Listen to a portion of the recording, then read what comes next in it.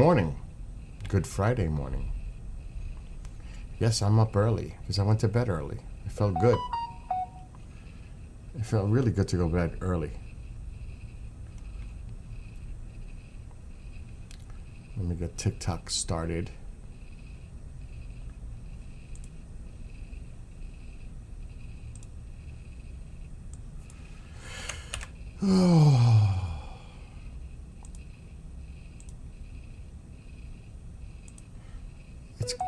TikTok's been a little glitchy ever since the update.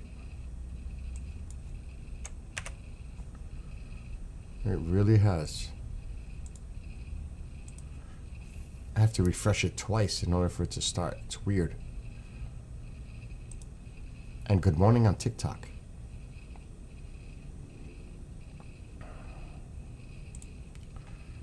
Let me just get this sorted.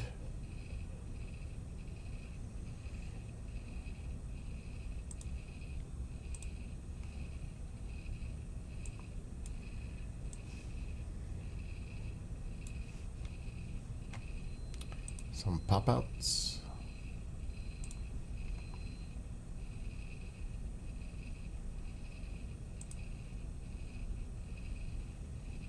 There are people still sleeping right now. I am not one of them.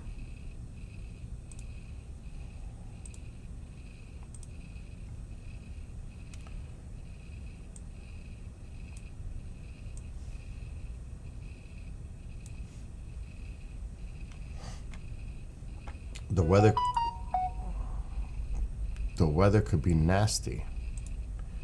The midsection of the country today.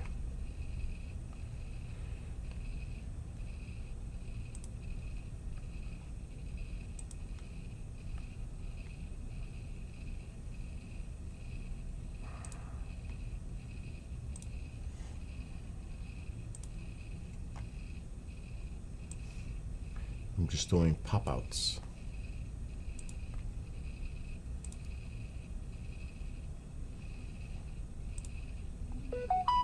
Oh my gosh. Mom's awake? You're kidding me. I hear Alexa in another room. Can only mean one thing. Momzilla is awake.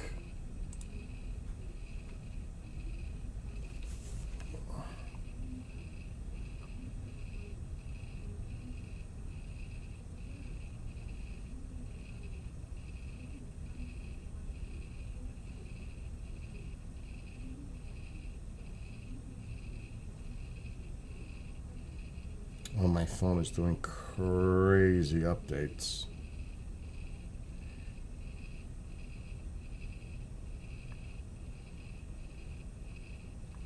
Wow, that was just like crazy. All those updates on my Android phone. Anyway, if you're going to be dealing with the weather in this midsection of the country, oh boy, it could get tough today. Let's do display. Right in here, you need to watch your weather today. With this system, there's a front that's coming downward here. You got moisture from the Gulf coming up and colder air. It is cold here right now. It's 30 degrees. It is cold, below freezing. But you're going to have this colder air colliding. So I could see some serious, severe weather possibly developing in here today. Right in here somewhere. They're probably having stormy weather right now up here. Look at it. Winds out of the west, winds out of the south. Right in here it's probably stormy or raining now. But this more severe weather will probably develop down here. Tennessee, maybe Mississippi, into Louisiana, maybe into Texas. I don't know. And there's even another disturbance here, driving cold air down. So even in Texas, possibly. So I would definitely pay attention to the weather down there. And I'm going to put the radar just to take a peek. Where is it? Yep, there's the front. Right here. So it's probably going to extend down here. Later on today, you'll probably see development right in here. So watch out for storms in this area of the country today. Right in here. Because of this system. And there is some really cold air behind this. Right now, I'm freezing over here. Let's look at temperatures. 45 may be the high. It ain't 45 degrees right now. It's about 29, 31 degrees outside. It's not that is absolutely not right. It's cold. Now, I don't know if that's the model. The models are a little bizarre. I'm not feeling that. Alexa, what's the temperature right now?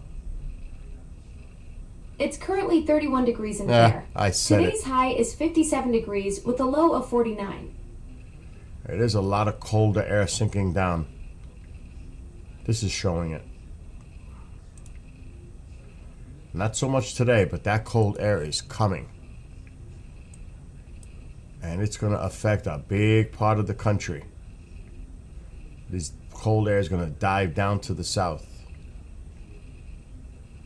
And then it's going to shift here. So get ready for some cold weather. In the midsection, down south, look at these temperatures. That's cold. But like I said, today it's about the storms. Right in here. Watch out today. Potential for thunderstorms. Severe weather. Right in here. More, I would say, here. Even into Texas.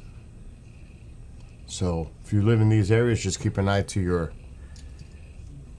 the weather forecasts. What's up, Audrey? I would definitely keep an eye on that. Now it's only, what is it? 10 of? Yeah, 8. Which for here, that's central, so it's even earlier for them. It's still very early. Now, I don't know if they're forecasting what I'm seeing on the model. I'm sure they are. Let's look at Nashville. Alexa, what's the weather for Nashville, Tennessee today? It's currently 59 degrees and mostly cloudy in Nashville. Today's high will be 69 degrees with a low of 52. What's the weather? It's currently 31 degrees and fair. Not here. Today's Alexa, high will stop. be 50... Oh, Jesus. Wow, it didn't tell me if it's going to rain. Alexa, is there a chance of thunderstorms in Nashville, Tennessee today? There's no chance of thunderstorms in Nashville today. The forecast shows cloudy conditions for both day and night. Really? I don't buy that. I am not buying that. I understand your skepticism, but I'm just reporting Alexa, the weather stop. forecast. Let me check something.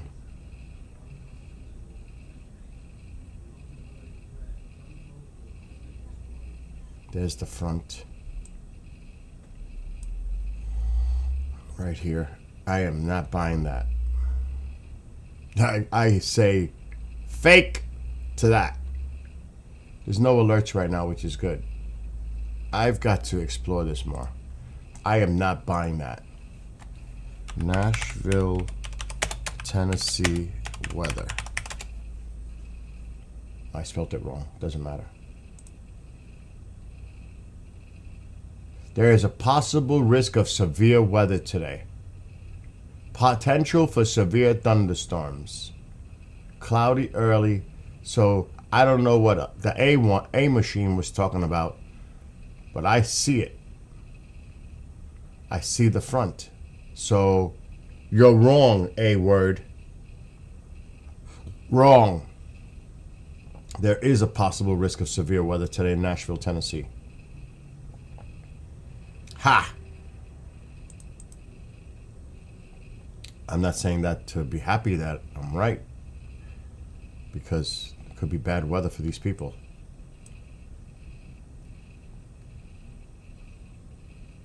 And it's all due to that front. Because there is some colder air driving behind this, clashing with this Gulf air coming up. It's got to be some storms developing in here today. Just looking at the map. Now this high pressure is going to give us a little boost today, temperatures, even though it's 31 degrees, but it's cold at night. But it's not going to last, because that cold air is going to dive down throughout the country. It's going to get chilly. And here it comes. Arctic blast coming down from the north. Straight down. And then it'll shift east. There it is. That blast of cold air coming down.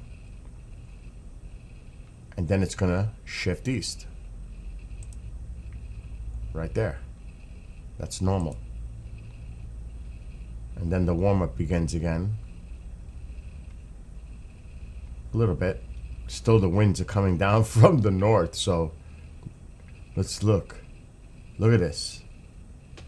Definitely a boost. But let's go back. 50s. What's that, 60s? Yeah. It's not gonna last. It's only gonna last for a day. Still warm there. It's down this way. Hey, this is where the cold air is. More to the east.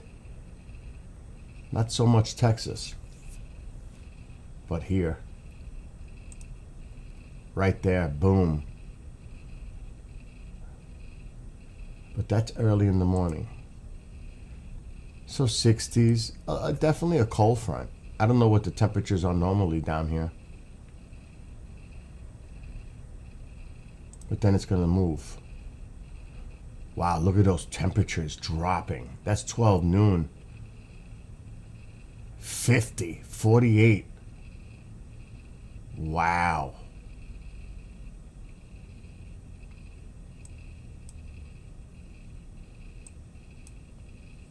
'40s. Oh, and that's 12 noon on Sunday.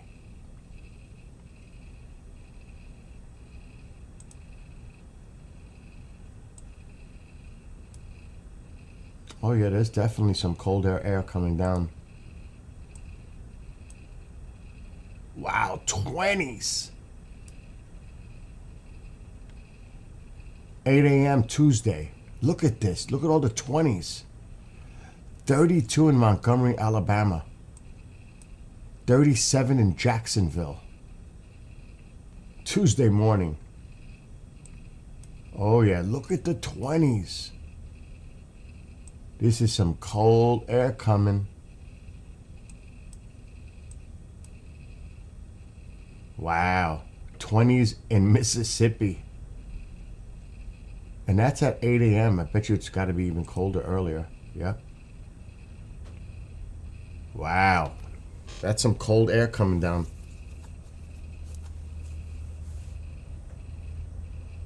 For the midsection of the country, southern states, look at this.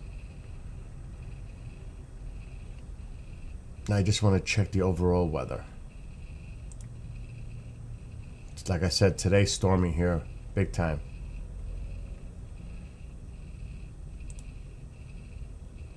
There's a system up here.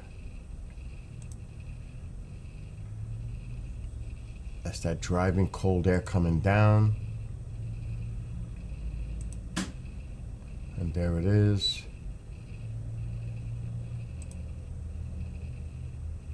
And then there's the shift. This could be interesting for weather down there next week.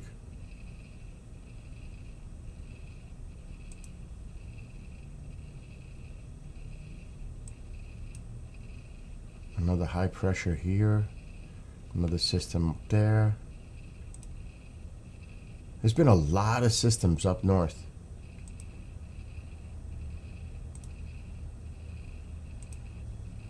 pretty quiet overall, the weather, except for this. When is this? Sunday. There's a low pressure right here. I wouldn't be surprised if they get some snow upstate New York as this colder air comes diving down. It's close, 34. The low pressure's here. They could get some snowflakes in the air. Upstate, for sure. Not here. 32 in Buffalo.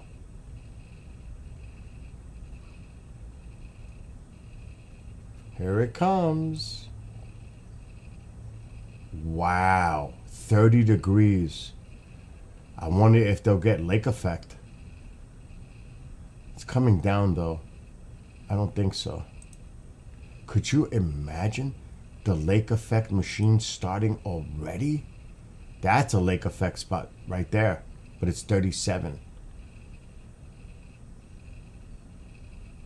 Wow. Alexa, what's the weather for Buffalo for the next 7 days? Buffalo's forecast shows rain and wind today, with highs of 55 degrees and lows of 42. Over the next week, expect temperatures ranging from the mid-30s to mid-40s, with a mix of rain, snow, and cloudy conditions. I knew it. It's just on that border. Mix of rain and snow already. Because the temperatures are showing just above freezing. But in the early morning hours, at overnight, it could be snow. And that's lake effect. And this is a problem for them every year. It's getting worse for them. Because the lakes are not freezing over like they used to. They stay exposed to this cold air that comes diving across the lakes, picks up that moisture from the lakes and dumps that lake effect snow all over the place. This has been a problem now. It's getting worse for these folks every year, it seems, because the lakes are not freezing over. And as long as they don't freeze over, you could pick up that moisture from this cold, extreme cold air going over the lakes and picking up that moisture and dumping that snow. That's the machine. And it's definitely happening more and more. There's more of a concern. And I mean, Lake Erie. Am I spelling that right? Let's put Erie. Not freezing. Lake effect snow. Let's see what that comes up with. What little to no ice cover on Lake Erie means for lake effect snow. And that's the problem. This is an old article, but it gives you an idea what I'm talking about. Before the lake can freeze over, the water temperature needs to be around 32 to 33 degrees. So this is one of those concerns. And this is an old article. This is from past winter. But this is a problem. I mean, even in January, we're still in the early stages of forming. See, no ice on the lake means more lake effect snow. This is a problem for these folks moving forward. And it has been getting worse every year. It's taking longer for the lake to freeze over, which means that lake effect machine stays on longer, which means more snow for those folks that usually have lake effect. So tell that to those people about the weather and the warmth of those lakes. That's an indicator right there how things are changing for those folks because of the warmer temperatures overall. Like for me, I don't get snow hardly anymore. And I say that, and I know I'm overdue, but I say that every year now. We're due, we're due, we're due. It's been 10 years we're due. 10 years. So, we're due. We are like overdue for some really. What's up, Starla? So I don't know if my friend Mike is coming tonight. I haven't talked to him. He hasn't called me. That's the way he is. So guess what's going to happen tomorrow? Yeah, I don't think he's interested in going. Kendrick. I'm going to go. I have 2 tickets for this thing I'm going to tomorrow night. I'm going to, because somebody's leaving them to me, VIP tickets. I am going to surprise someone on that line. And I'm going to play it off like, are you interested in this stuff? How, I'm going to talk. Well, guess what? Come with me. I freak them out. That's the kind of cool thing you do for people. It may happen that way. It depends if my friend shows up or if this one doesn't want to go. Then I'm going to surprise somebody tomorrow night. But they have to be a real fan. And I'm going to have to do a little digging, like talking to people. I'm going to pick one person, and they're going to get a free ticket VIP with me. I think that's an awesome, beautiful thing to do. Right? How many people would do that? Or even come up with that idea to do that?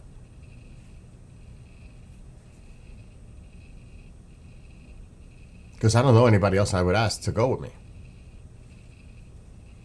Right? Isn't that an amazing thing to do? It's going to make somebody very freaking happy tomorrow night. And I'm going to tell them, you could thank this person for that. Don't really thank me. And then I'm going to, it's going to make their day. He or she, it's going to make their day. But like I said, I'm going to play it off. I'm going to look and talk to people, because there's going to be people waiting on the line to purchase tickets. What's up, Gingas? And I want to see if they're wearing special attire, like alien stuff. You could tell a fan. Like if I go to a concert, I'm wearing Iron Maiden all over the place. I'm a fan.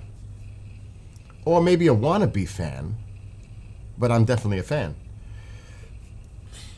And then, because me, I'm good at conversing with people. I'm definitely good at communicating.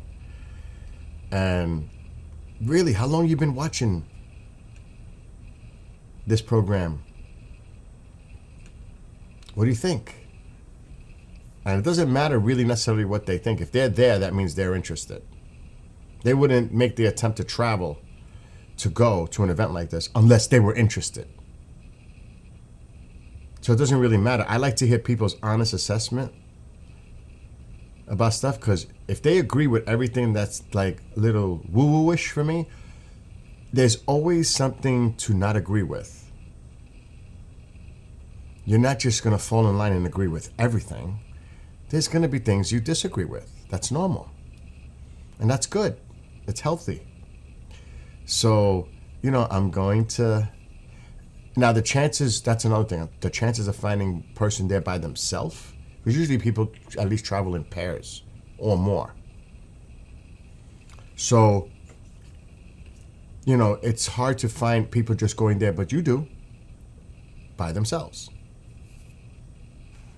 So that makes my job a little easier, because you can see that when people are by themselves. Now, it might sound strange to them. That's another thing. You got to be able to read a person, because some might be like, what the hell's this? What's this guy approaching me to give me a ticket for?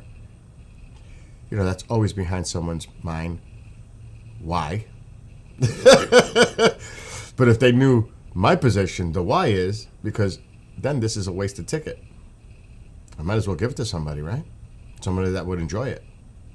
That's my logic. That's if this happens. I'm saying that it could happen. I'm not saying it's going to, but it could.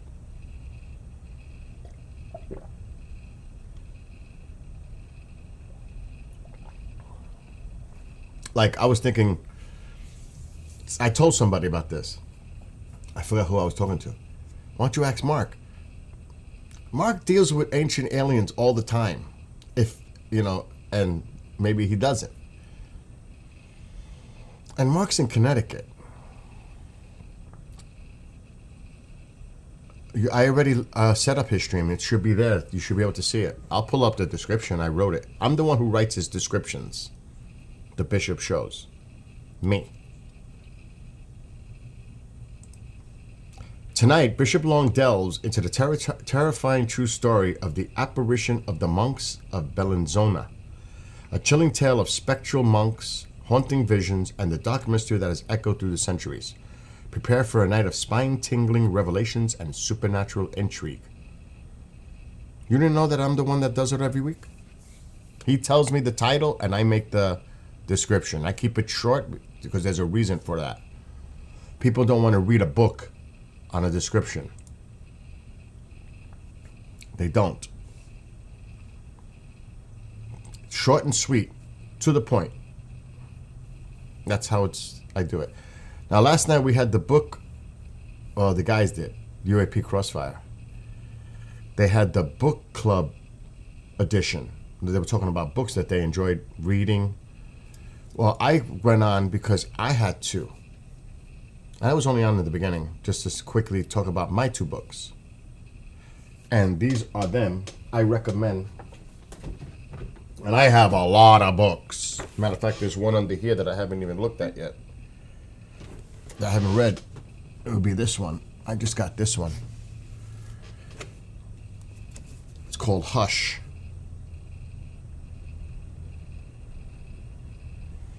I haven't read this one yet. It's a bestseller. I'm definitely going to read this at some point. I just got it a few days ago. But this is the one that Don Ecker, Mr. Silverback, talks about. And he's the one that told me about this, God knows how long ago, because he talks about this book all the time on his show. Or the show with the guys. And I'm telling you, this book is incredible because it has documents. And I always say why disclosure will never happen. Oh, you want to know the subject matter of Hush? I'll read it. It's a thriller. This guy's amazing. This guy has one heck of a background. Oh my God. The host of the Supernatural Girls had him as a guest last week. He was on a ship, like a big ship, and I'm talking about a wooden ship in the Pacific, and doing the show while on board that ship. And you could hear the creaks of the wood. That guy's official. I'll just read to you his background and what's in the book, in the back of the book. He's a produced screenwriter and director whose work has captivated audience on Netflix, Showtime, and Amazon Prime. A decorated combat veteran and former Marine jet attack pilot, he brings a rare fusion of real-world combat experience and cinematic storytelling to his writing. In the highly anticipated debut novel, his first novel, Hush, Selig delivers a high-stakes thriller where every moment is a fight for survival. Prepare for a relentless, pulse-pounding journey as Hush thrusts you into a world of historical authenticity where every moment crackles with intensity. The characters don't just fight, they bite, lash, and devour. Selig spares no one, pulling you into a gripping tale that refuses to let go. Bold, unflinching, and utterly immersive, this is one not to be for the timid. Now, that doesn't really sound like much, right? That's not telling me, that's just all descriptive. Wow, Barbara Lamb's in here. She wrote...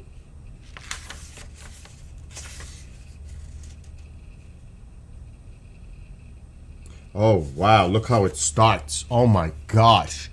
Check this out. Look how it starts. On March, look how it starts. On March 8th, he's going to, well, On March 8th, he told me if I get him in Pine Bush, he'll sign it for me, obviously, you know. Because I'm definitely working on Pine Bush. I have no one. I have ideas. But I am not there to make decisions yet on who's going to be at Pine Bush and help Lance. And also help with my dear friend Martin Willis, who will be the MC again this year. Well, next year. On March 8th, that's done. Martin is definitely the MC for next year. That I could say. As long as, God willing, he's healthy. I'm healthy. On March 8th, 2014, at approximately 12:38 a.m., Farik Hamid, the co-pilot of MH370, made his final reply to tower control in his heavily Asian accented call, confirming Malaysian 370 was cleared for takeoff. I can only imagine where this is going. 32 right, cleared for takeoff, Malaysian 370. Thank you, bye. His voice would never be heard again. Just over a minute later, the jet was airborne and climbing, making its first call to departure control, except Hamid's voice didn't make the call. Instead, the heavily American accented call to departure was made by Benjamin R. Waters, and Ben was not used to saying Malaysian 370, hence his hesitation and stutter on the call sign of the jet. So that's how this book starts already. I can't imagine where it's going with this. Because how many people, there are so many questions what happened to 370 to this day. So right off the bat, I'm like, where is this going? And remember, that's a psychological thriller, so it's fiction.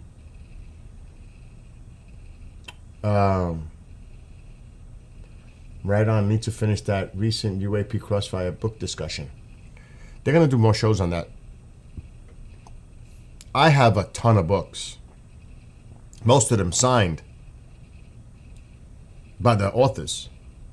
I was going to whip out Dolan books because he's got quite a few. Whether you agree or disagree with him, some people take it personal to attack his character or any of these authors' characters. You don't even know them. Just because you disagree with them, you're going to attack them personally? That is so stupid. That's like childish. That's like playground nonsense. Grow up. Just agree to disagree. That's my opinion. But this one, the two books I showed last night, and one is really not, it's a book. It's an expensive book. Thing cost me like $100. I don't know what it goes for now, probably $80. But at the time, I paid like $100 for this other book.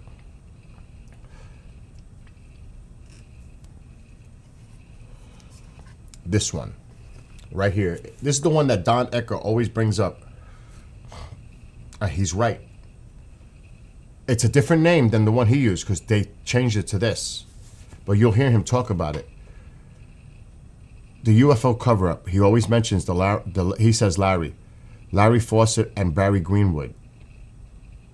This book is the one that Don Ecker talks about all the time, and for good freaking reason. Because in this book is why disclosure will never happen.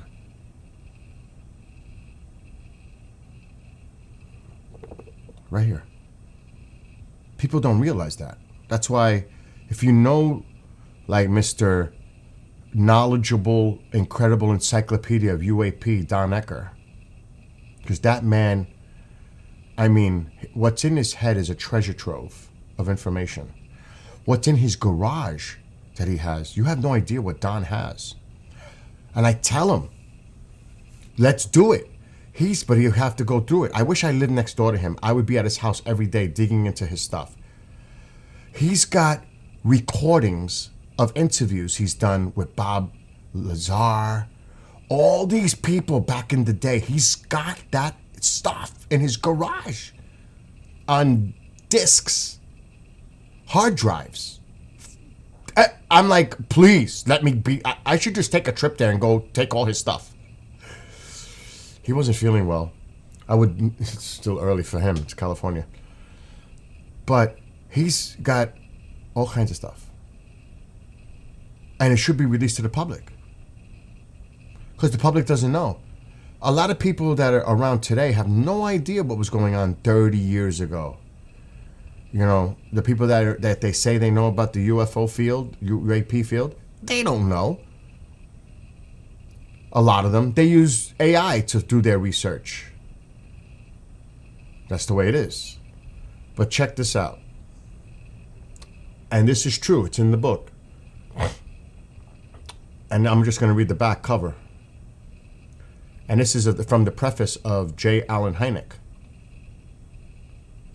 So this is Hynek's words. The authors have made revealing use of documents which show that the CIA and NSA protestations of innocence and lack of interest in UFOs are nothing short of pre-verification. The implication of those documents and those whose existence have been established in court, but whose release was forbidden by those courts on grounds that national security might be jeopardized, are indeed far-reaching. And that's from J. Allen Hynek. And it's true. And it's, I mean, I would have to find the actual, I don't like to highlight my books because I don't like to do that.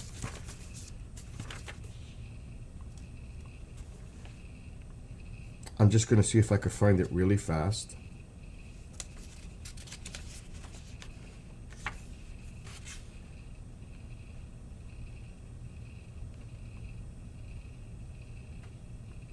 Oh, that's Hynek's thing. I know it's here. Okay, right here. Check this out. This is fact. And that's why disclosure will never happen. And this is coming from this book. Oh, by the way, Detective Jason White shows are available tonight live on his YouTube, Facebook, and X.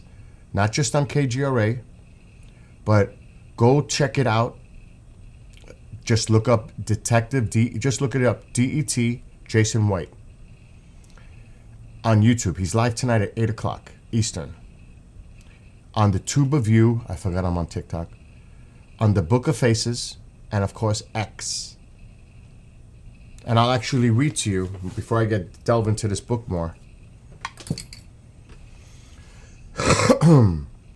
Let me read his description for his show tonight, because I have it. Because I always set up the streams. Okay, here's his description for tonight. This Friday, November 7th, 2025 at 7 p.m. Central Time, episode 74 of Into the Fire. I am honored to have both Anna Wilson and Mike Turner, who are brother and sister to Latricia Phipps. Latricia called her family on November 20th, 2002 to let them know that she was with her ex-boyfriend to go and pick up her kids. And that was the last time she was heard from again. This will be an interesting episode to hear the perspective from both brother and sister to Latricia and the investigation that took place from the beginning, then on to charges being filed. This is the 14th no-body homicide prosecution in Oklahoma history, and one of only 600 have ended up in a courtroom in U.S. history. I am thankful to both Anna and Mike for their willingness to share their story about their experience and my experience as the final detective in this case who fought for justice to be served. So he has direct involvement in this case. The last detective. It's definitely a true detective story. This is an actual case that he worked on. It says it right there. I am thankful to both Anna and Mike for their willingness to share their story about their experience and my experience as the final detective in this case who fought for justice to be served. This guy, I say it all the time, this guy is the real deal, and he's still an active detective. He's probably getting ready for work right now. And he's in Oklahoma. So, I mean, I say this. Mom loves those true crime programs. She watches them all day long. And there's a lot of people that do. If I had time, I would. But I don't have no time in my life. But this is the kind of show that you're getting it directly. It's not like a reporter or an investigative team is going to delve into this case. No, you're hearing directly from the people involved. First hand. This isn't second hand. This isn't third hand. This isn't in an interview. This is the person themselves telling you what the heck went on and the people involved. And this happens every week. Like I mentioned, he had on the lead investigator for the Night Stalker case, the Ramirez case, on his show. And it's been highlighted on Netflix. He had him on as a guest. And you're hearing that interaction between a current detective and a former investigator detective that worked the case. The conversation between two people with those backgrounds are going to be so in-depth and on point and getting to the points that a reporter would never ask because they don't know the nuances, what it's like to work on a case like they do. So they know how to communicate with each other because they're on the same level, coming from a law enforcement point of view. Does that make sense? So you're going to learn a lot of interesting, intricate details that you would never see on any program. You're going to learn a lot of information because they know how to discuss it in those specific details, forensic-wise, investigative-wise, from a police officer's point of view. You know what I'm saying?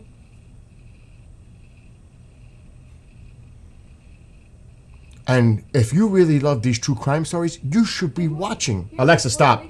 You should be watching his show and archive shows. I'm not saying this because I'm promoting his channels.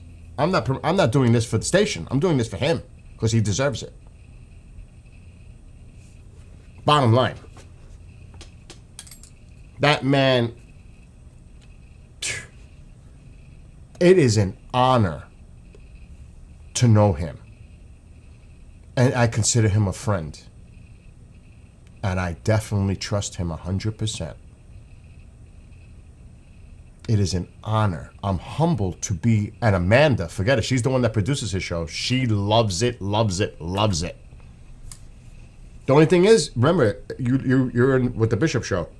But that doesn't matter. You could always watch his show during the day, next day, whatever. Because it's archived. I wouldn't miss it. If you like this stuff, you should not miss his stuff. That's real true crime. That's like real true crime. Because he's the real deal. And he's still an active detective. How many active detectives are doing a podcast show? Think about that one. Not many. They usually wait till they're retired. You don't have many active detectives. This man is a stud detective. Stud. He's just an amazing detective. Working on big cases and solving them. Sometimes I call him, Bill, I'm in the middle of going to check out something. I'm sorry I called. And he said, don't worry, but we'll talk later, because he's in the middle of going to a case, to a scene. I'm like, oh my God. And I called him, and I'm like, I feel so bad because he's on the way to go to a scene.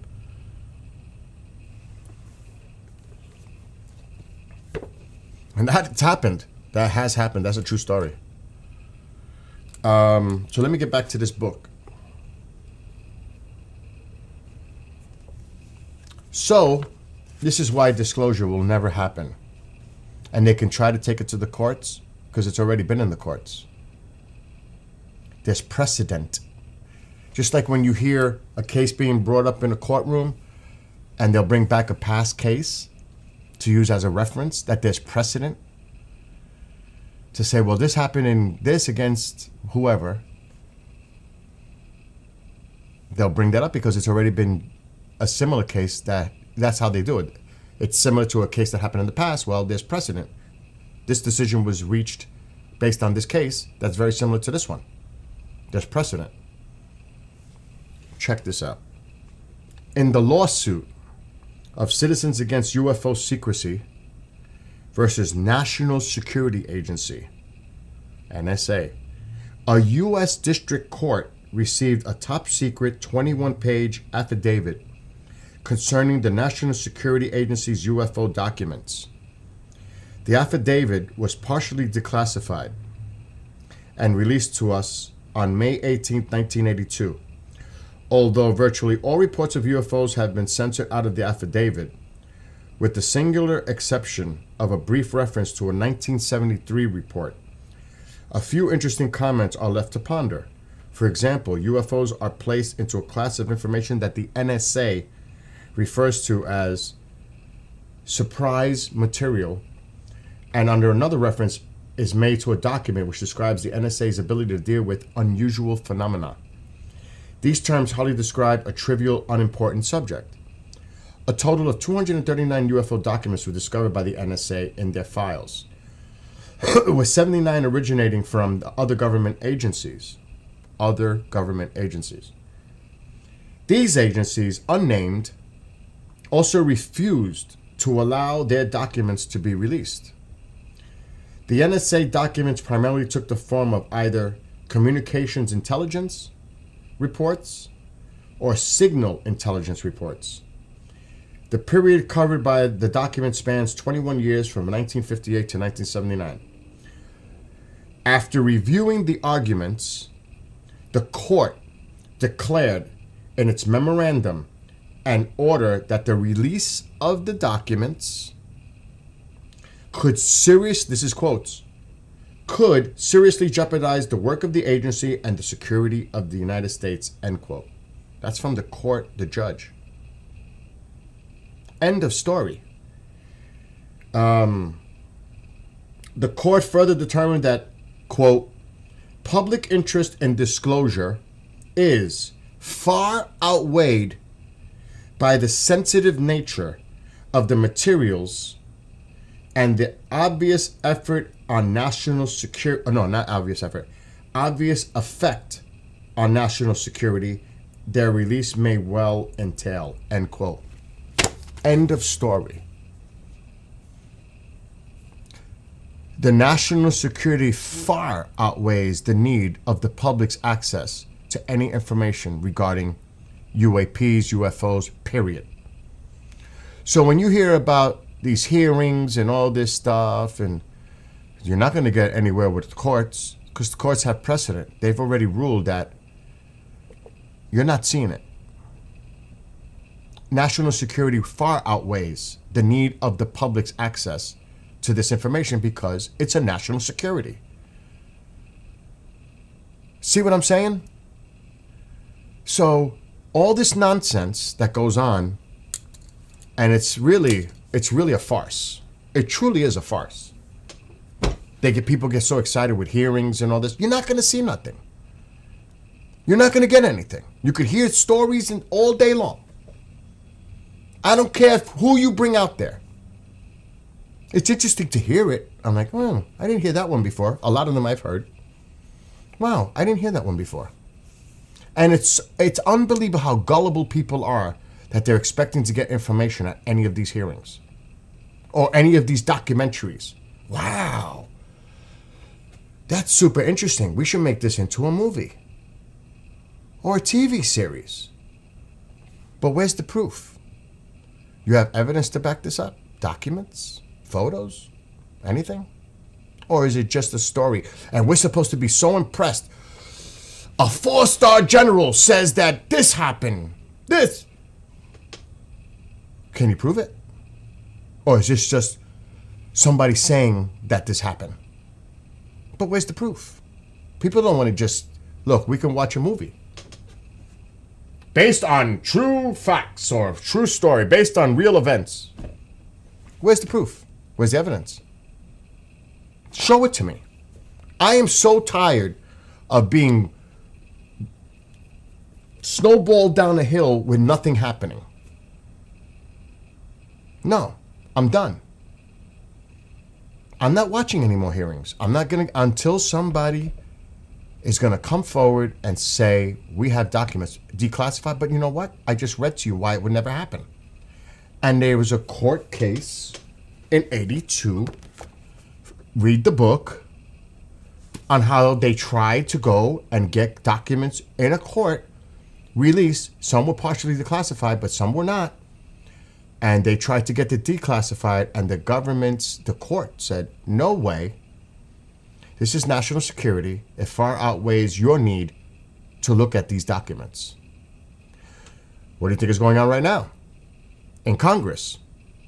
You think they're going to declassify national security information so the public could see it, so we can all be satisfied of what's going on and get our answers? If it's national security, you're not seeing it. Period. I don't care what you try. So you're saying, I don't want to repeat what you wrote because I can get maybe hit for that. So I am, like I said, I am so tired of the hype. Now trust me, there are people out there. But the key is, would they release information regarding their individual cases or experiences or accounts? Like all these people that come out, and I'm not going to name names, but I know if it was myself, am I going to put myself at risk knowing what I know and how it could jeopardize not just myself, because you know you're going to get attacked, but my family, even my neighbors getting harassed by people coming and trying to find out information? If they find out where I live, can you imagine being a witness at a hearing and what you're going to get from that? Forget about it. They're going to come after you. They're going to try to destroy your credibility. I mean, there could be all kinds of I'm on TikTok, so I'm being careful. All kinds of intimidation tactics. Now, the only way I'm going to a hearing is I'm going to open my mouth up to the public. Everybody's going to see this. I'm going to state what I know. But if you ain't got nothing that you could release to the public to back up what I'm saying, I'm not going. Because people are going to say, well, where's the evidence? Where's the proof? Another story. Another story. Where's the proof? Just like what's going on now, the public isn't stupid. They're not blind. Are they that gullible and naive? Are you really? I'm sure there are people out there like that, but a lot of people, the wolves it hasn't been pulled over their eyes. They can see right through bullshit. And when they see these hearings, there's nothing here. There's nothing here.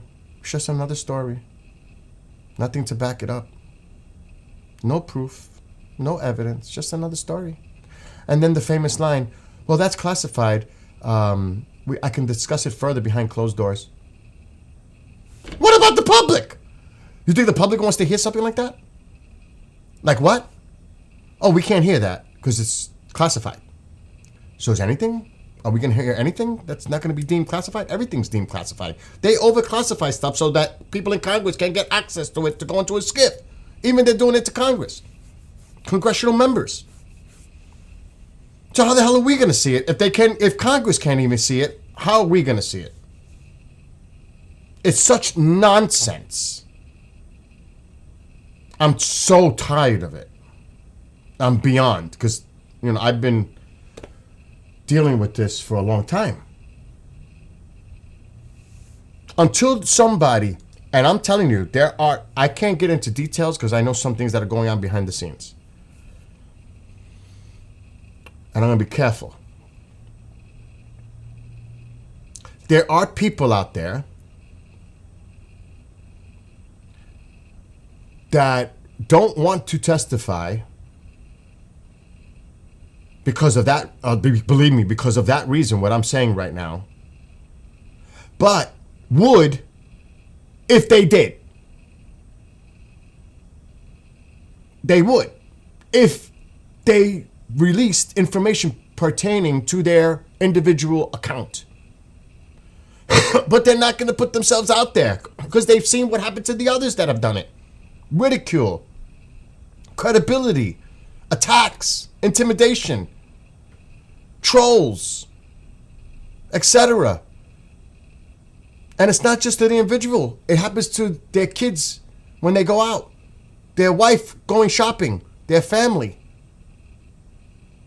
the neighbors. Neighbors live next door. They have people coming up to the house. Can you tell us a little bit about, or are you kidding me? You want to live like that and put yourself on the line like that after seeing what's happened to the others? Hell no. No way. I wouldn't do it. Because people can be so cruel and judgmental, and then they jump on a bandwagon of attack on these people. Now, and then they'll question, well, their motive. Why did they come forward? Is this part of a disinformation, deep state campaign? Why would you want to put yourself through that? Why? Unless you're going to be backed up by evidence, documentation. Even then that will be questioned because people say that's fake. This is all part of another plan. Another disinfo arm. Now they're starting to release documents now with this person. I wonder what this person, why this person all of a sudden? Can you imagine? Can you imagine? And I don't want to get into details.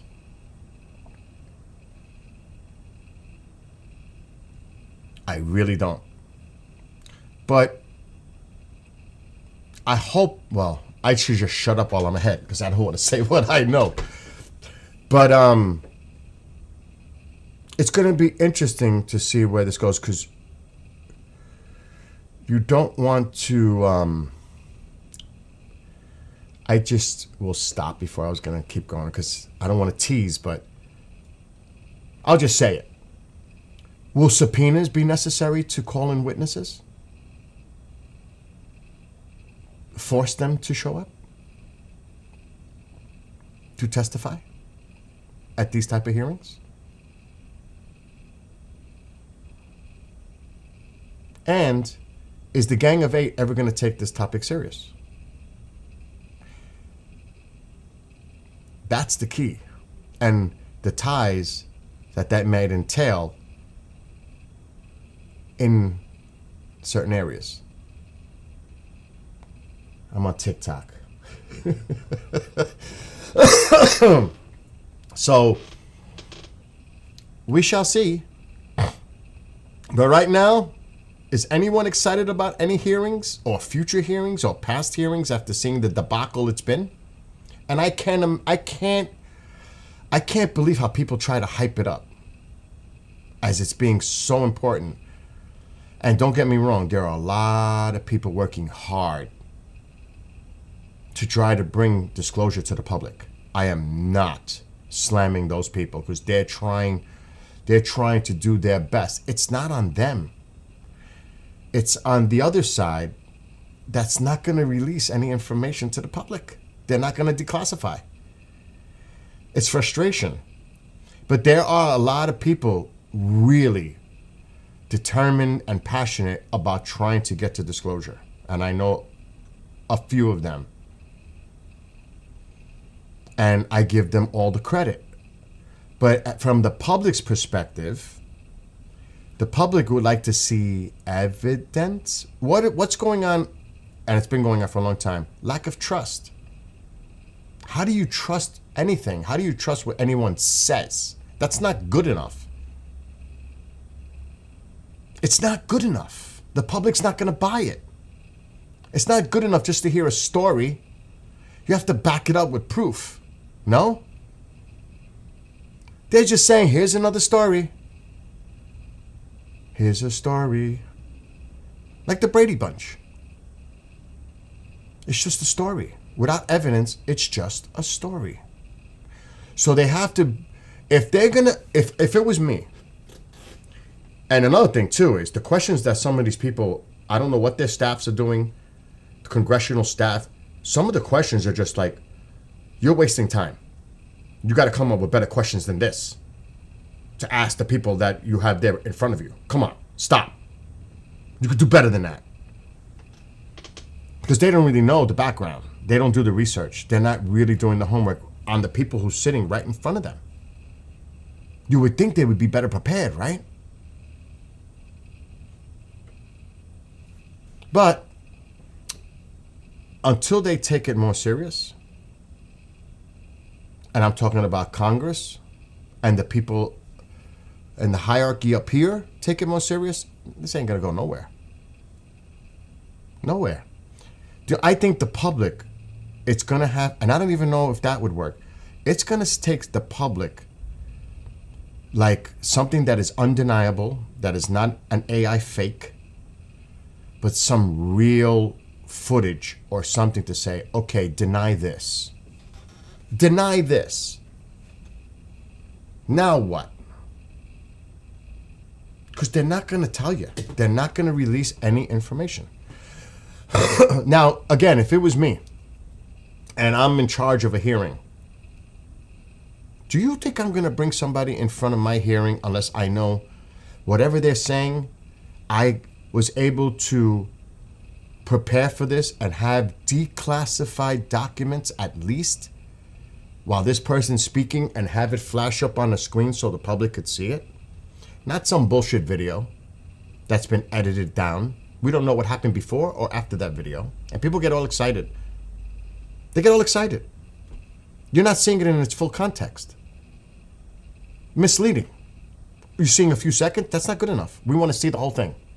We know you got more. We know that.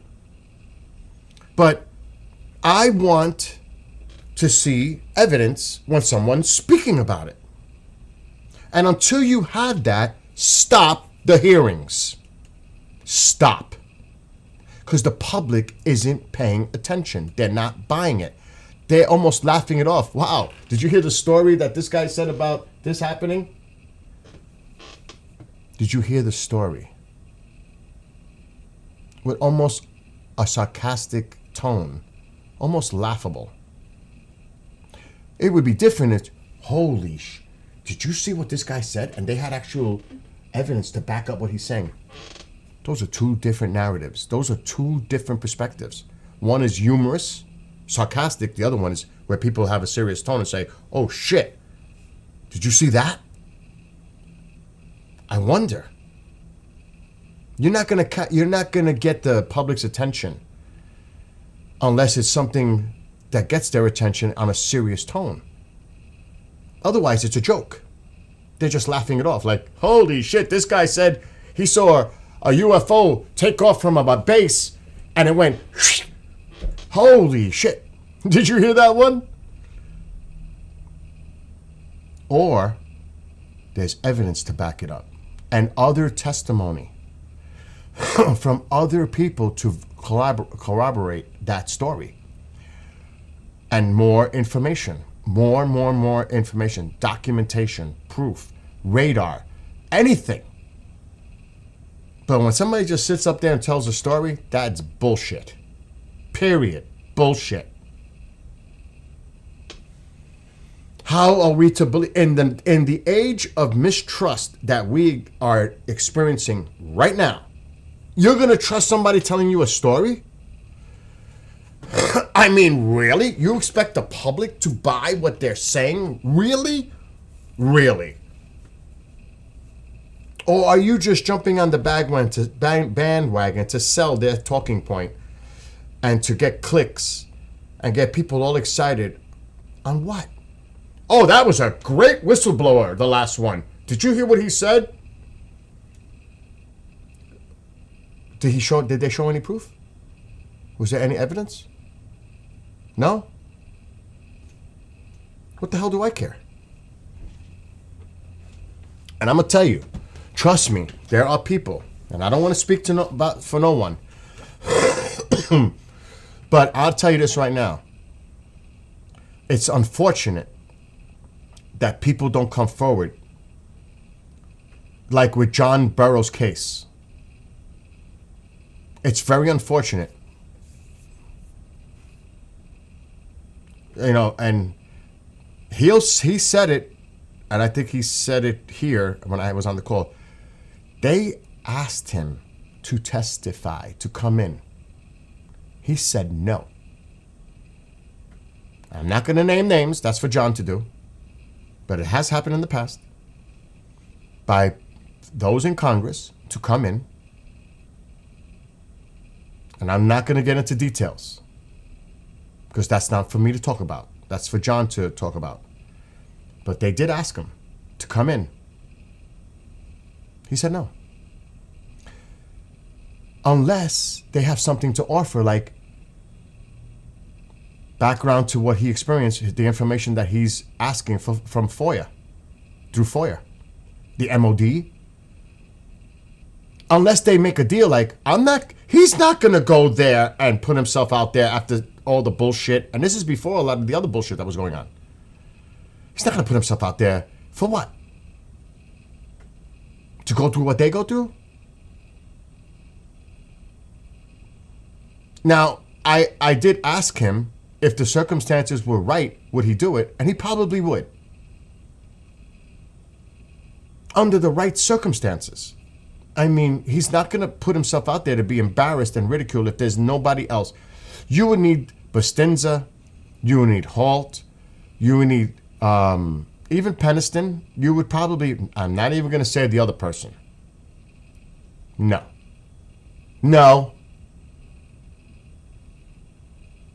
I mean, really, if I was pulling in 4, Halt, Peniston, Bustinza, Burroughs.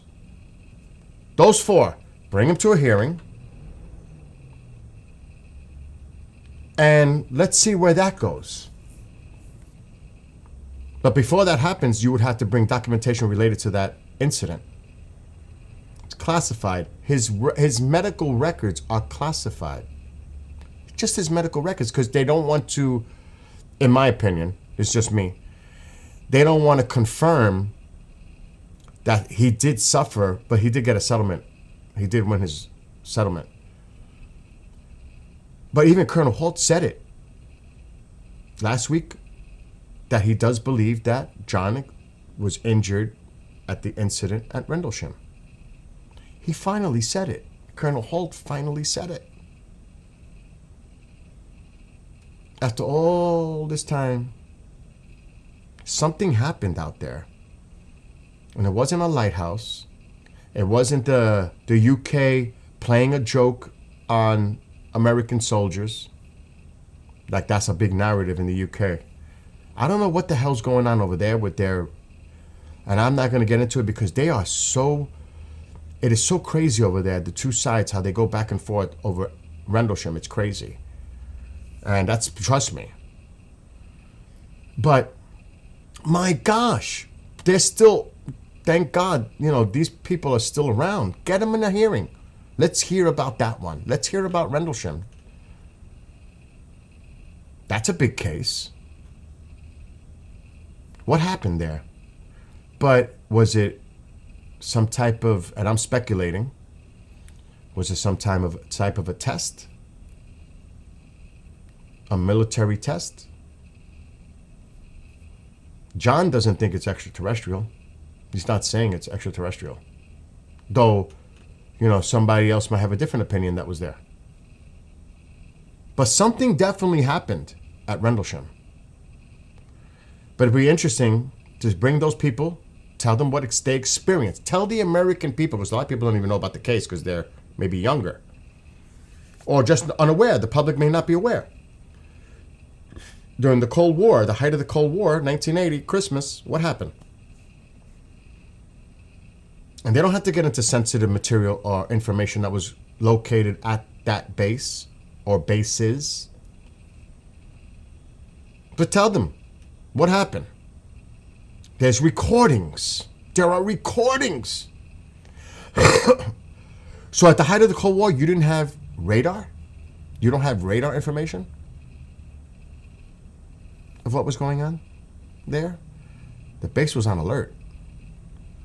So you don't have any radar that you could release now? That's happened, what, 40 years ago? 40-something years ago? 45 years ago?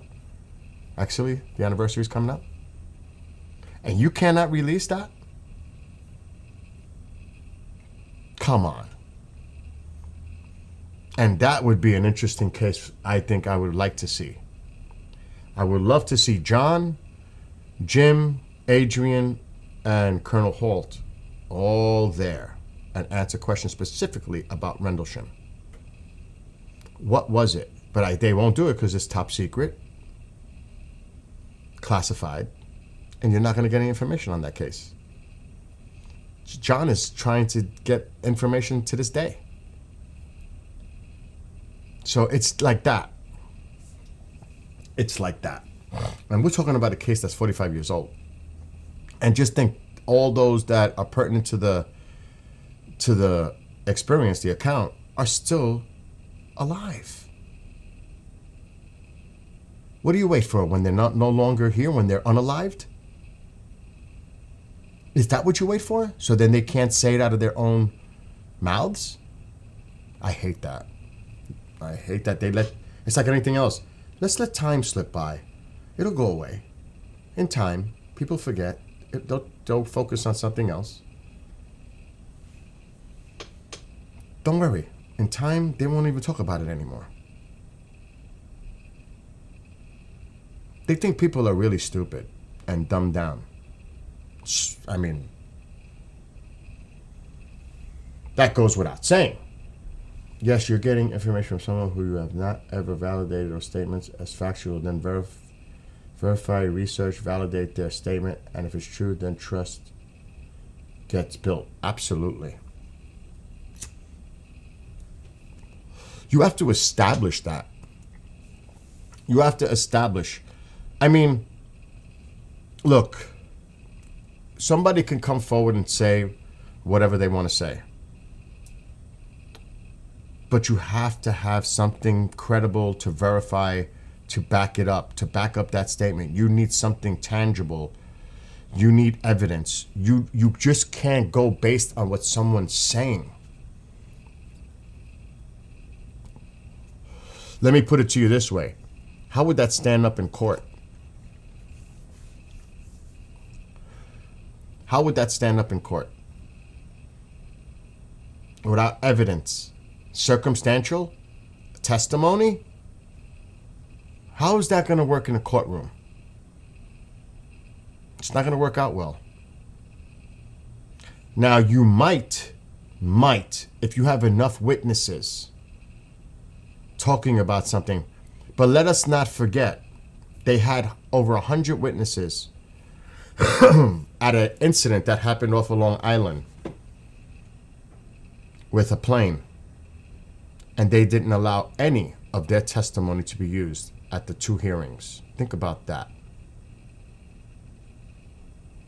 So it doesn't even matter. They threw their testimony out. That's a fact. They weren't even allowed to submit their testimonies. Witness testimony. Describing what they had witnessed. They weren't even admitted into the court at the hearing. That should tell you everything. And like I said, I'm not going to get into details, but you can look that up yourself. 800. Just look it up. Do the research. It's incredible. At the hearings, 2 of them. There was another one in the early 2000s. And that is unbelievable that they did not allow anyone's testimony to be presented during that hearings. That should say everything right there. So it doesn't even matter. Sometimes witness testimony It's irrelevant. So I ain't buying any of this stuff. But getting back to the books, that was the first book. And this is a really, really good book to read, this one. Then there's this one, which is like the Bible encyclopedia of research by Leonard Stringfield. This one. This is fascinating. It's in depth. It's not storytelling. It's the research. This is incredible. This is all the research. This isn't like storytelling. This is actually cases. Crash retrieval cases. Look how thick this is. This book goes for about $80. And I could read an excerpt out of it. If you're into this subject, this is a must-have. MUFON has his diaries.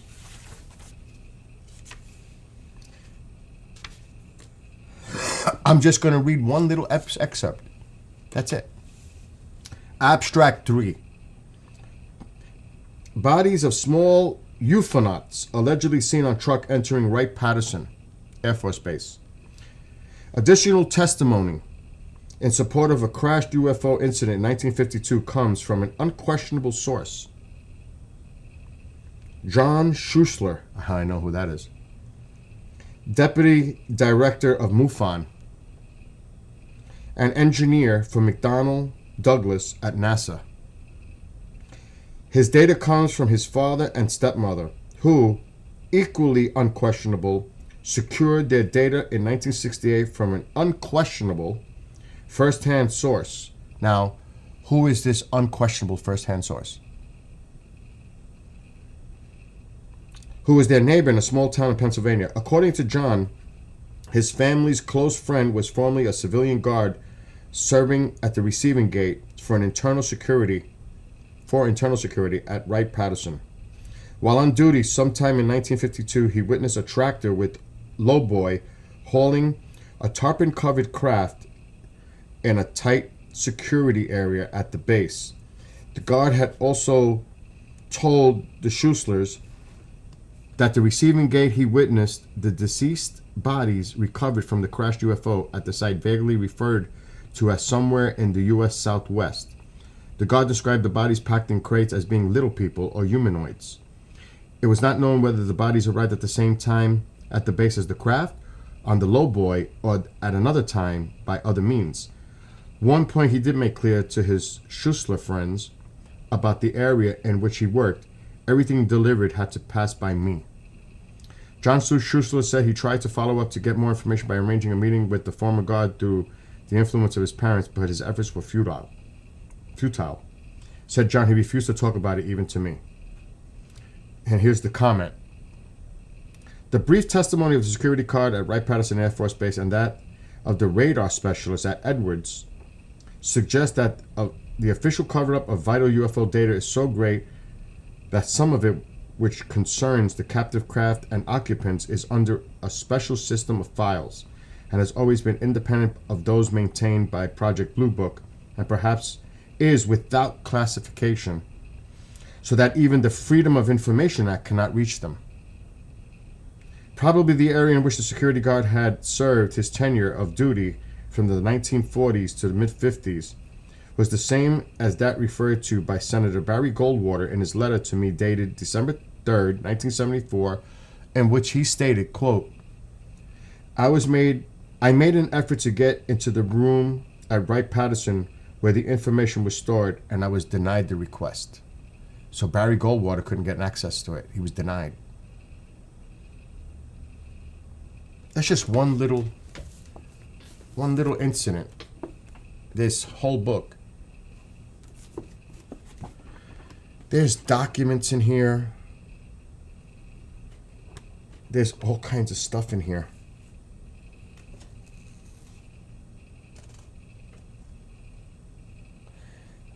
See, this is an image.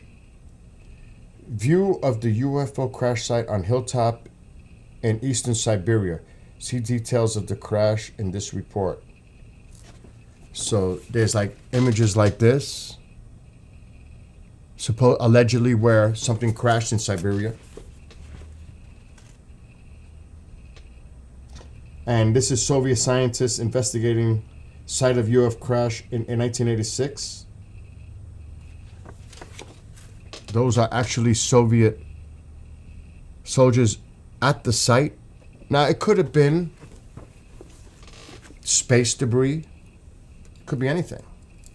I'm not saying, but there's a lot in here. These are all cases that he looked into. And it's incredible. The data, the research in here. It's just incredible. So this is one I recommend if you just want research. This guy was incredible. Incredible. And I can go on and read excerpts. Leonard Stringfield, he's known. He's actually a pioneer in investigative work, research. I mean, there's so much in here.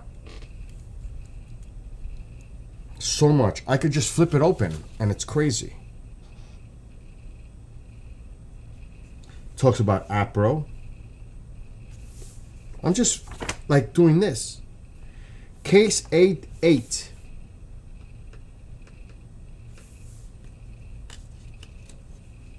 And a lot of it is at bases.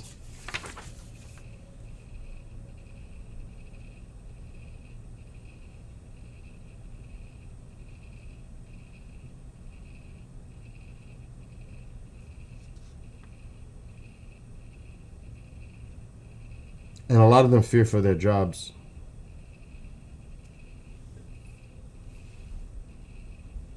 So, I mean, this is big. This is...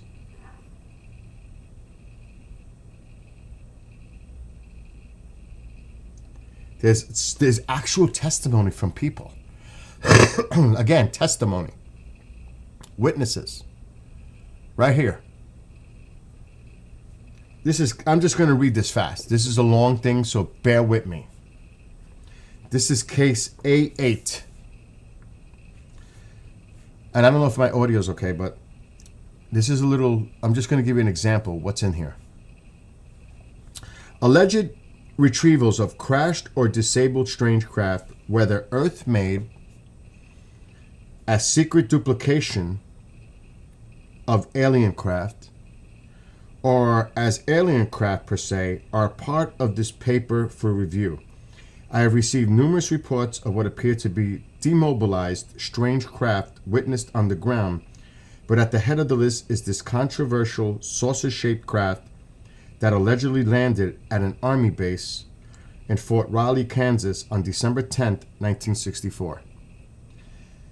The witness, AK, as reported in abstract number 20 in my first paper, known as David, since his case received publicity at the MUFON Symposium in Dayton, his real identity is known to a few researchers, has come under criticism based on a few supposed holes in his story. He had assumed that the general was the commander of the base, General Seaman. But when the supposed officer was later interviewed by phone by researcher Todd Zetchell, he denied his participation. Of course, AK had only assumed that the general was Seaman, and if it had been him, he certainly would have not admitted it. Following is a brief review of the incident from my first paper. The incident occurred on a crisp, cold night on December 10, 1964. At 2 a.m., AK, a PFC on guard duty at the motor pool, and 3 other Army personnel of the 1st Division on regular guard duty, was summoned by the officer of the day, Lieutenant H., name known but withheld, to join him by vehicle to a remote area on the base described as the training area in Camp Forsyth, which is part of the Fort Riley complex. On departing to this area, he was issued an extra clip of ammo for his M14 rifle. After driving a good distance, Lieutenant H. parked his vehicle alongside the road. AK and the other guards were ordered to hike about a half mile across an open flat field. Before him, AK watched the searchlight beam from an overhead Huey helicopter playing down on the field. It was focused on a large round object resting on the ground. Already on the scene were about 10 Army personnel of various ranks, including a Major General. Promptly, AK was asked for his ID and given a direct order by the General to patrol the grounded craft by encircling around it and to shoot anyone if they tried to force their way to the craft. He was already sharply warned that he would have to give his blank shot off if he talked. When I was in the Army, when a general tells you something, you obey. The lone Huey helicopter continuously flew overhead while certain personnel on hand checked the object with instruments and maintained communication by field radio with headphones. Nearby, a 5-ton truck was parked with lights off. On 2 occasions, the Huey helicopter flew over parts of the field, said AK, as though looking for other evidence. On several of the occasions during the 2.25 hour of guard duty, AK got close to the metallic craft. The air was much warmer when I got close, he said. The grounded UFO, said AK, which had impacted into the soil and stood at a tilt, was approximately 35 to 48 feet in diameter and 12 to 18 feet in height. It was perfectly round, shaped like a hamburger bun. In the middle or at the equator of its smooth aluminum-like surface was a black band made up of squares, each jutting out about 10 inches. AK could not determine if the squares were windows or what purpose they served. The only major protruding part of on the UFO, said AK, was the fin-like device and beneath it an aperture which may have been an exhaust unit. AK said that the UFO was not lighted, but he smelled no odors. It was alive, he said. Ask about occupants aboard, he replied. Sorry to disappoint you, but I was not aware of any life inside the craft or that any bodies were taken out of it later. Since the release of his story, AK has been cooperative in all of my requests for supporting data. He has sent me a copy of his Army discharge papers testifying that he was in Fort Riley at the time of the incident. He also sent me the original letter dated December 11, 1964, which he has sent to his fiancée in California, in which he makes a reference to his call to special guard duty. His latest said, in part, had some excitement tonight. In the boondocks at Fort Riley, there was some odd thing in the field, and we guarded it for a couple hours, probably some new type of aircraft. The envelope bears the proper return address and postmark dated December 14, 1964, Junction City, Kansas. Affixed to the envelope was an 8-cent airmail stamp of proper issue for that time. To get more information, I encourage AK as a test to seek publicity about his incident. He placed an ad into the LA Times, and it was promptly seized upon by other media. Using David as his identity, he got calls from many radio stations throughout the USA for interviews. It brought one positive result. Another alleged witness. The new witness called AK by phone from another city, described his observation of a strange craft being removed by rig in the remote area on Fort Riley base, and stressed his need for anonymity for several understandable reasons. When I was informed of this new contact and AK sent him a copy of my first retrieval paper, there was an impasse of several weeks before communications reopened. I asked for a statement, more waiting. On November 17, 1978, I received the following letter from the informant signed Ron. So here's an actual letter from the informant. Dear Mr. Stringfeld, for the last 2 months, I promised AK that I would write to you and tell you about a possible UFO that I had observed at Fort Riley, Kansas in 1964. I'd forgotten all about it until I heard Dave's broadcast. Anxious to help him, I called and related the information to him. When I told my wife about my experience and about my call to Dave, she became very upset and didn't want us to get involved. I explained my situation to Mr. K, and naturally, he was disappointed, but said he understood. Mr. K kindly mailed me a copy of your report, Retrievals of the Third Kind, which both my wife and I read. Oddly enough, after reading the report, she seemed less apprehensive about our environment and agreed to my writing to you. On the morning of December 11, 1964, I was stationed in the section of Fort Riley known as Camp, Funston, located at the far end of the complex. At approximately 7 or 8 a.m., I drove into the main post area of the fort to pick up the mail for our company. The postal clerk told me the mail wouldn't be sorted until 10 or 11 that morning. To kill time, I decided to drive around in the Jeep and go exploring. I drove for about an hour heading towards Camp Forsyth and until I came to a paved road that was somewhat hilly in spots. It looked interesting, and I wanted to see where it led. About a quarter mile up, there was a barricade across the road. The sign read, "Restricted area, no authorized vehicles beyond this point." My curiosity was aroused. No guards were posted around the area, so I concluded that it must have been an old sign and went around the barricade and proceeded up the road.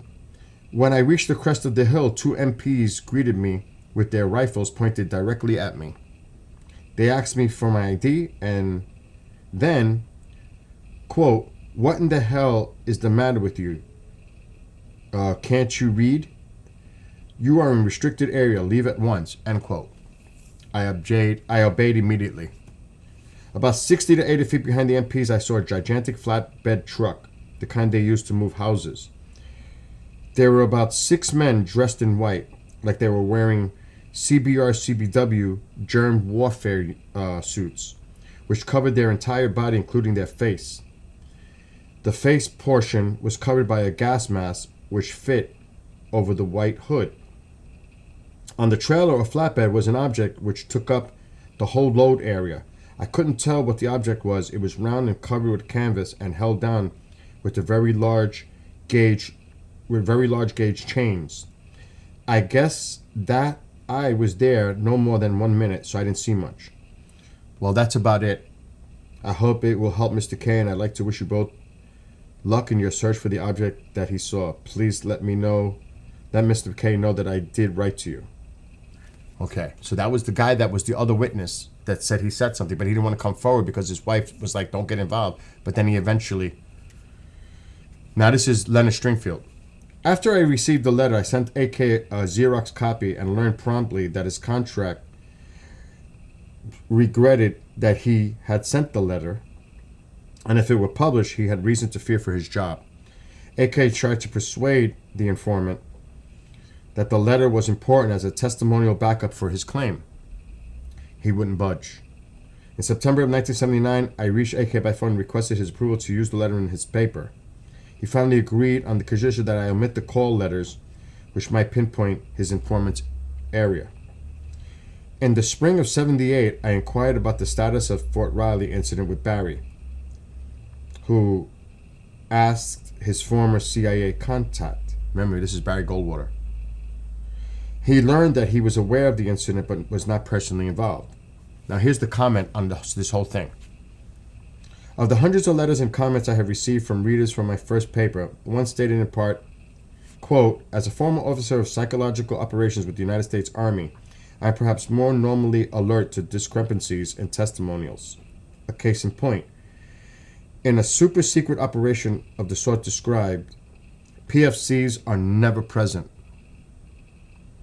Indeed, the presence of the PFC pretty much eliminates the possibility of the crash having been secretively handled. Under normal circumstances, I agree that proper personnel from the base or another base would have been dispatched to the site to cover all phases of operations, including guard duty. There are exceptions to the rules even in the military when emergencies arise, and personnel of any rank, such as PFC AK, are called upon for duty. In the case of AK, he was already on duty in the motor pool and was readily available. I recall during World War II, while stationed near the village of, Tanum in the Philippines, that I was called to check a possible enemy radio unit. I remember asking for the armed support of the PFC to join me when I probed the suspicious area. It is understandably difficult for anyone not having been involved in a retrieval operation or having seen an alien body to be a believer. I find it difficult to the point of frustration to rationalize the data I have received from the most credible sources, yet listening to AK's story repeatedly and evaluating its supporting evidence, I feel that there is a preponderance of pluses in its favor. The relevance of Fort Riley incident is that if a strange saucer-like craft had crashed or landed there, then is it typical or other retrieval operations? And if life was aboard, was it human or humanoid? So what he's saying here, obviously, that's just testimony from two witnesses that allegedly were there. Now, what makes sense is that's true. PFCs are not usually going to be sent to be there to guard or protect. But what if this was a spur-of-the-moment thing? The PFCs were there, they were available, they were on duty, and they wanted to get to this as soon as possible, ASAP, to get it and get it out. They're not going to wait for people to come from other bases that might be more suitable in their roles to do what the PFCs did. But the PFCs were there, and they wanted to get to this really fast and get it out. So that makes sense. So somebody's contradicting and saying, well, a PFC would never be there. Oh, maybe they would if they wanted to get, because they were there, and they're going to use them just to guard it while they get it on that flatbed and get it out as soon as they can. Because that would be the basis allegedly for a cover-up. They want to get to it, get it out. They're not going to wait for assets to come. They're just going to get to it and get the heck out. So that's an example. What's in that book? That's all cases with testimony, witness, direct. This is not like opinionated comments. This is a researcher telling you who he spoke to, any documents, witness testimony, and then commenting on it based on his research on that case.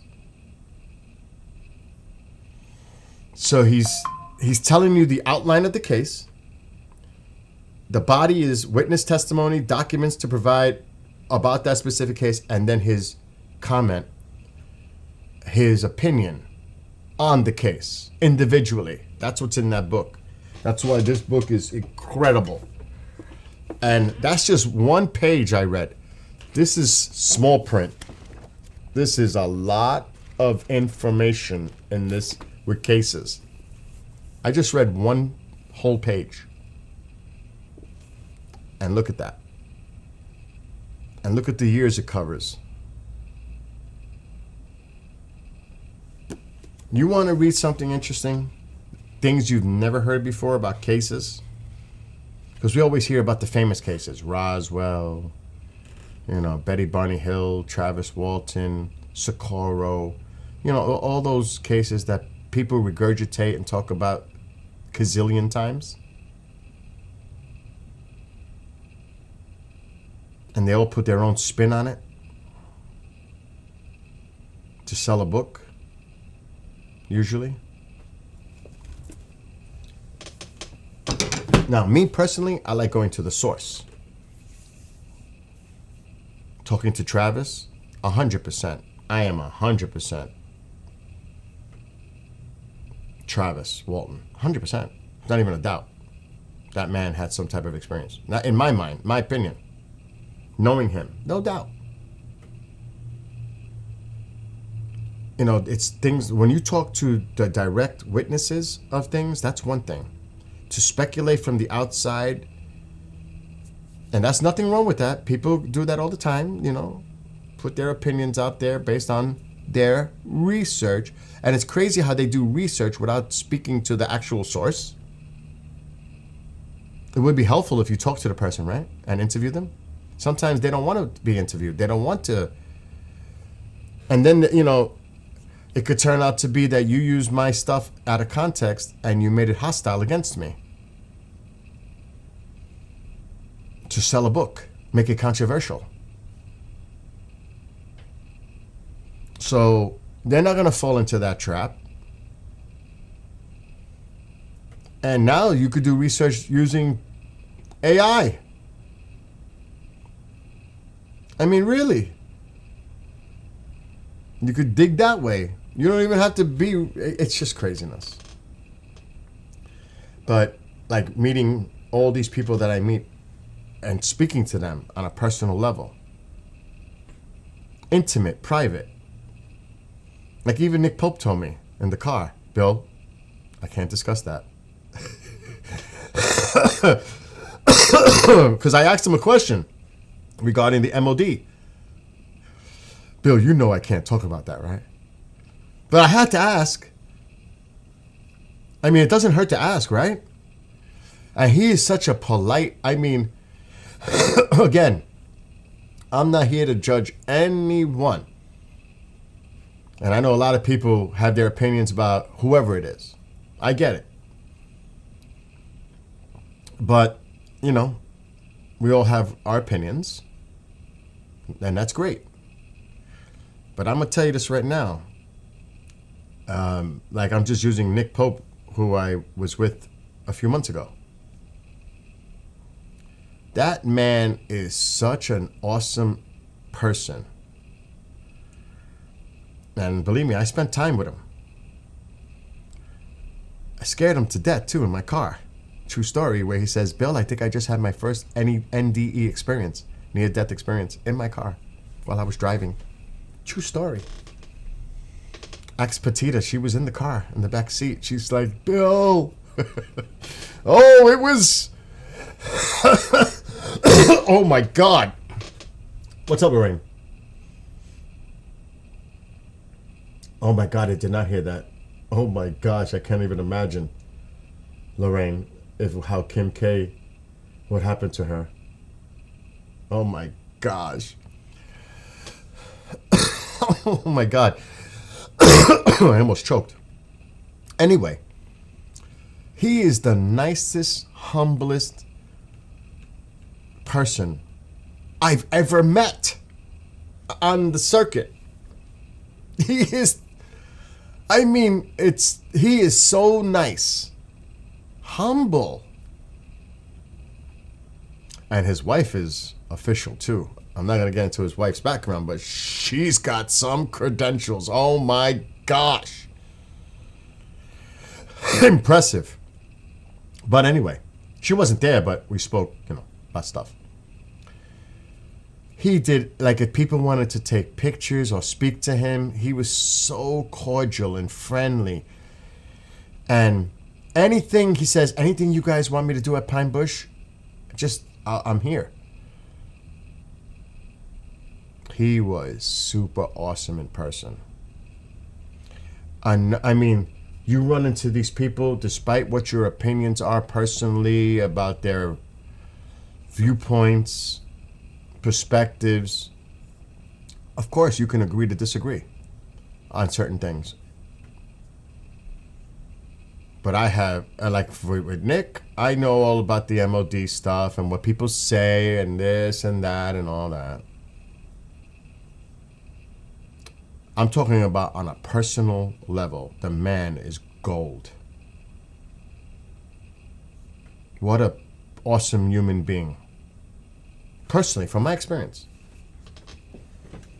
Kathleen Martin. Oh my God, what a sweet person, sweetheart. And she, Travis, and I had such an awesome conversation in the car going to the airport to drop her off. The conversations that we had were amazing, personal. They just to have the both of them in my car and I'm talking to them at the same time and we're having an intimate personal conversation between the three of us was just amazing in itself. Because we talked about all kinds of stuff on personal level too. And I can't tell you how much respect I have for both of those people. They're just amazing people. And trust me, it wasn't just about UFOs. It was about a lot of things. Because I don't I don't like to bring it up unless they bring it up. If they bring it up, I'll talk about it. But I'm not here to nag them. Because I pretty much know. And if they bring it up, then let's have a conversation. I'll talk about it. But I'm not going to harass them. Like I told people here that were staying in my house when Travis Walton stayed over the house overnight. I told them all, and they'll tell you. Don't nag him. Don't annoy him. Don't just jump on him about his case. When he's ready to open up and talk about it, he will. And he did. Everybody was seated in this room, and Travis was seated right on the couch and talking to everybody. That was when Travis decided, not people annoying him about it, but Travis felt comfortable. I said, let him settle in. Let him relax. The guy just traveled. And someone, I guess, started it, and Travis was very open. And to me, that's the way you should do it, respect. And I also said, treat him like anyone else, as a friend. He's one of us, a friend, amongst friends. Hospitality. You know what I mean? Mark is great with people. Mark D'Antonio is amazing with people. Mark is a communicator. And he will, I've seen him many times, in person, all over the country. Personally. I've seen him do events with him. Trying to help him. Because sometimes there was technical issues at Roswell. He'll tell you. And we have a lot of fun together when we're doing things together. Like he always talks about the story where I dropped the toilet paper that he made that has the billions of years. I dropped it because Eric was on the other line. He's yanking it, and because he has to roll it up, and he pulled a little hard, and the whole thing just flew out of my hand. I'm like,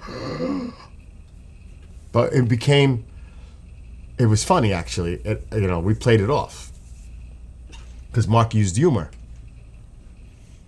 and it made me loosen up because I was like, oh shit. Because I was on the stage. At a lot of these events, at Pine Bush, all the events, I'm behind the scenes. I'm the guy on the stage, behind the scenes, doing stuff, IT stuff. It's me. You'll see me on videos, running up with a mic if I'm behind the scenes. I'm sitting off screen, helping them in the event of I need to help them, or controlling their PowerPoints to put it up on the screen. So I'm directly involved working with them during presentations. So that's a little like the inside stuff.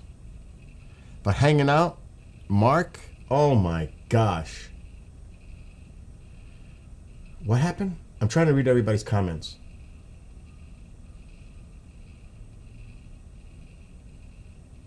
Oh my God, about Kim K.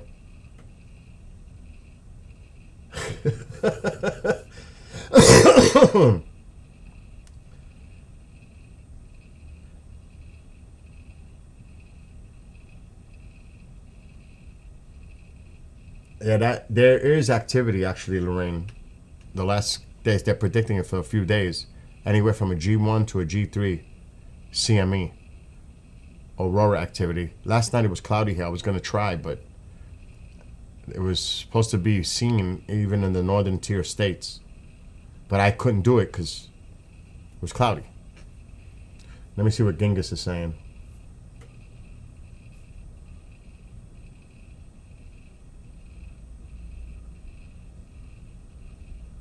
Did you? Oh my God, did I look at Mark and say, did we just have another big bang? Oh my God. Dropping the ball, resetting the universe. Mark made great light of it.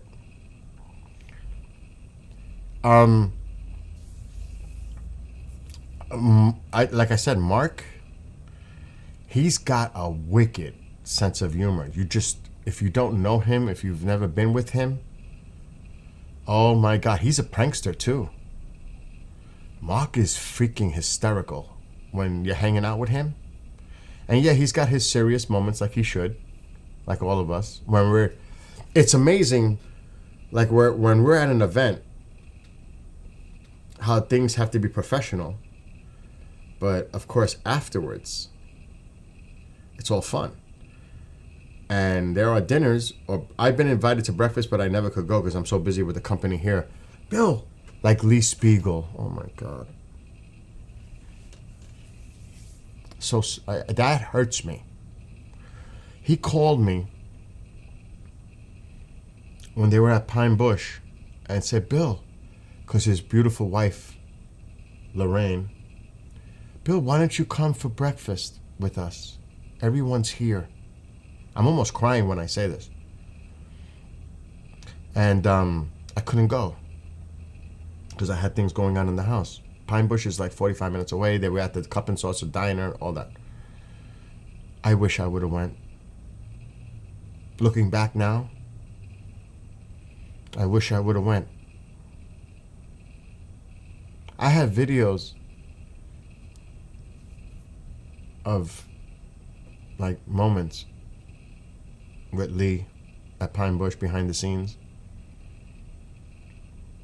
That is because he passed away so suddenly, like within months. I have emails.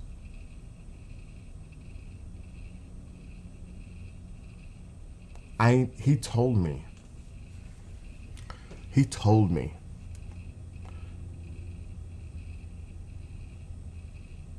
But when he was first sick,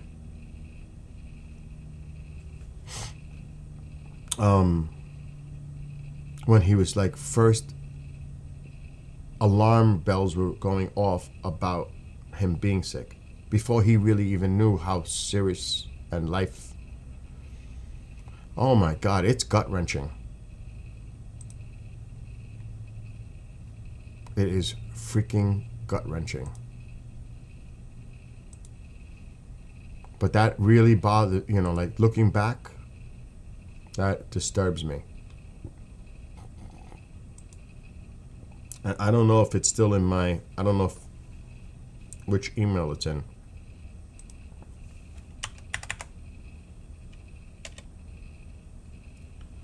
Which I am going to be, look at this.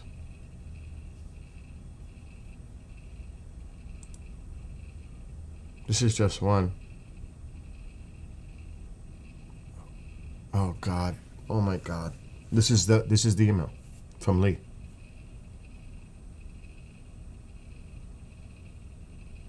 I don't even want to read it because it's going to make me cry.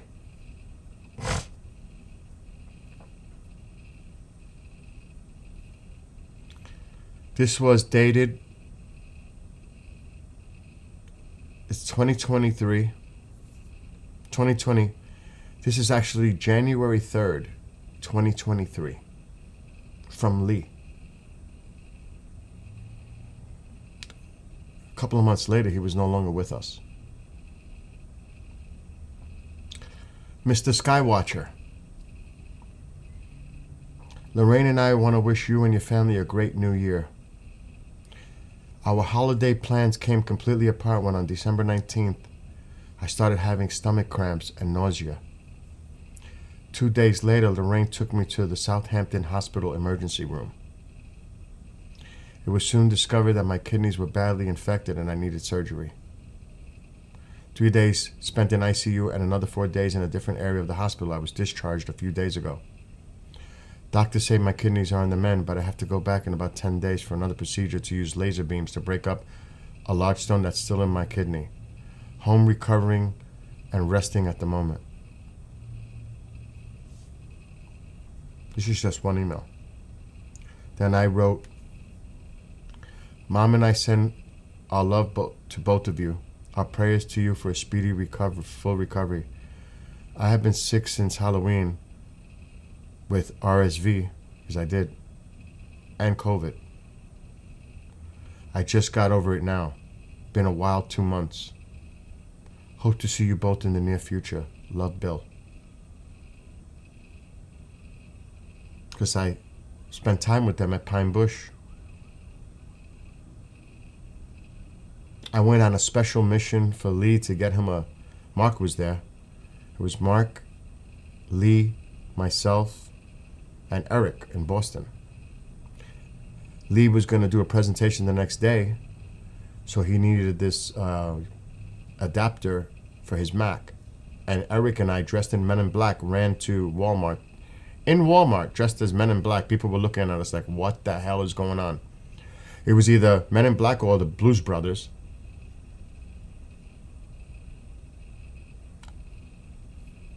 That was the first sign that something was wrong with Lee. A few months later, he was no longer with us. It happened so sudden. That's what I'm talking about, things like that.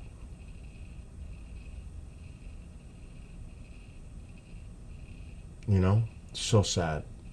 Heartbreaking. Heartbreaking.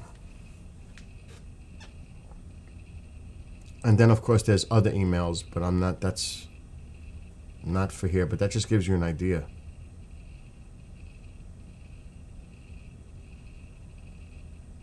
It's sad. But that's how you have to cherish life every day. Because you don't know what tomorrow brings. Or down the line. That's why you got to cherish life every day. And live it productively. Positively. With no regrets. Just keep on keeping on and doing things in a positive way. Not as a troll. Not judging people. Like, who the hell are you to judge? Judge yourself. This up there judges. I mean, I don't sometimes understand how people waste such negative energy. Wasting their time, precious time, daily time, their lives on such negativity. I can't even figure that out. What's their state of mind to be like that? You know what I mean? It's like, are you serious? This is how you spend your time? Really? Trying to hurt others?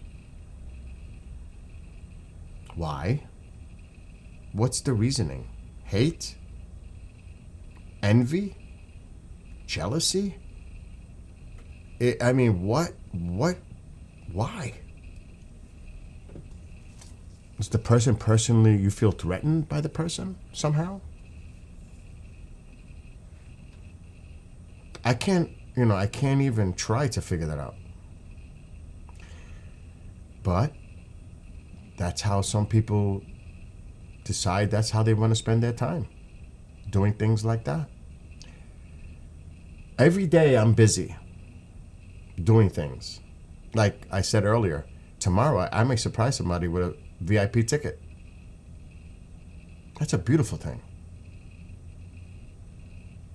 That's a beautiful thing. I'm going to make somebody really happy tomorrow that I don't even know. Potentially, if my friend Mike doesn't show up to go with me. Because he's got to work.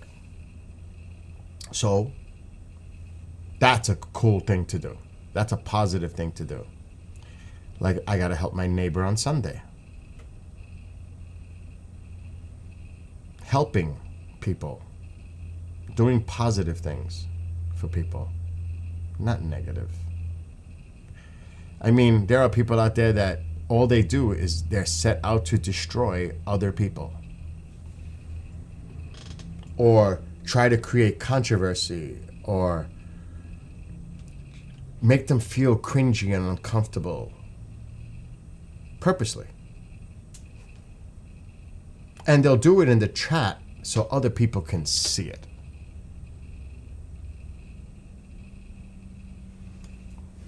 So, you have those kind of characters out there. And there is nothing wrong with respectful debate and to speak one's opinion. But you can tell when someone's coming at you, and you can say, okay, what's their angle? What are they up to here? What are they really up to here? And you can figure it out. At least I can.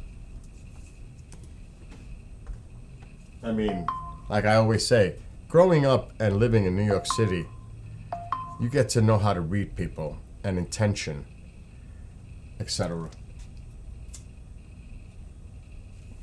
And yes, you might mistake intention, but I'd rather be guarded for stupidity like that and admit that I made the mistake by their intent than the latter. Which is, I was right. And it's funny because sometimes they'll come in all friendly. And then you see right through it.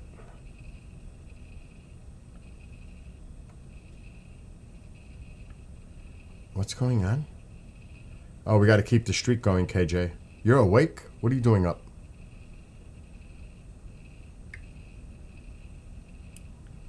Actually, it's later than I thought. I started streaming early. All right, what's Starlord? Starlord, what are you up to? Oh, she's streaming?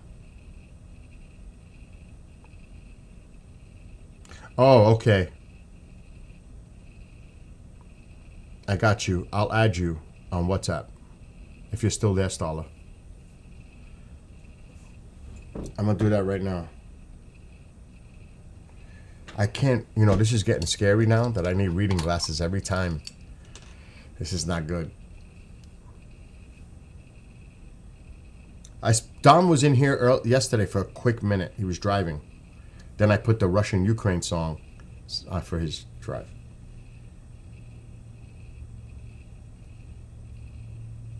Which that's going to develop into some interesting things in the near-term future with Dom and I.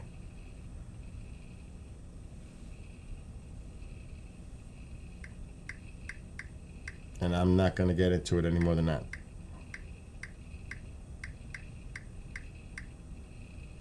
Why is it not showing up?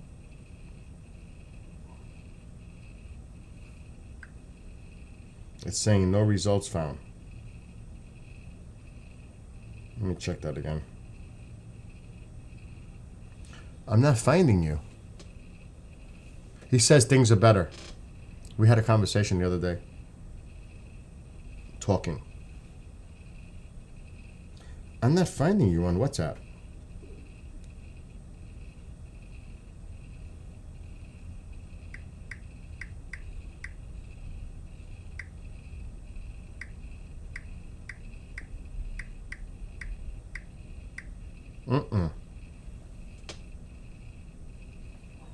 I'm not finding you. Because that's how I'm communicating with somebody else.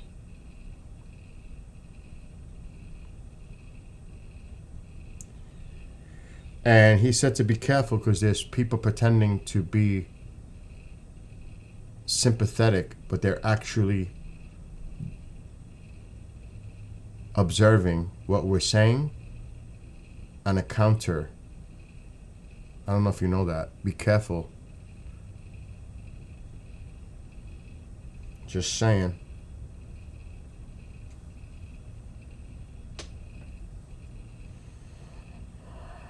I'm going to actually message him right now.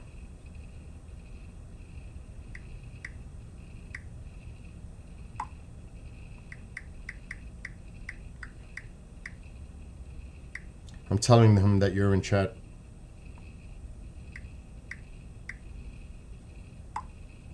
I don't know if he's going to message me back. I don't know where he is. But I just messaged him. Maybe he'll come on.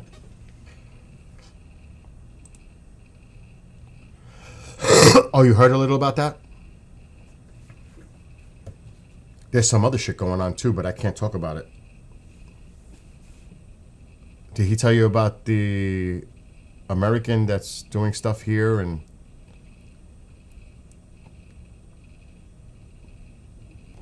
there's a scam going on. Did he tell you about that?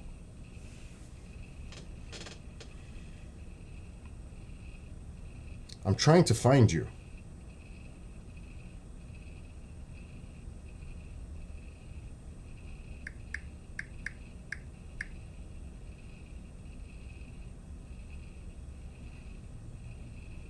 I mean, it might be. I'm just gonna.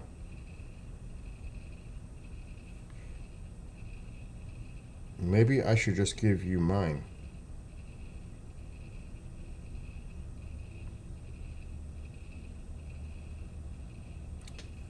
I'm gonna give you my.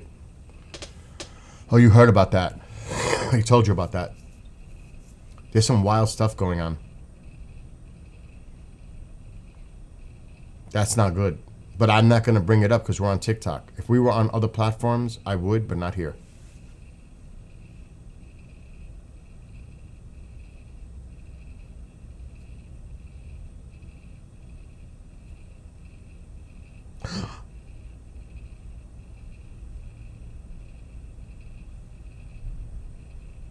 I gotta check something right away.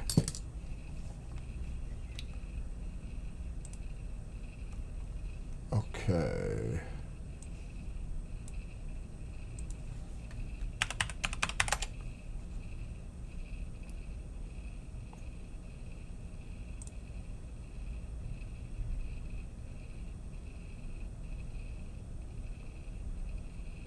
Okay, that's nothing.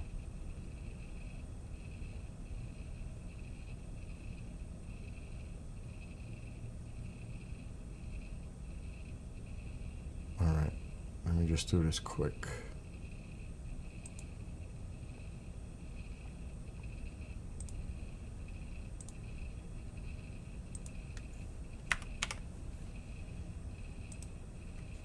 It's in order. Okay, good. I straightened that out. I tell you, USPS is, I'm telling, over here in my house, and I complained to my congressman, allegedly they had fixed it for a little time, and now it's acting up again. Oh my gosh. This post office, I'll tell you.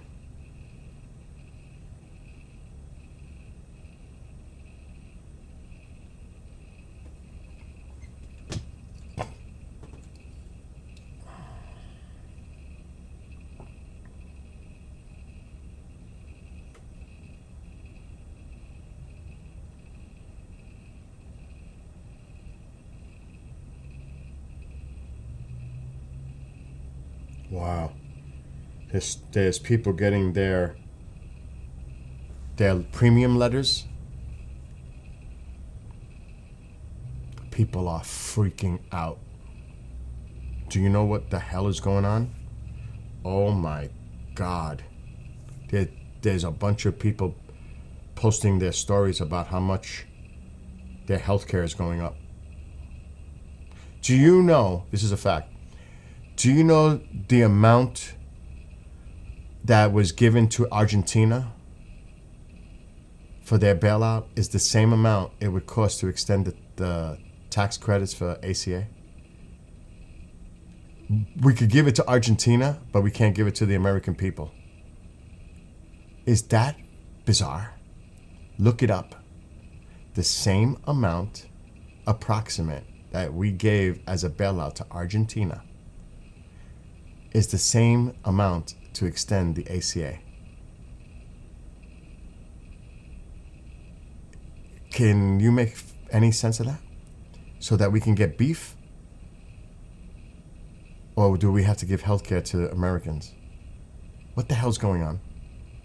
You could give Argentina $30 billion bailout, but you can't help American citizens extend the ACA? Does that make any sense to anyone?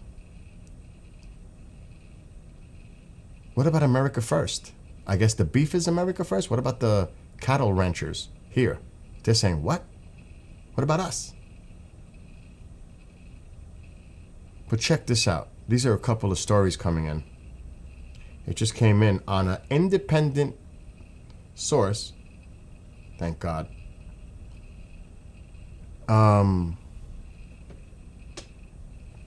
Check it out.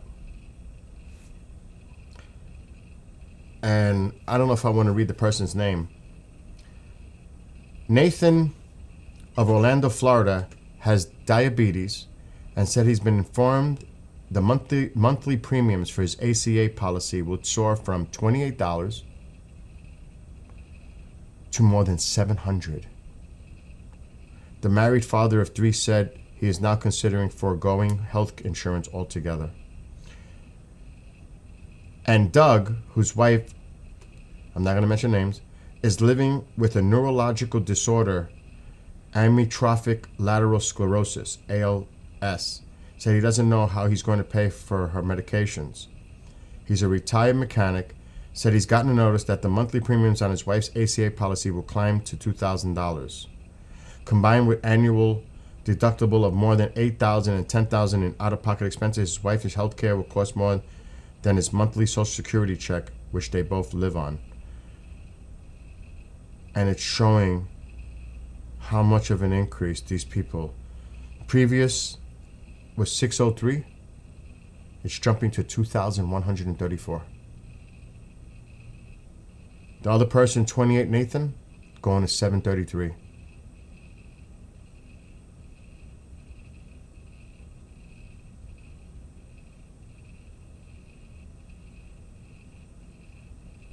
Wow.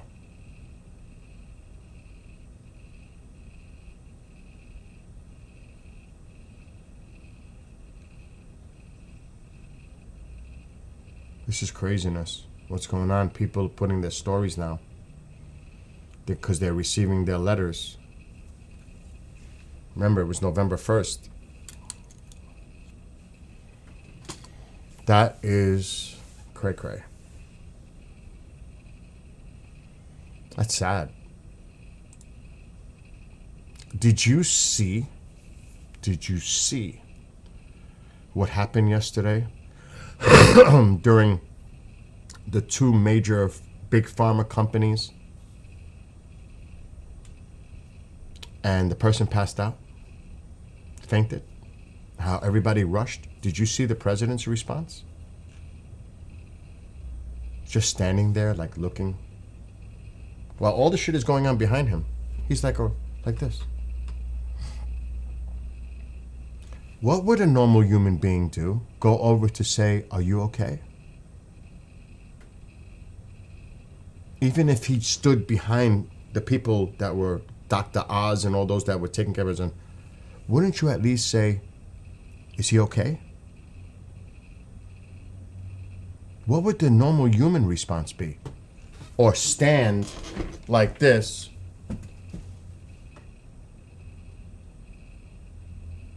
while all that shit is going on behind them.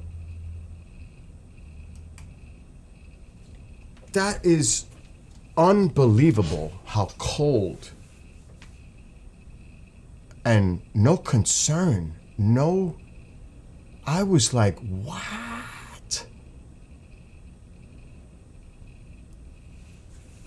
The guy just fainted.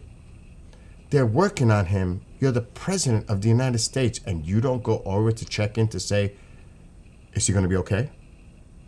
As a concerned person. No. Instead, looking in dead space. Like actually upset that happened during his conference. That's what it was. He was more upset that happened.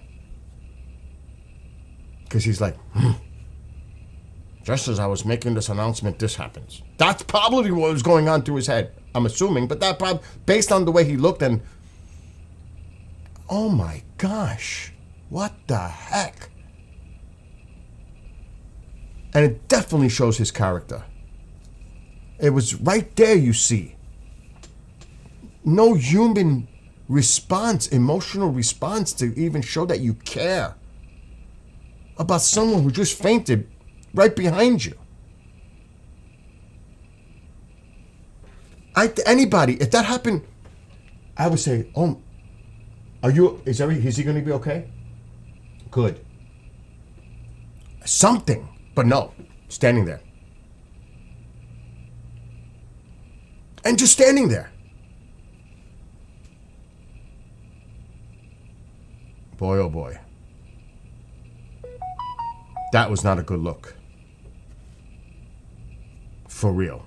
That shows, oh, yeah, unfazed. Totally. Unfazed.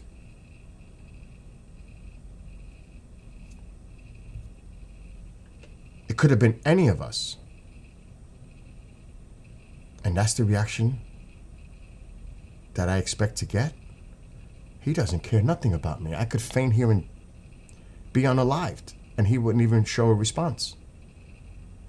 And I'm there to help support something that we agreed upon to help the American people reduce prices for the fat drug.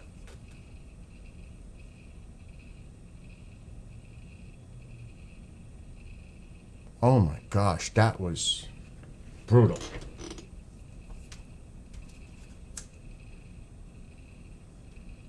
That was hard to watch. And I don't know if they showed it. I saw it because I get emails. I saw the clip. I was like, oh, shite.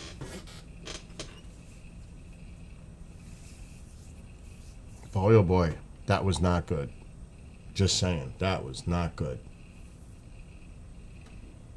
I really would love to get access to Don's stuff. I would love to, I got to have another conversation with him. He's got to get that out there to the public. And I'm just going to see. I want to just do a little digging. I love to dig.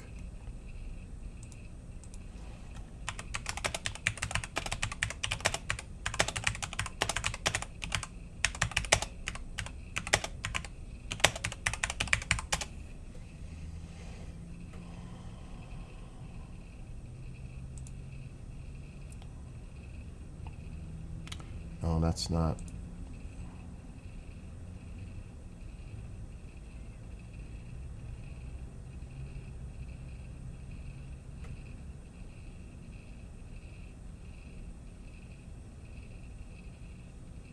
I'm trying to see the actual price.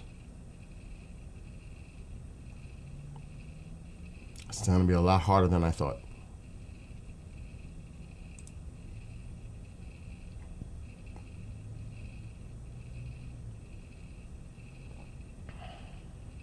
It could be very difficult.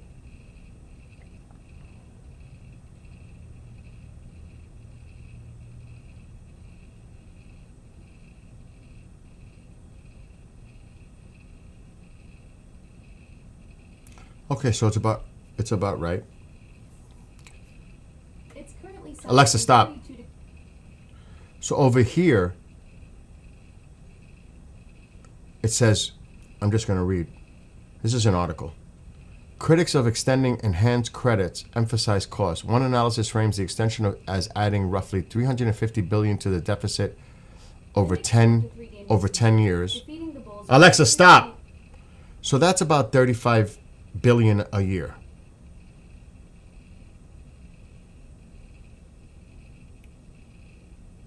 And this is the counter about why they don't want it. So these are the two different views of this, the ACA. I'm just going to read it. The fiscal trade-offs and political choices. Who wins? Who pays? This is just from an article. And it's coming from a fact check thing.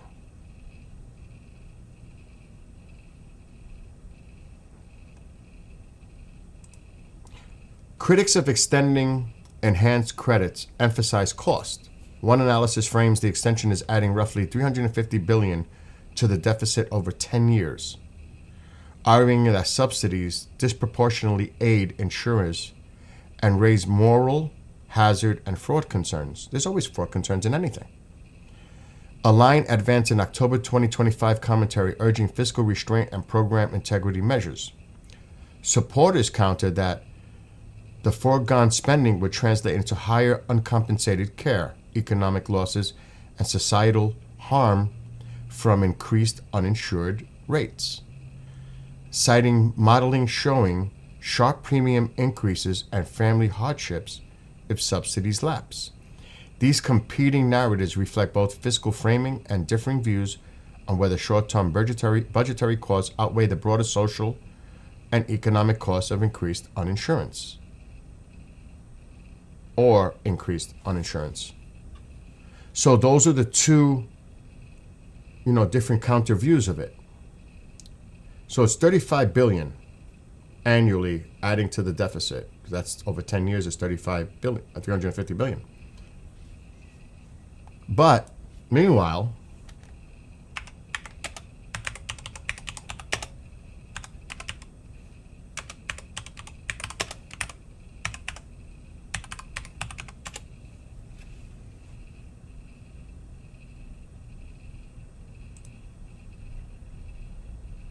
oh God, I got an ad blocker.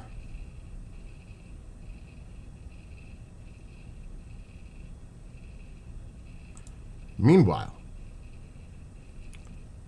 in October 2025, the administration announced the extension of a $40 billion bailout package to Argentina.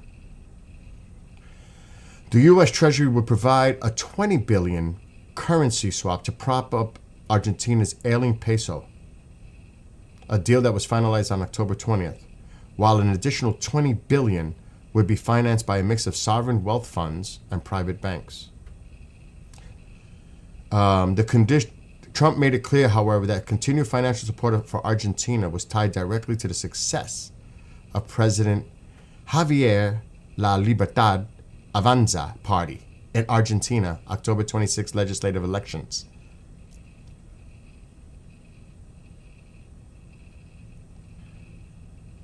Trump stated plainly that if he loses, we are not going to be generous with Argentina, and that we're not going to waste our time with Argentina if LLA isn't victorious. This provided ample fuel for opposition politicians who characterize such comments as extortionate expression of colonial attitudes. He's using that to poke into their elections. He's holding that money and using it, and using that in the middle of their elections. A sovereign country's elections. Either you vote for this guy or you're getting nothing. 40 billion. Meanwhile, it cost 35 billion to extend the ACA for a year. You're willing to give the money to Argentina, but you're not willing to give it to the American people, tens of millions. Does that make sense? Does that make sense? Why? Because he likes you? He's a fan of yours? He's a supporter of you? He kissed your ring? So he's a good guy. What is that about? That does not make sense. You're willing to give somebody $40 billion bailout if he wins, but you can't pass an ACA standalone to help extend the tax credits for the 20 plus million people who depend on those tax credits for the ACA. No, because their plan is to destroy the ACA. They've tried over 70 times. This is their way to try to get rid of the ACA, to show people, look, without the tax credits, without our bailout, this is what it's going to cost you now. Because it's sunsetted. And do they have another plan? This didn't work out for them the last time. And they know this. To try to come up with a Republican health plan? That could backfire on them big time. Well, what's your plan? Do you have a plan? Even Marjorie Taylor Greene said, show me the plan. And she said, we could have fixed this. She said this. I think she was on The View. We had time to address these issues with the ACA. We could have been working to fix it, but they don't want it to fix it because they want it to break. And she even asked Speaker Johnson, do we have a plan? Good morning, Reaper. Do we have a plan? Crickets. So in order to replace something that you want to get rid of, I hope you have a plan to back it up. how you're going to replace it. I would think that makes sense, right? So what's the plan? And I mean, is that an America First policy to bail out Argentina? Is it now? I'll just speak my opinion. This is only my opinion. I think this is just me personally. I think it's about time we take it to the cartels and take out their infrastructure, the money. I mean, that is a direct threat to American. I gotta be careful, I'm on TikTok. I mean, there's no doubt. And they should be labeled with the T. So there are some things like people are like, oh my God, we're gonna start a war with Venezuela and Colombia. Listen, it's about time. Yeah, I gotta be careful with the. I gotta be careful because I'm on TikTok. But if you hurt them where it really hurts, the money, take out those fields. Take it out. That's just me. I'm not saying regime change or all that. I'm saying take out their infrastructure where a lot of these illegal stuff is coming from. Hurt them where it matters, in the money chain, the pocket. Cocaine. I mean, those boats are coming from somewhere. You know where they're coming from. I would, if it were me, and I've said this in conversations privately, I would go after the cartels all the way. Because they're not just involved with the drug trafficking, human trafficking, so much. And more. So in that case, I'm for it. That's just me though. It's about time we take it to them. And maybe create more stability in these countries where people won't want to come here in the droves to escape what they're going through over there. Does that make sense? I think it makes sense. But then again, you know, everybody has their opinions on how they view things, and that's all good. That's great. And that's good that we have a healthy debate and talking about it respectfully and disagree with each other respectfully. Just because I say something doesn't make it right. It's just my opinion. And I'm sure there's many, many people that may disagree exactly what I just said. And that's okay. But that's what it's about. That's why it's a democracy, to have a conversation about it, to have a debate about it.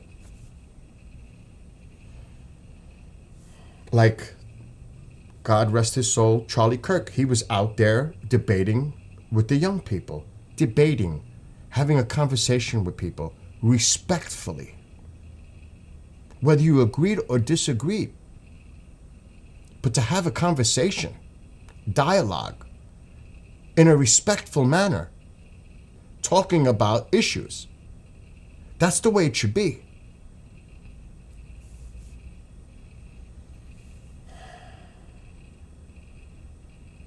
I mean, I don't know. I don't know what's going on.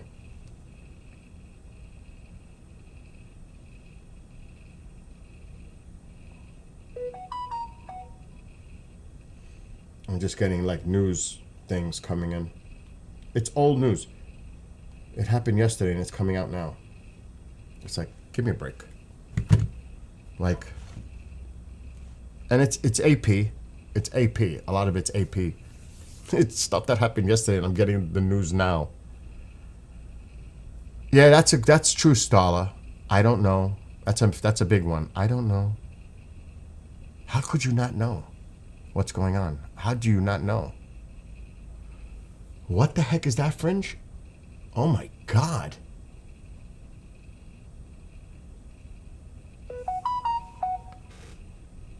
That's cray-cray.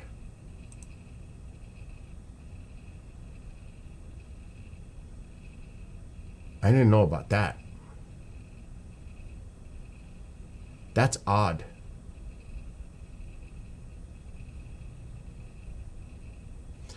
I can't imagine what the comment was, Fringe. But see, you can give me a hint of what the message you removed as a moderator. But see, that's what happens when they go on attack mode, troll mode, because they don't like what's being said. Instead of having a conversation, they go on attack mode because they don't like what's being said. Because the truth is was it the CU word? Was it the CU or was it the CU or CO? Yeah, that's horrible. See, but that's what I mean. Instead of having a conversation, they get pissed. Because they have to defend the throne.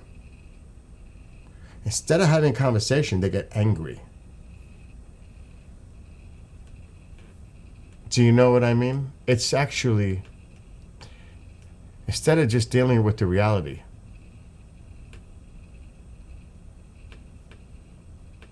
and seeing what's right in front of you, what's going on. Because here's the kicker, and I always say this as a point of hypocrisy. If Biden or Obama did what's going on today, do you think they would lose their minds? They would freaking lose their minds. And that shows you right there, when the shoe's on the other foot, it's not so good. Then it's a different thing. It's going to be all about FEMA camps, martial law, military takeovers of the streets of America. It changes, it flips. It's only good now, but what happens if the other one does it? Then it won't be so good. That tells you the hypocrisy. Because in any instance, it doesn't matter who's in charge. You should have some kind of principle value in something. It's not where it shifts because now the other side's in charge, now you're against it. But you're for it now, but if the other guy did it, you wouldn't be. That tells you how political it is. Because in reality, you would think that no matter who's in charge, you would say, yeah, this is good or this is wrong. But only when it suits you for your political affiliation, then no. That's not what people like me as an independent, and obviously independent showed right now what's going on. And I was right. The more information that's coming out, Hispanics flipped, Black flipped, young people came out to vote. There was a big flip from a year ago. And I wonder why. So that's the reality of the situation. Based on now the information coming on, who voted, how, what demographics. And you can see they're concerned. Even conservative podcasters, media are like, oh shit. And they some of them admit it. It's a disaster. Megyn Kelly said, if daddy doesn't support you, Megyn Kelly said that. Yeah, that's horrible, Fringe. What the hell is going on? When I'm seeing what you're writing in chat. I can't discuss that because I'm on TikTok, but that is, oh my God. That is just horrific, what you're saying in chat. Oh my God. Yeah, I gotta be, because, trust me.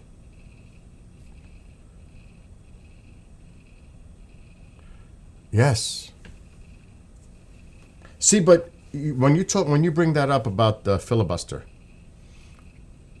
some Republicans are very concerned about doing away with it. And I'll tell you why. Because they know that if the other side's in power, if you do away with it now, what happens when they're in power? So there are Republicans that are reluctant on that because they say it could be all good and dandy right now, but what happens if it's a Democrat in power? Then what?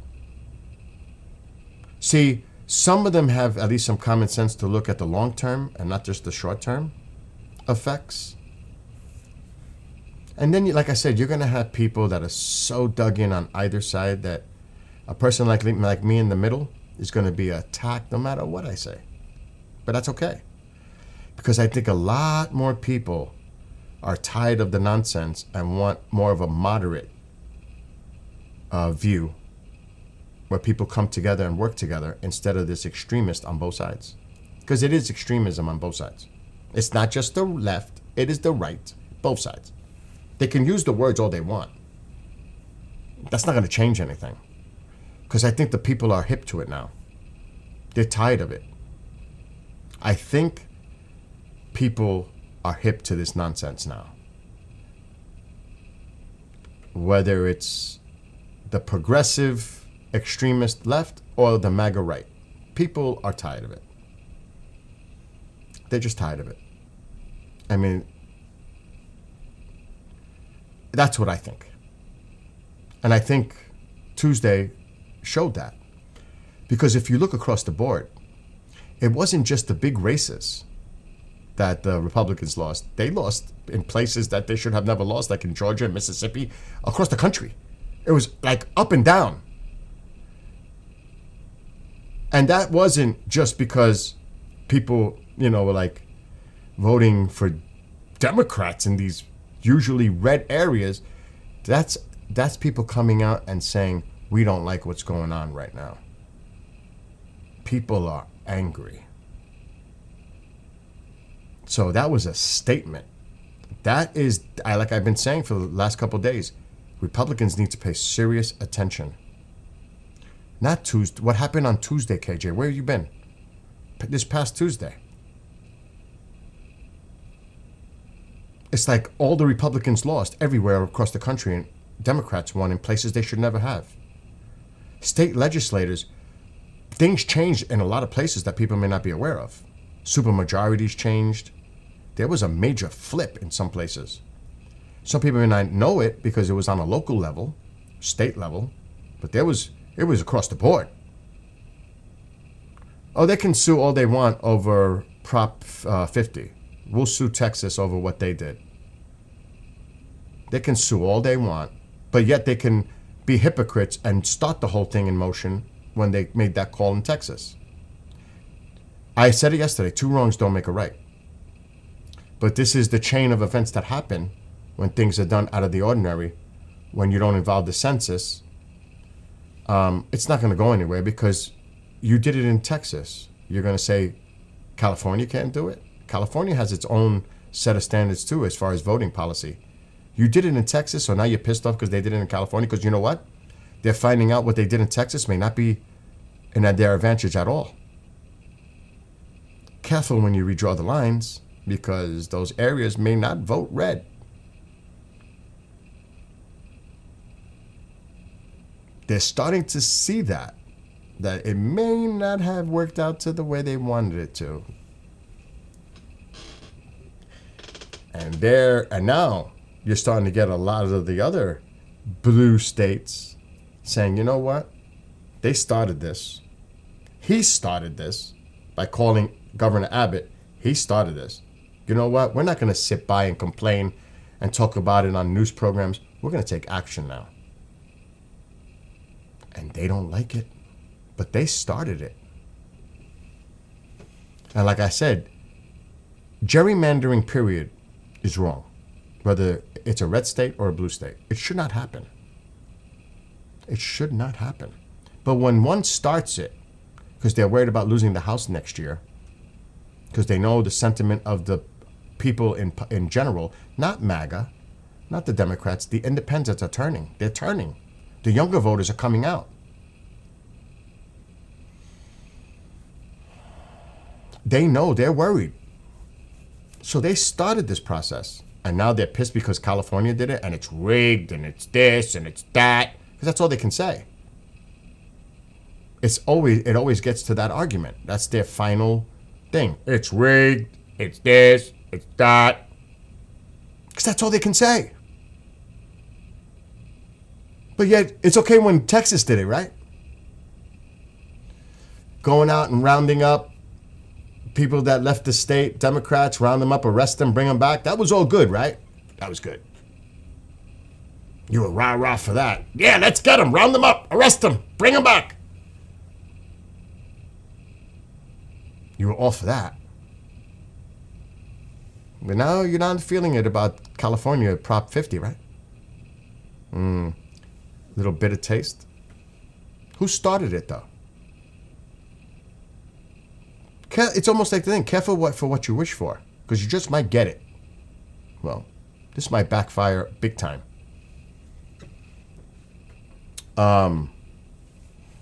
Yes, we have to see what happens in the 2026 thing. Intimidation, tactics in certain areas. Oh, yeah. I don't think it's going to work, though.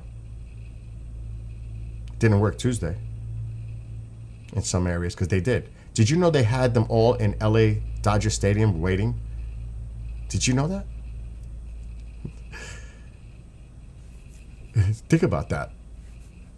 Trying to intimidate. I don't know if you knew that. Check out what happened in Dodger Stadium during Tuesday's elections. Check it out. Intimidation, 100%. In the United States of America.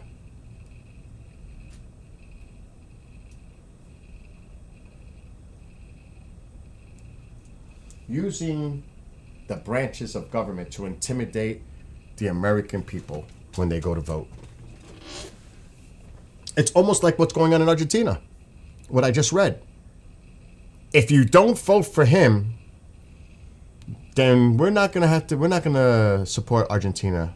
He said it himself. He's getting himself involved in an election process in Argentina. We'll give you all these billions of dollars as long as you vote for this guy.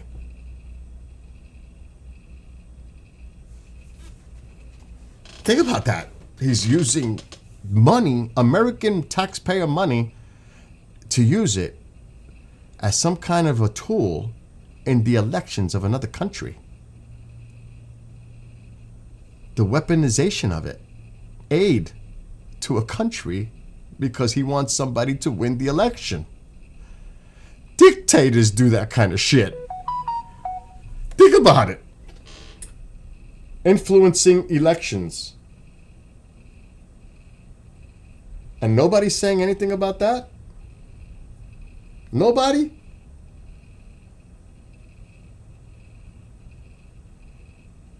I don't know.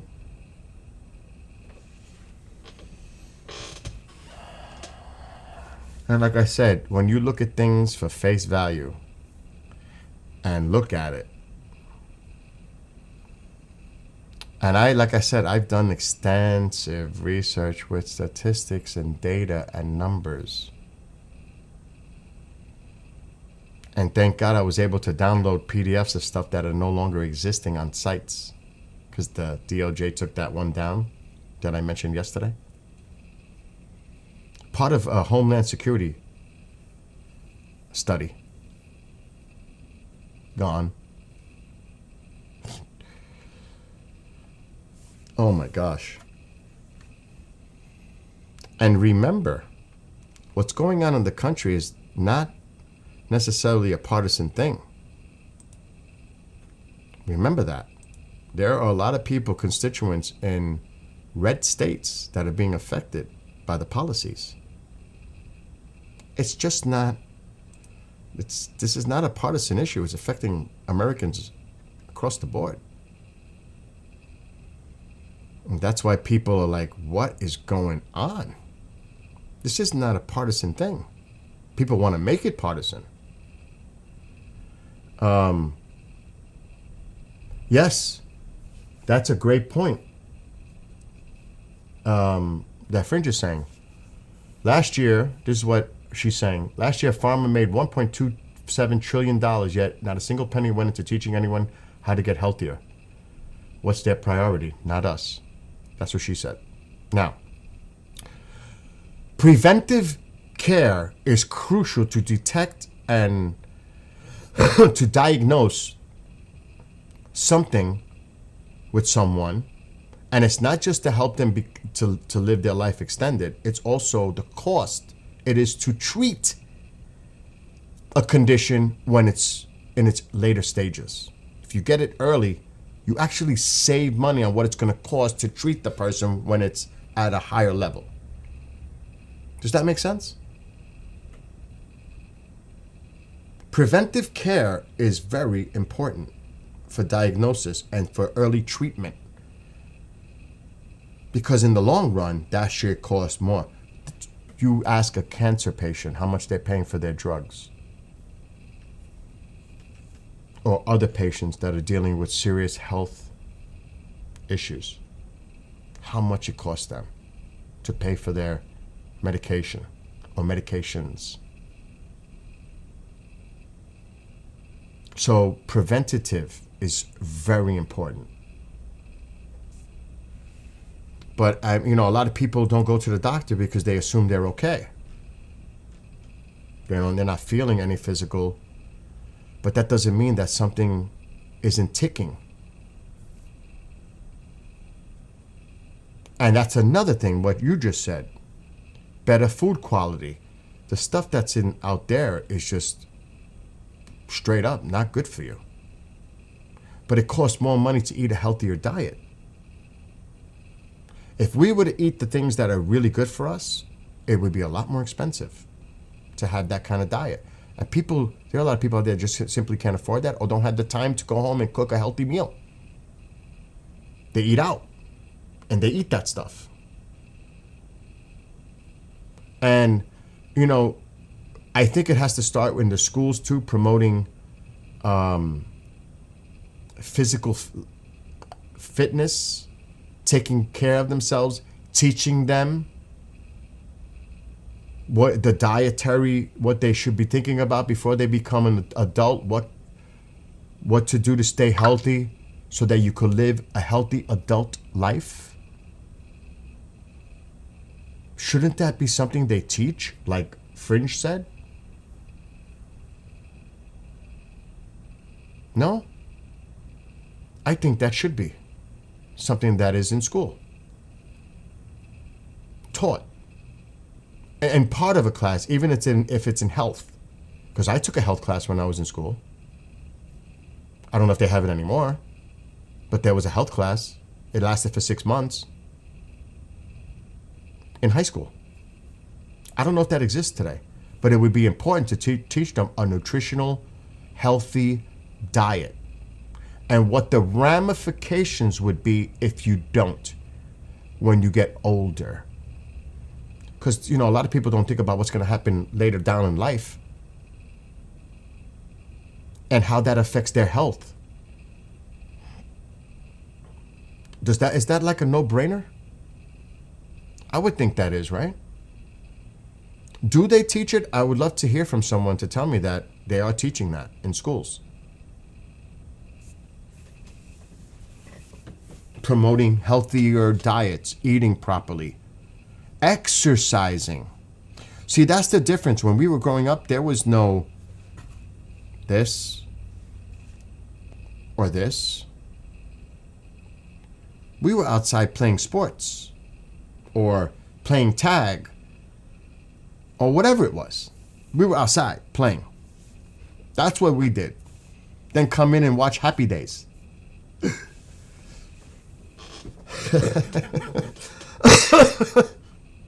But we were outside playing all the time. We were active. We were running around. What are they doing now? Sitting on a couch, sitting in a chair. Do you look when you go into anywhere where there's a sitting? I used to play dodgeball. I played everything. I was I'm not talking, my friends know, I was a badass in sports.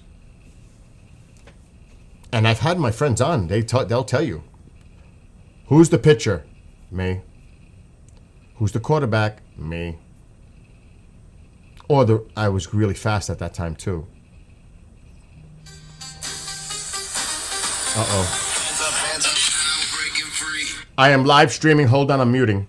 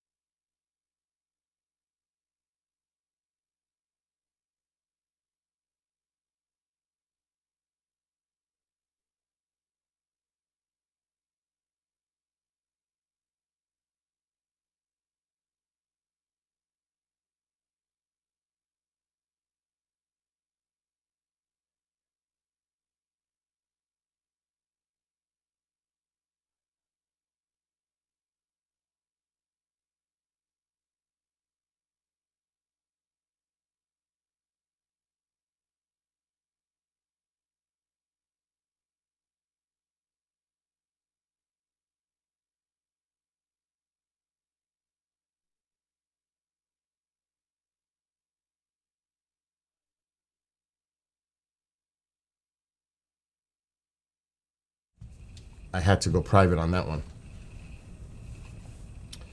Anyway, where was I? I had to check an email for someone. Oh my God, I'm getting files.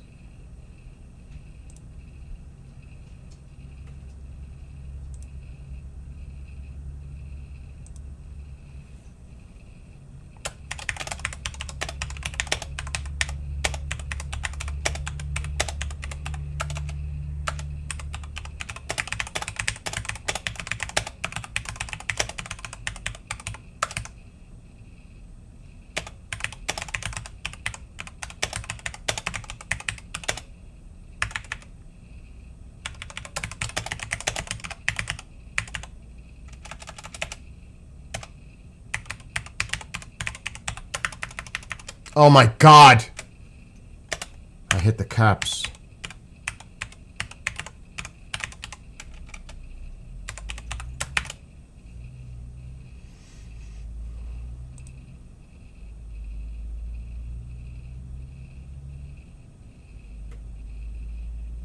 Oh God, that's a big issue to resolve.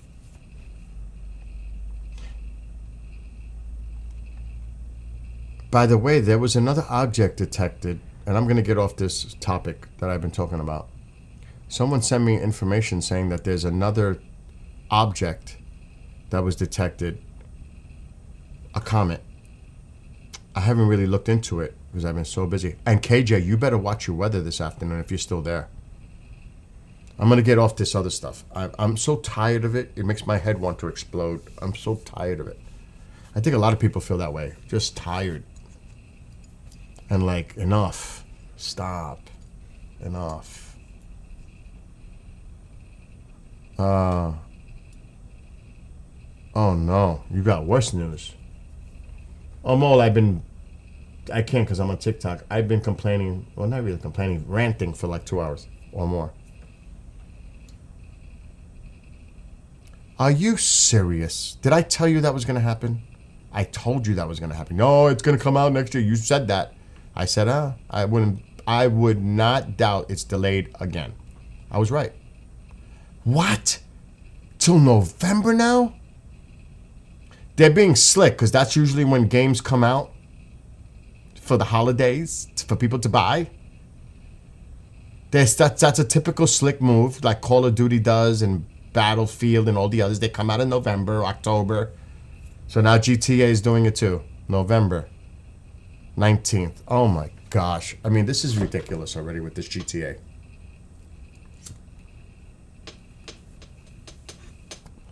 When did you hear this? That is such BS. They're really, I mean, no matter what, people could be upset, but they're still going to buy it. They're still going to buy it.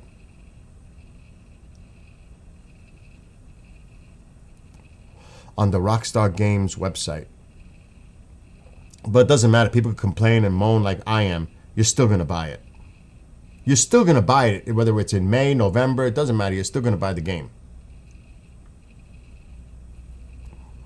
You could complain and whine about it, but you're still going to get it. You know what I mean?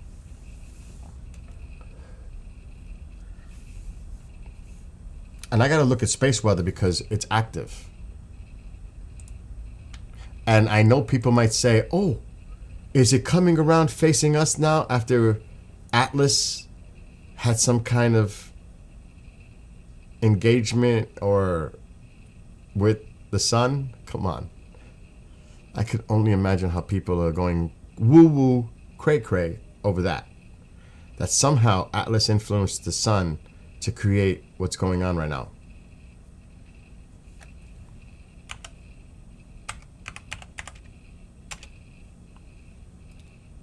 So CME impact produced minor storms. However, it was not as effective as expected. The impact produced a series of only minor G1 rather than strong G3 aurora watches wanted. Another CME is expected to deliver a glancing blow on November 8th, raising hopes for auroras tomorrow night. Okay.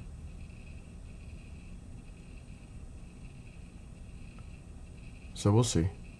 That's what I'm reading on space weather. But talking about weather, Mr. Producer, you and Katie should follow my friend. Yeah, really. KJ goes, he'll be playing it with his grandkids by the time it's released. That's funny. But KJ, you better watch your weather this afternoon in Tennessee. There's a front that is developing from north to south, from the lakes all the way down. I should actually look at the latest. Because I started streaming, can you believe it, at 7:30 this morning? I may need another cup of coffee. I know I made a fresh pot. You may have some severe weather this afternoon. I say may, not for sure. But the recipe is there. Why don't we look? That warm Gulf air coming up and this colder air coming from the west is going to stir up storms in here, boy. Right in there. So you're right in there. Look at the cooler air coming behind. I wouldn't doubt there's storms developing right now. Up and down. It's a little early. Oh, there it is. It's starting to develop, just like I said. There we go. There we go. The line is starting to form. Thunderstorms are starting to form on the line. I could just look at that and tell. I don't even have to look at a radar to know where it's going to be. Just based on the wind model. There is some colder air behind this and that warmer air. Like right now there's a high pressure sitting here pumping a lot of warmer air toward me. But that's that warm air ahead of the front and cooler air behind it is going to cause these storms. And they are not far from you, KJ. They're coming downward this way, if I had to guess. Oh, they're moving more to the east. You might be spared for now. So that means the line could develop this way for you. It's pulling this way. So you got to watch your weather to the west today. You're definitely going to have to watch your weather to your west development, as that line is going to probably fill in here. So keep an eye on your weather in Tennessee, KJ. Let's look at the now. 8 minutes ago. There's a line right here heading toward Nashville. What's the future model show?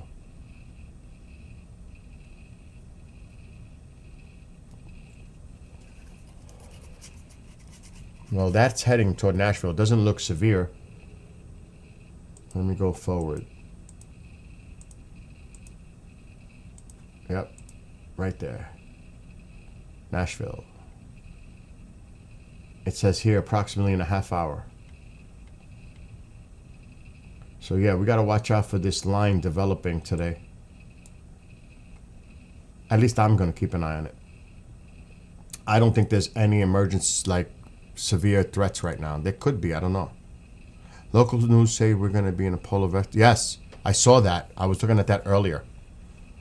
It's going to get really cold down there. I was looking at that earlier.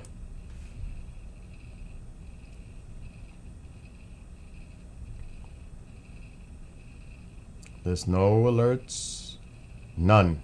None issued right now. No alerts, which is good. But there's that front. Right there. There's the front. So you got to keep an eye on that. Keep an eye on the weather to your west. Development today. Right now, not much going on. But you got to keep an eye on it. Not much. Right now. It's early. It's not even 11 a.m. here. It's what? Not even 10 locally, Central Time. So just keep an eye on your weather. Oh, it was cold this morning. It was 29. It's got to be in the 30s still right now. Alexa, what's the temperature? Maybe 40. Sun is up. It's currently 46 degrees. Wow, it's 46. It actually jumped up quite a bit. And low of 49 today. Rain's expected tonight with an 89% chance. Lovely. Lovely. Right? Perfect November weather for getting outside before that rain rolls in tonight. Mother Nature's giving us one last sunny gift before she turns on the sprinklers. Alexa, stop. Oh my God. Before she turns on the sprinklers. Oh my God. Can't even make it out. That's so corny. So yeah, keep an eye on your weather, KJ. This afternoon. And yeah, you got that cold vortex. I was looking at it earlier. It's coming here too, eventually.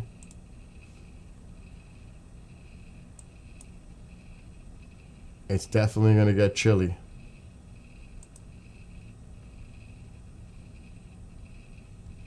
And like you said, watch Tuesday. You're going to see all that wind coming down from the north.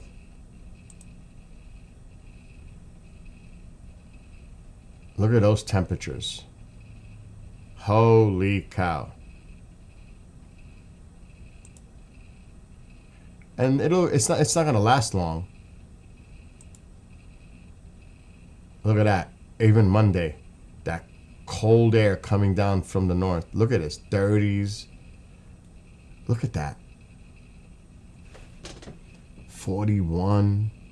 And this is at 4 p.m. in the afternoon. 40s, 30s, 30, 25. Look at this cold air coming. This polar vortex dropping this cold air down. Look at these temperatures. Wow. That's cold air. That is, even the Carolinas are in the 40s. Look at this, 52 at Myrtle Beach. What about Tuesday? Oh my gosh, that's 7 a.m. though. 11 a.m. Look at this, 41 degrees in Myrtle Beach at 11 a.m. on Tuesday. Oh my gosh. That's cold air. So it's coming, and it's definitely going to come up here too. They might get lake effect snows here. It's going to mix. Right here, look at this. 32 degrees, but 35. Oh my gosh, look at that. But it's in the 40s. It'll be rain.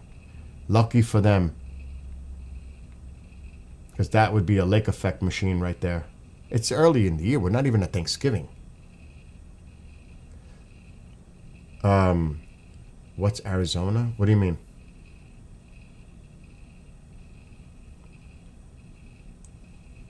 Arizona?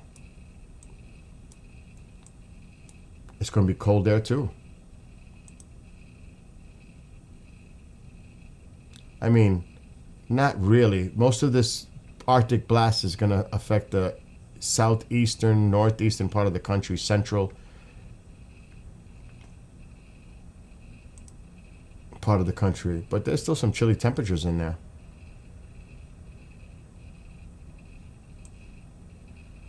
Whoa, what is that next week? Oh yeah, that's that one I was looking at Taiwan. I've been watching that one. Look at this storm heading toward Taiwan next week. Look at this. Look at this typhoon heading right toward Taiwan. It doesn't look to be too strong right now, but it's still. Boom. Right over Taiwan. So they're going to have a nasty storm Wednesday, next week. And then you got to look at British Columbia, how these storms come in and affect British Columbia and Canada. Let me see what's going on right now.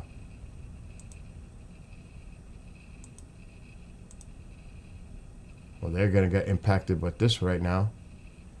Sunday. Right there. Wow. That's some high winds affecting here and the coastal areas. So they're getting hit.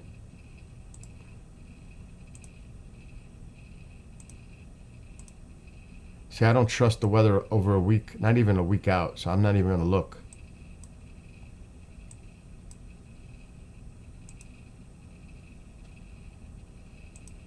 Man, the other night we had those winds. Thank God I had no damage.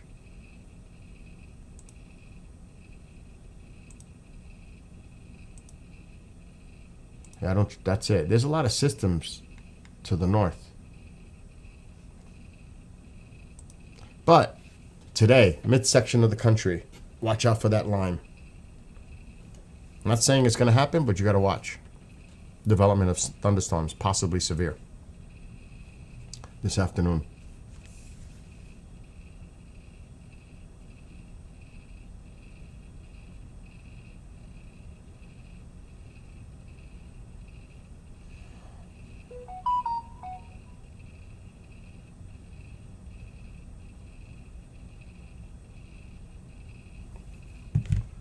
What is all this?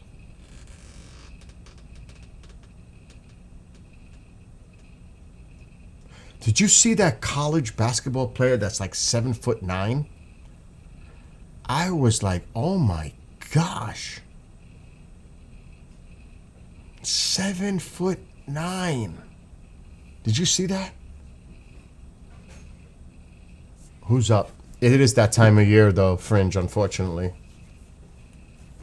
I still have to close my pool. And if this person's up, guess what he's going to end up doing? Helping me close that pool down. Oh, speak of the... I won't say that because that's not nice. But he's up for PPP. No, I'm not. Yeah, bullshit. I'm so serious. After that, I'm not going to smoke nothing at all. Are you going to get your thing? You going to work out? Yeah, I'm definitely going to work out. I need you to help me close the pool. That's a workout. You don't need to go to the... Well, you could still go to the gym, but I wouldn't work out inside. We really got to close that pool. So do that and won't work out and then hit the gym. Well, I would say don't work out in the house. Mm-hmm. Work out with me outside. Okay, gotcha. Then go to the gym. Okay. Because I got to get that thing closed. Dude, that's a lot of It's not a lot of work. I did it already. You did most of it? Most of it. All we got to do is I'm going to go outside, get all the leaves out, what's left. Then we're going to... Only thing I need you to help me, put the cover on the pool. Okay. Because it's hard by myself. Oh, so I can still get a home workout. It's not so hard. Together we do it easy. And then we got to go in the shed and dig out the sump pump. Not the sump pump, the shop vac, so I could suck the water out of the pipes underground. But that's for me to do. Okay. So whenever you're ready, how long are you going to be? I'll do it right now. All right, so you guys want to see the crazy mission? This has got to get done. I have to get this done today. Now, I might do this with my Sony. Projected high 42. Wow. You're not prepared for the cold? Oh, shit. If I do this, I'm not taking the tripod. I'll just put that on the tiki bar. I gotta get dressed. I gotta put sneakers on because I'm gonna get wet. I know I'm gonna get wet. We're gonna do it.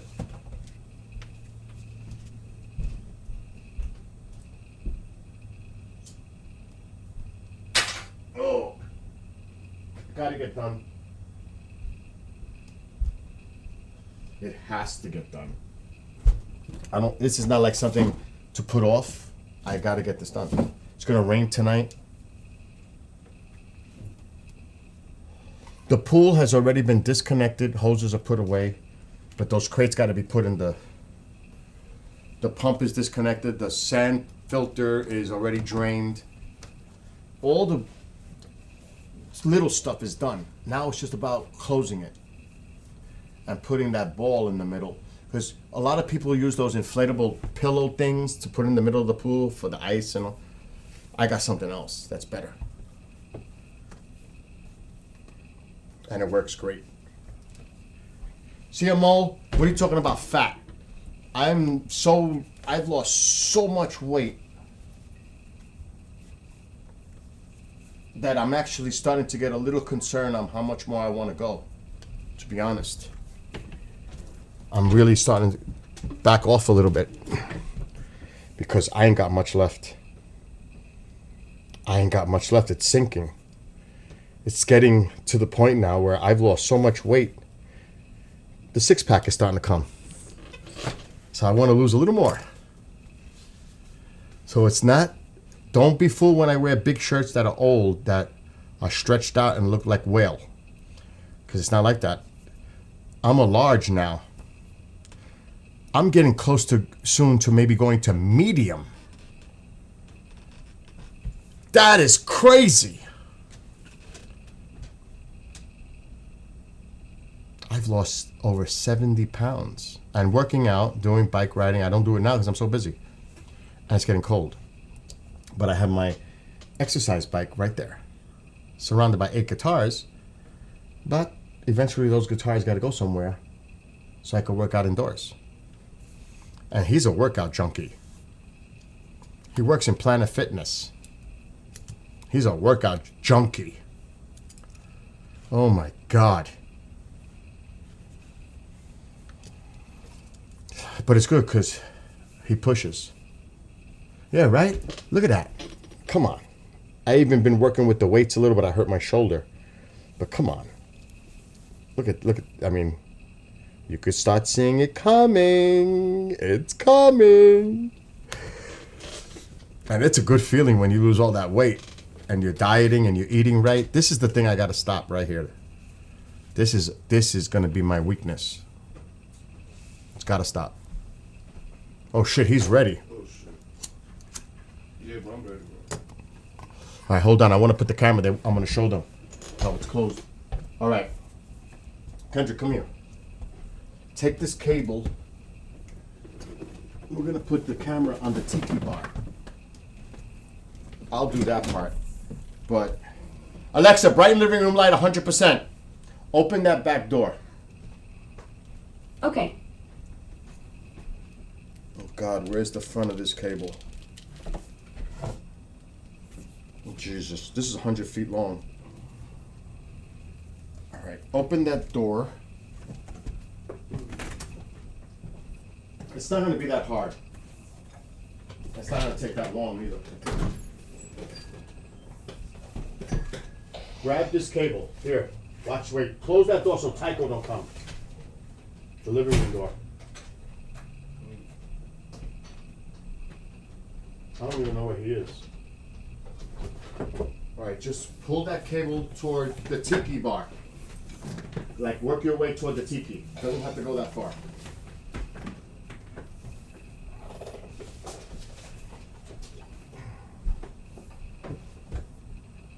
Okay. That's good enough. Right here. I'm gonna put the camera right here. People want to see it. All right. In the meantime, here. In the meantime, oh my God, I got to put a sweater. Start doing this.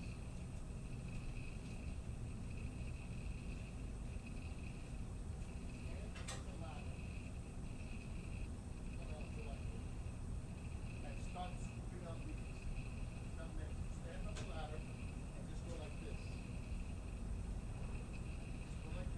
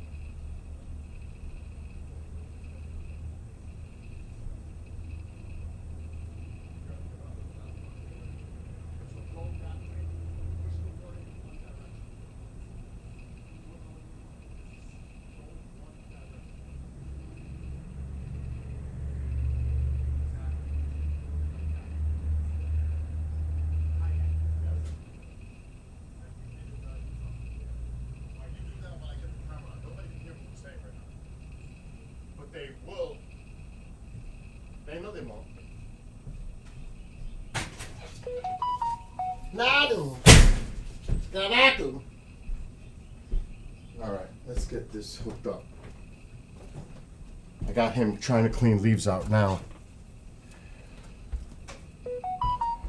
We need a power bank.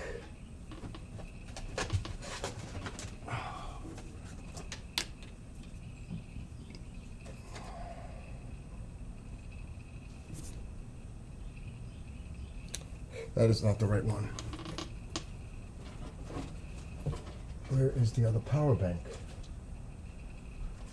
What the hell? Where's my other power bank? Oh, right here. Oh!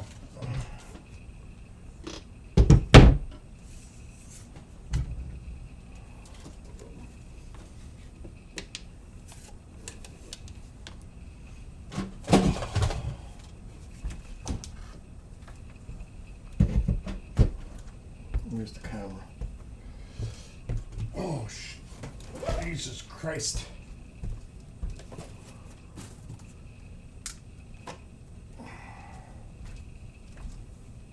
Oh.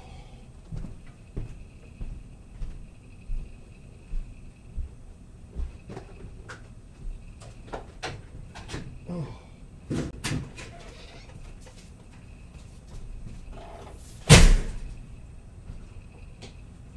Really? That'll work.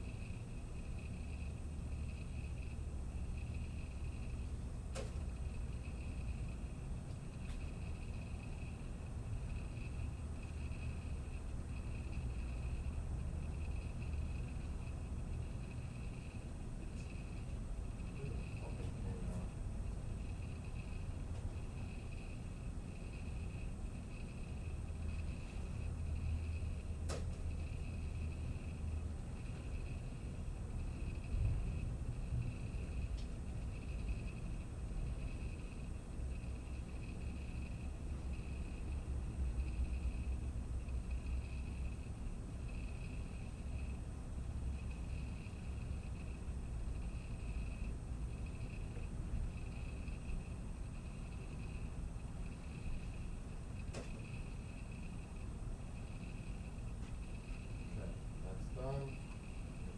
Now let's connect this one.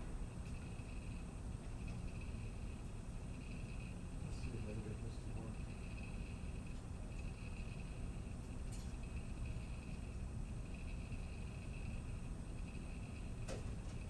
There's not that many, right?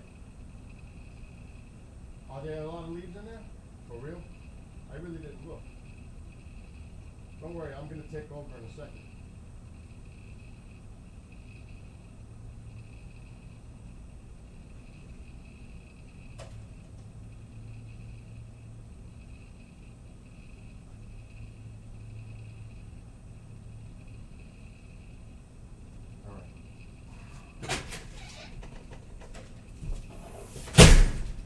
Let's see. That should be pretty good. Now let's see if this works. Alexa, shut off living room light. Okay. It should be working.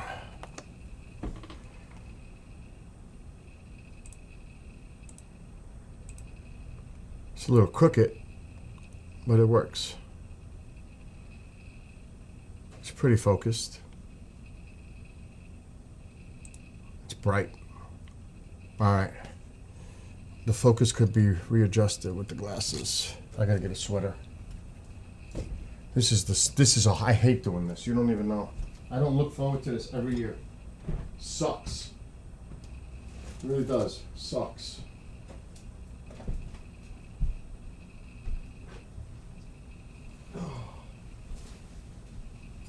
And it's cold out there.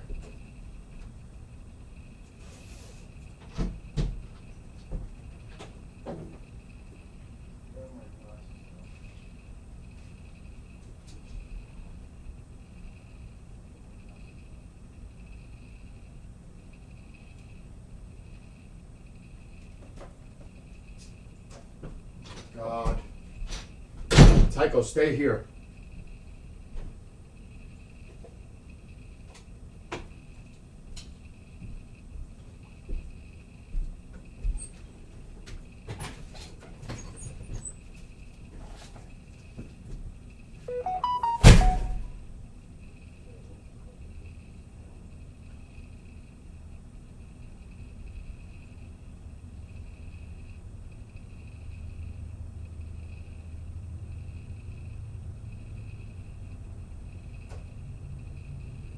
What? Told you that water. That's why I put everything on. I'm gonna get wet.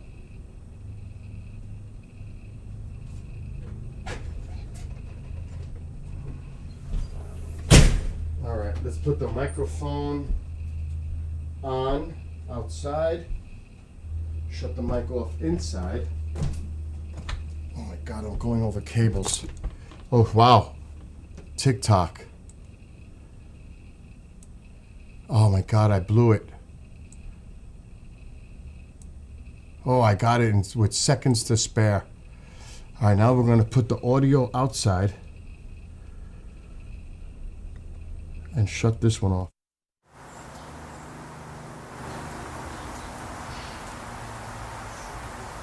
You should be able to hear the outdoor camera now.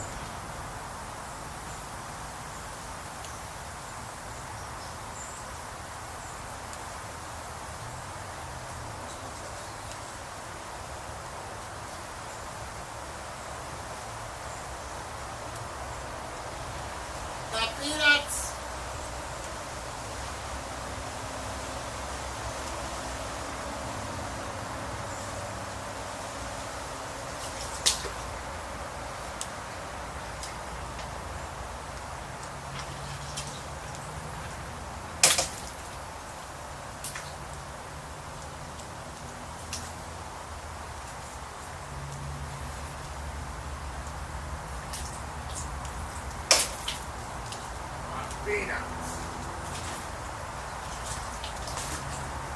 All right, Kendrick, you could come down. I'm gonna do the rest. And you gotta get me that. Oh shit! You gotta get me that pump out of the shed. Come on, I'll take care of the rest. Covers in the crate. That's last. Come on. I want you to get this. You gotta suck the water out of these lines. Okay.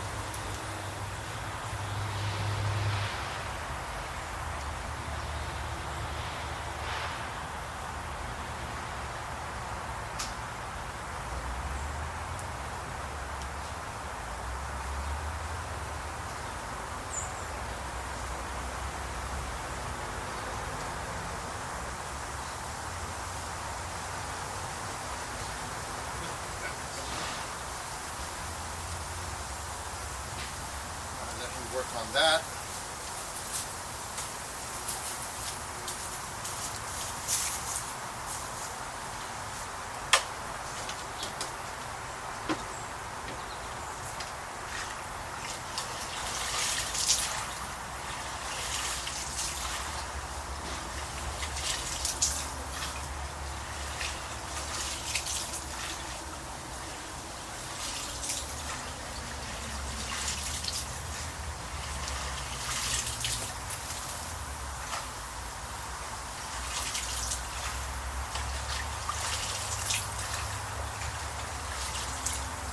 Wow, look at all that shit in the middle.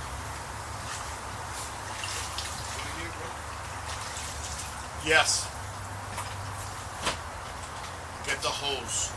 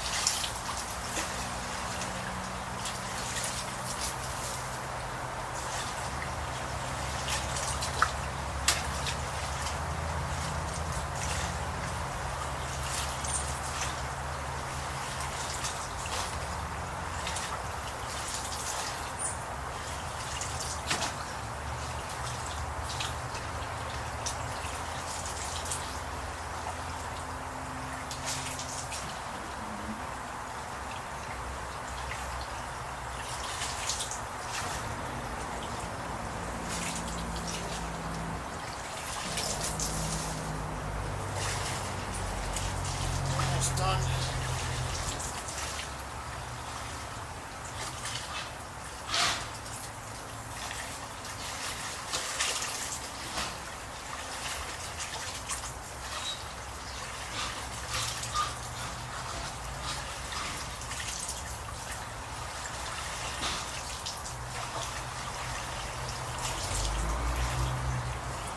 All right.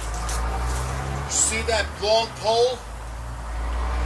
The thing that's on there, attach that to that pole, that blue thing with the brushes. So I gotta take out the leaves at the bottom of the middle here.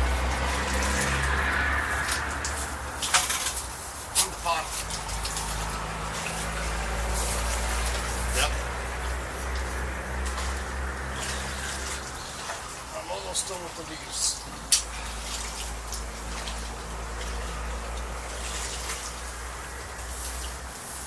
Good.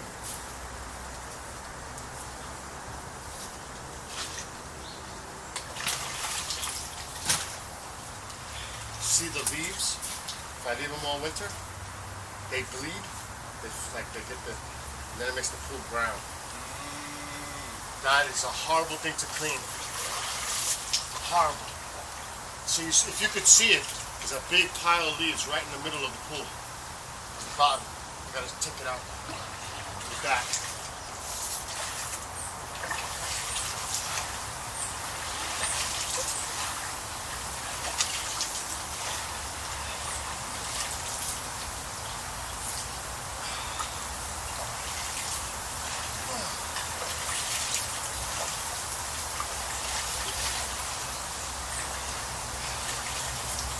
Probably just pull that up.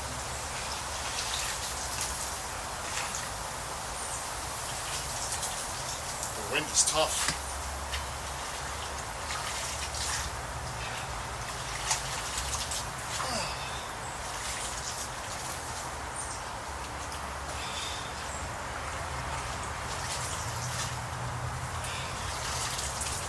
Christ.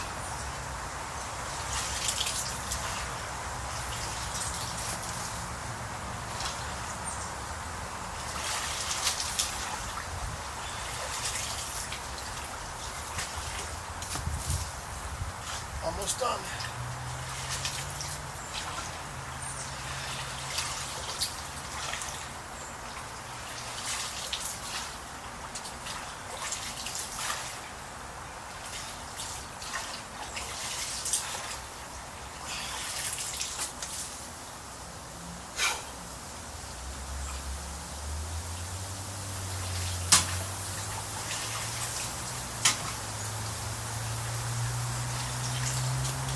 More leaves are fucking falling in the pool as I do this.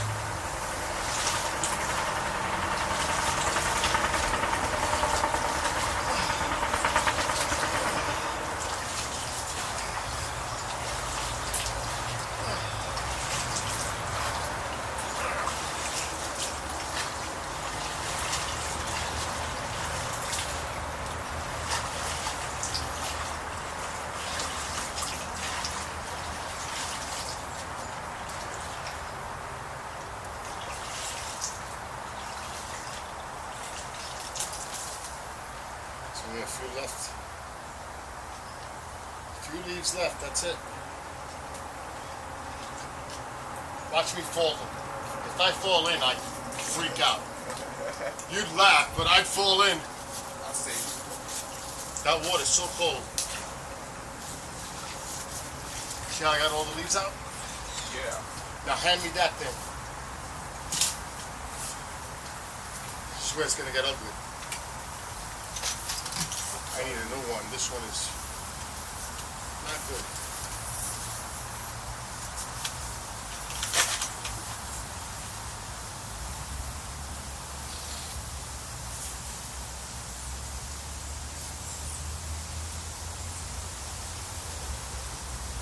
Look at all that shit.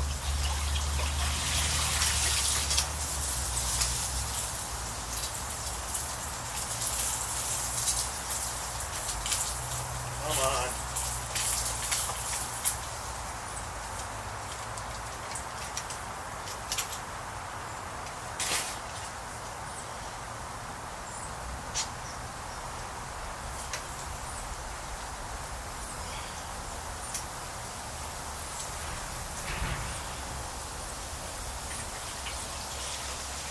Look at that.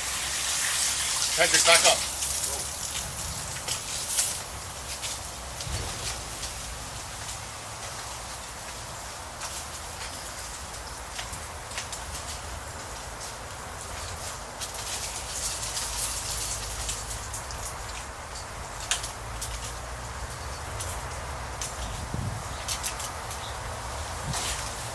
That's pretty much it.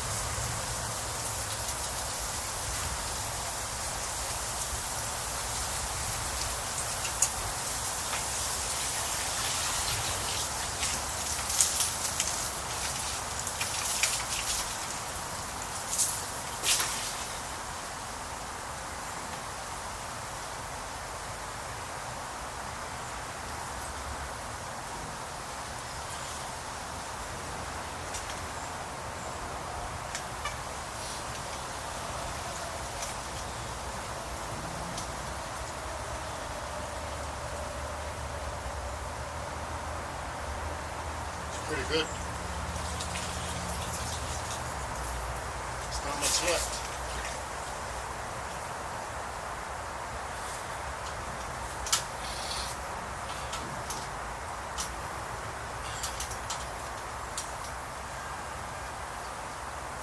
Here, grab this machine. Out of there.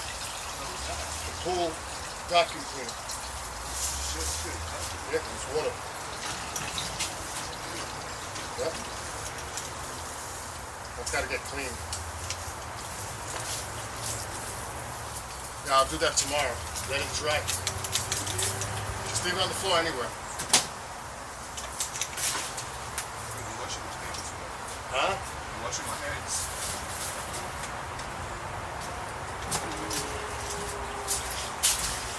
That is one big leak.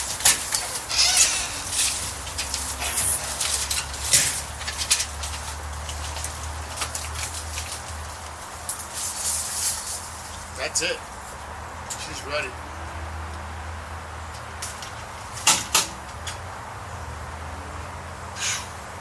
Okay.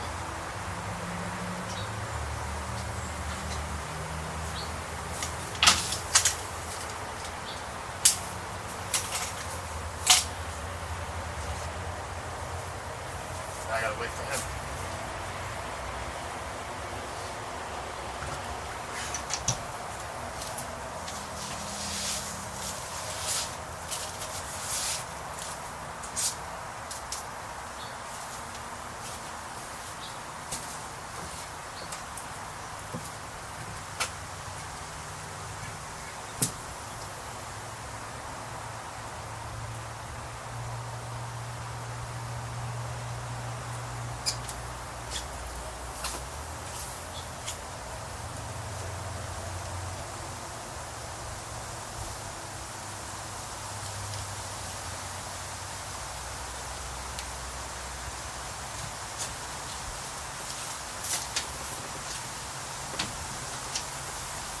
The hot part, that's all done. That was the work. Alright.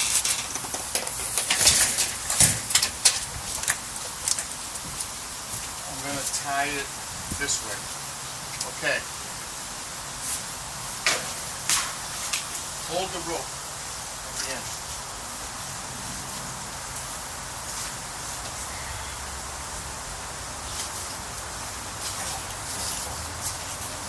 Let go some rope. Go, let me pull it. Just hold it to like the end. Bitch. Fucking weeds.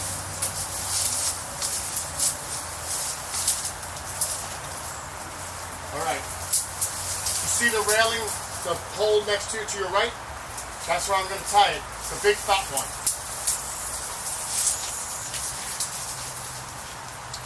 I'll tell you, just hold the rope.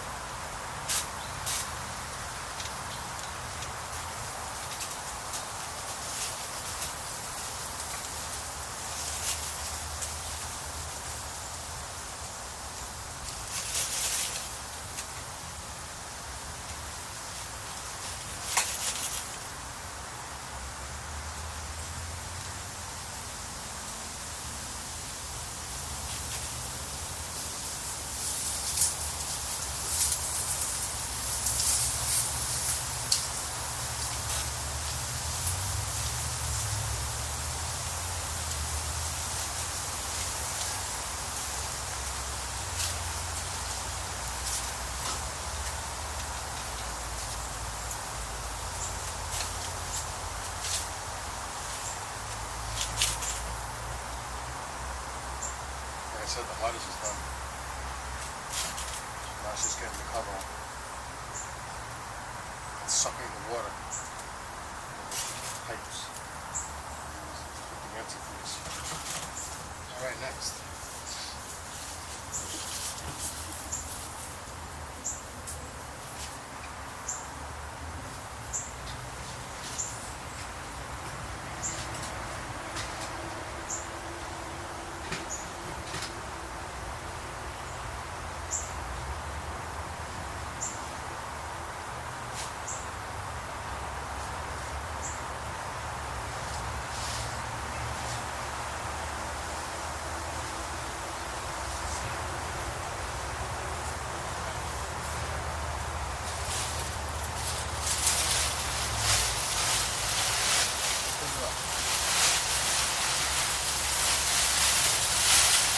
Go that way.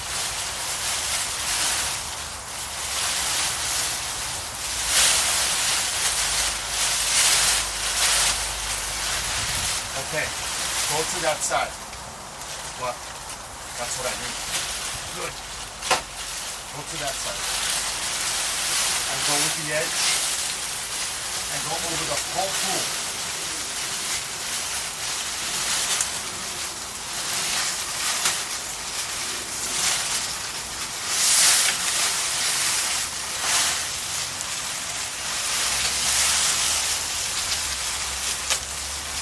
Hendrik, walk around the edge like so it goes over the whole pool like. like I'm doing. Go follow it around the pool. Be careful. You don't fucking fall in the water. You gotta get over that ball. That's the tilt. The ball. You got over it. Alright. Don't let go, whatever you do.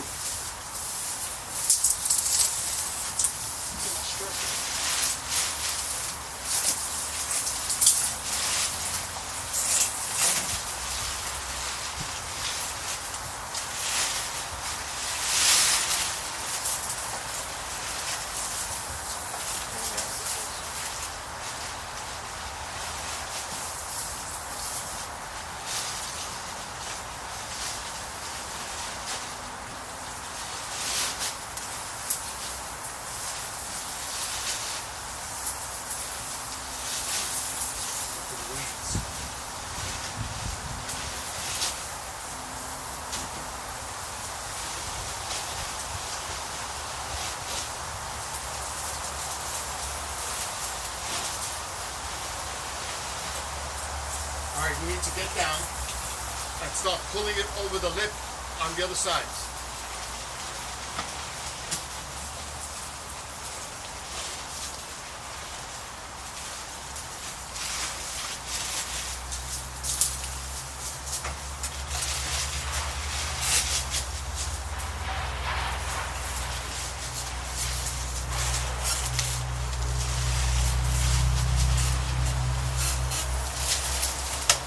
But before we finish,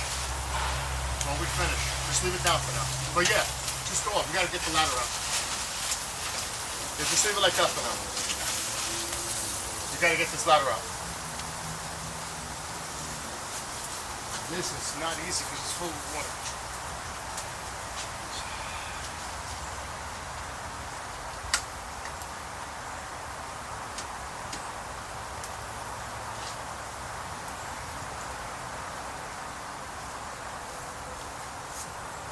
Imagine me doing this shit by myself. Hold these.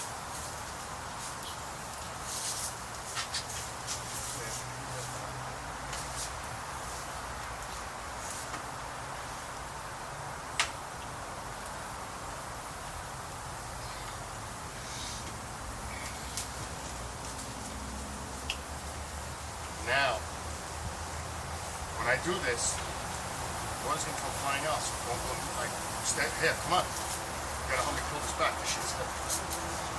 Yank it back. Yes. Okay, I found it. Alright, ready? Pull it back. Yep, pull it. It's the water inside. Now, I want you to back off when we get it up because the water's gonna come spilling out. Now the water's gonna drain. Back up. Back up. The water's gonna come out. Kendrick, do me a favor. Get all this shit out of my way. I gotta scrub this tomorrow. Here, go. Get this out. Get this out.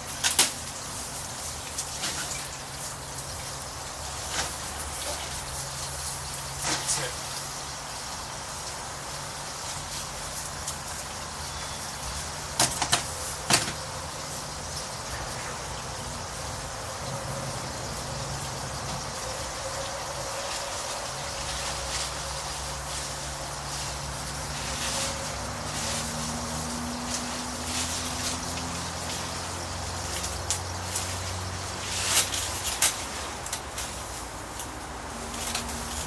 Yeah, you keep doing that. I'm gonna work the wire.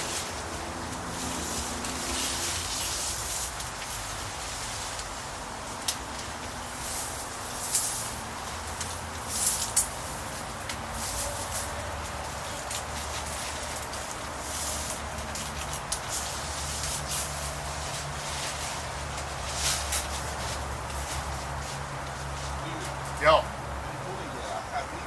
Okay, go ahead.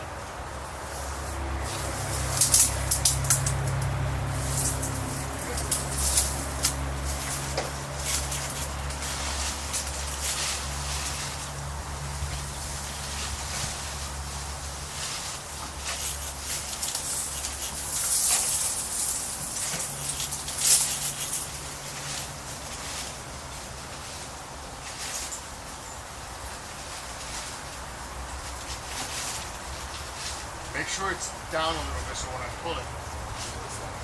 Hold on. Stay there. It's not higher.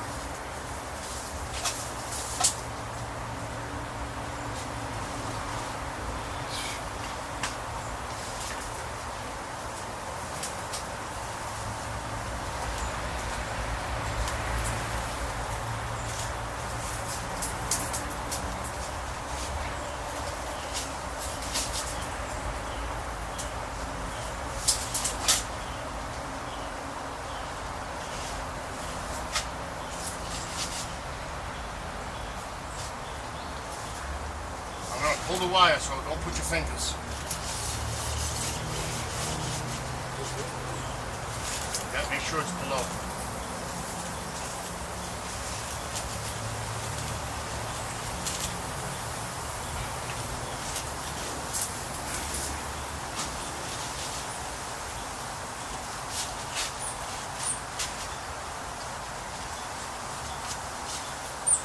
You all right?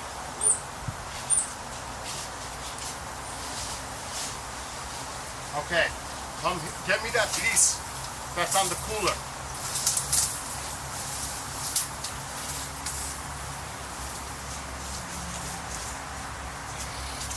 Right there, the white to your left, or right now, left of me, whatever.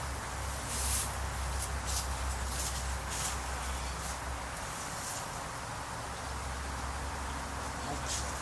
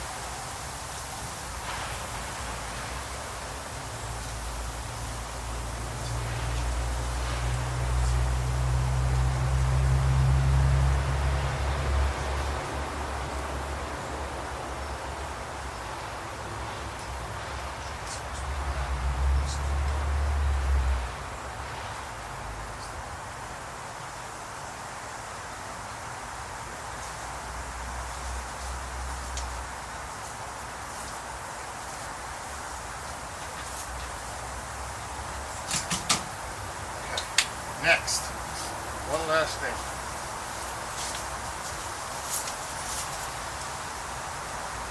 Suck out the glue.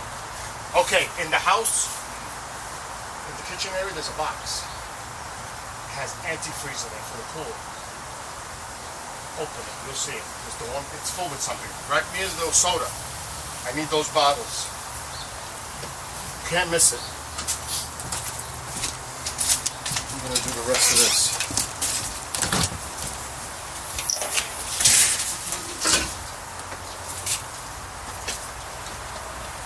And then we'll be done.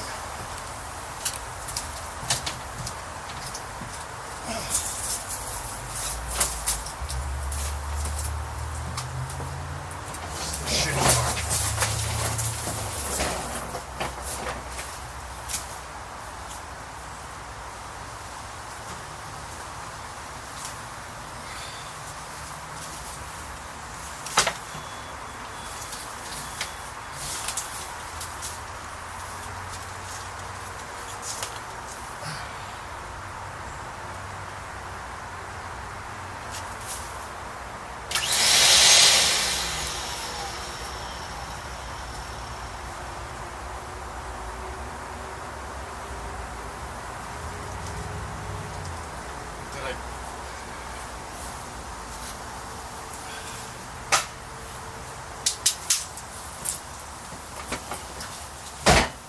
Stoke.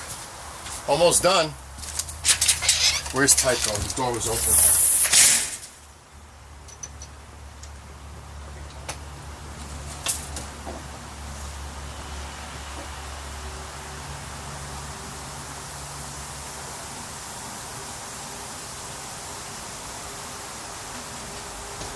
Just open it and grab the 2 gallons.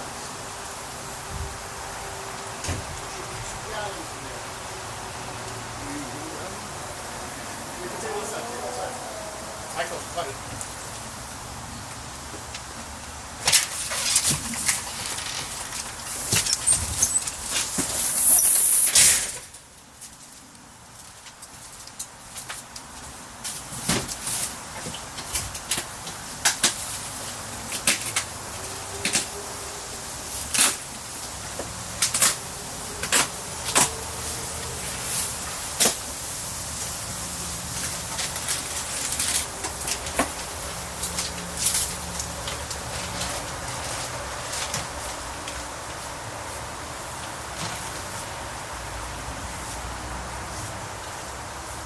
Comes a shit part. Let me get that hose. This is the worst part, dude. For me. 20? That's it. Try to get cough drops when you go there. Yeah. So what I gotta do is suck all the water out of the lines. Hit that switch when I tell you. Hit that switch. Right on that, right there.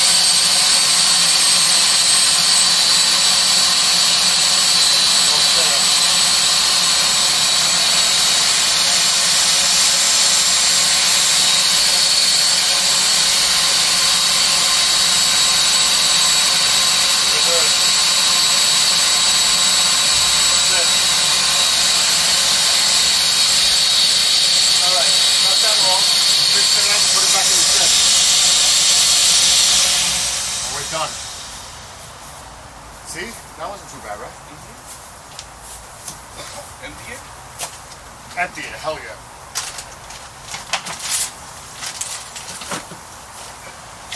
I got 2 gallons, right? Yeah. Good. I'm saving that bag. That's a good bag.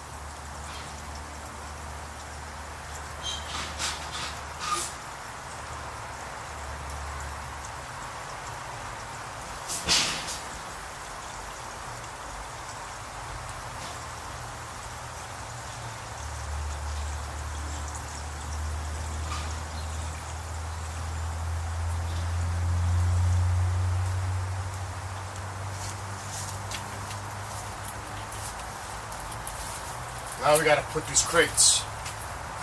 But I gotta go through them first. Now these crates. Is there room in that shed? Gotta put the crates away. Well, let's do one thing at a time. Yeah. Put this in a crate.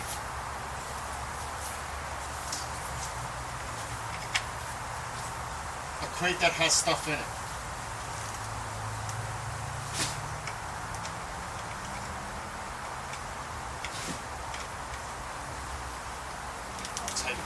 Later.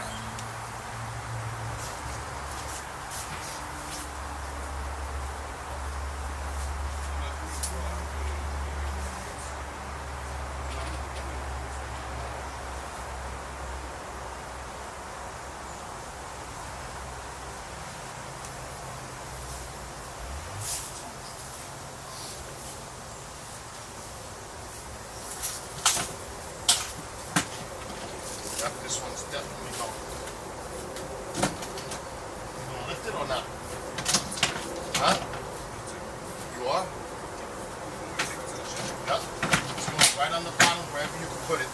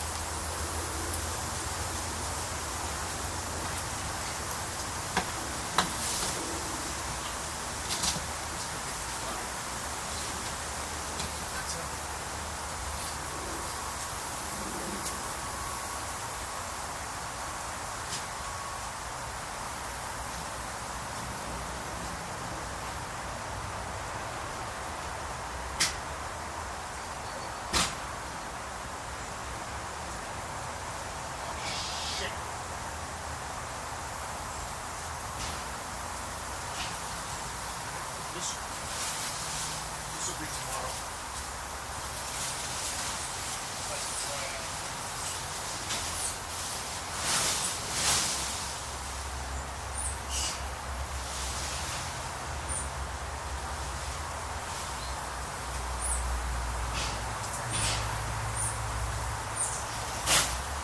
slide this up.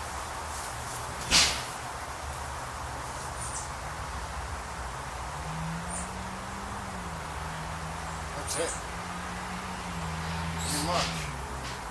There's more crates.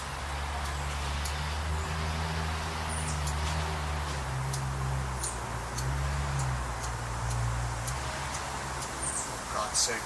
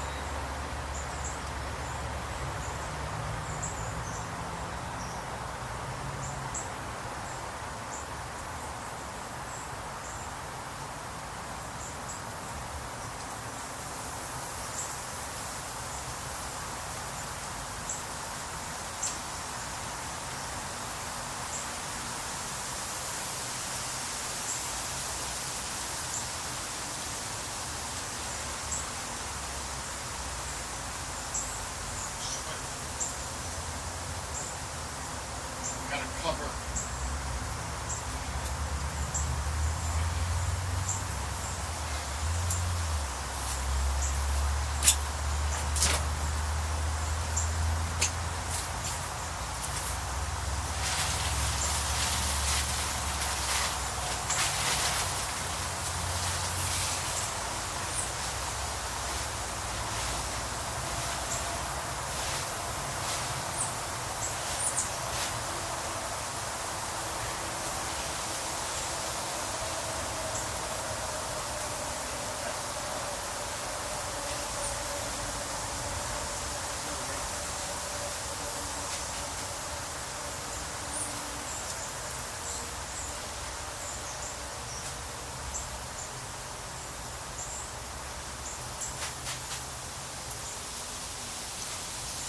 Done. Done. Yep, done. Tomorrow I'll do the rest, you know what I mean?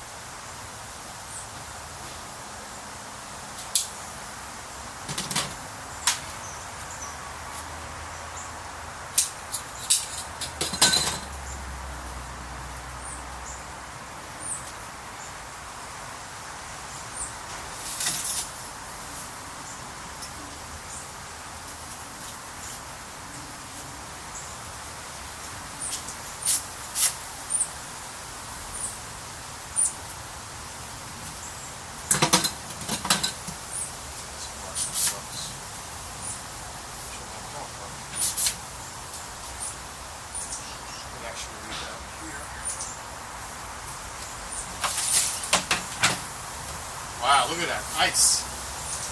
Last night. Ice. Ice, ice, baby.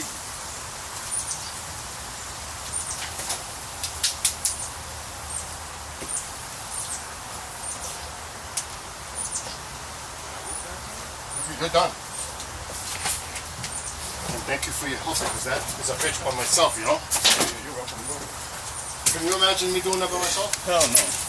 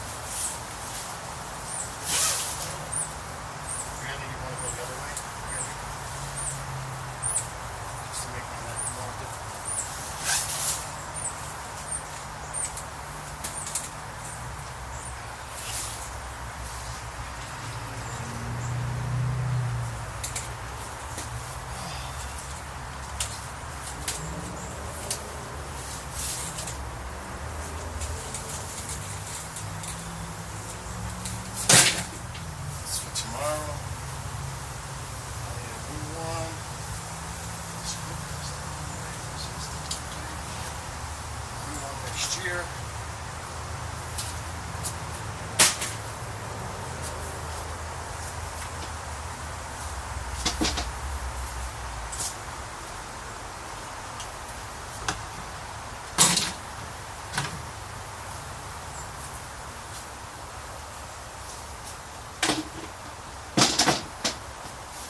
Had to replace that this year.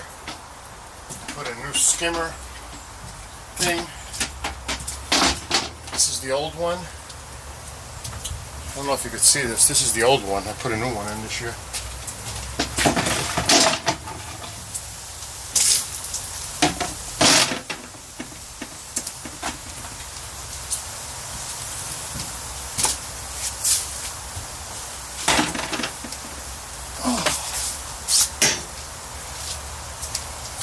Maniganaki!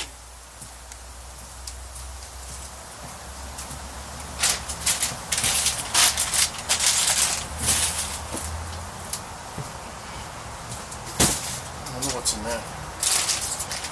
Just the netting for here. That's it. I'm done for today. Pool's closed. That's a big deal. I'll put this behind the tiki. The tiki is going to get covered in a couple of days. See, that's it. Pool is closed. Thank God. Just like that.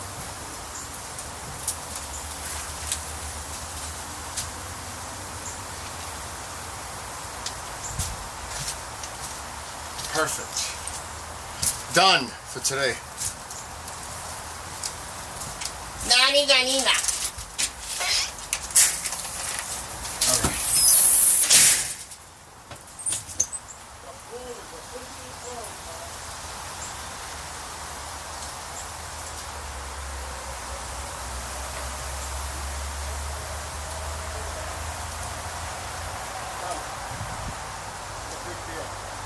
Alexa, turn on the living room light.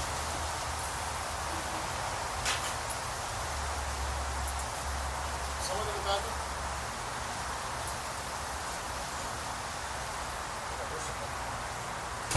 It's the ghosties.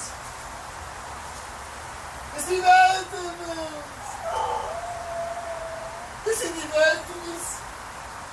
It's in my Evangelist. It's the Evangelist. It's the Evangelist. All right, this can go off.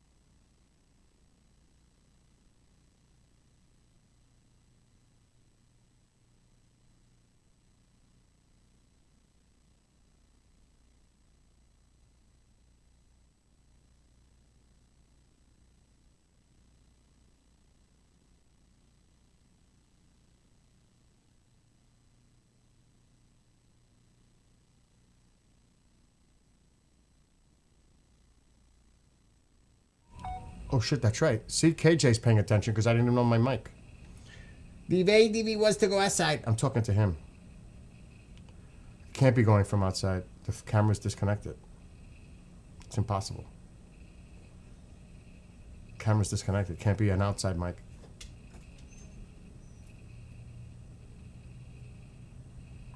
Unless something else is going on. That something's not muted like YouTube. That's possible. Actually, unless something else is going on, it might have been Rumble. YouTube is muted. I'm not sure. Testing. I don't hear anything on Rumble.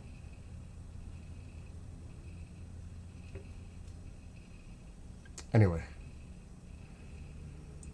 I'm just so glad that's done. My gosh. But I see when you have teamwork and you have a method, it gets done quick. Just follow the steps and we'll be done like that. I need hot coffee. He wants to go out, but I need a break. That was a little work out there. But the pool is closed. I got the water out of the lines, put antifreeze in, pool antifreeze. So I'm good. I'm done. And I just got to do a couple of little things tomorrow. And done. That's a big thing out of the way now, the pool. Got all the leaves out. Water's good for next year. To clean it and get it right again. If I don't do what I do, then the leaves sit in it. It turns brown, soupy, nasty. Then it's a nightmare to clean that water. So that's why I close it at this time of the year, though very late. It's been closed for 2 months. But I wait for all the leaves to fall while it's still covered. Take the cover off. Clean it. Vacuum it twice. Take all the leaves out, then cover it with the winter cover. And then the water stays nice and clear for next year, if that makes any sense. But it works. So that's a big deal. And it's only 12:15. And I got that shit done. That's great. That is great.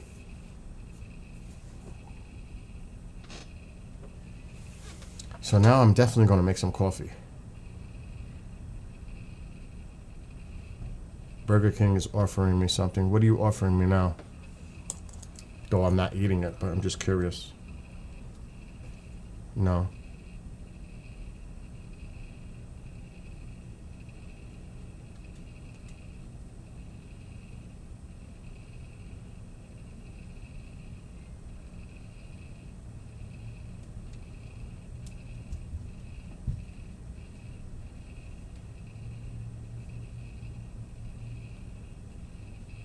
Nothing important, which is good.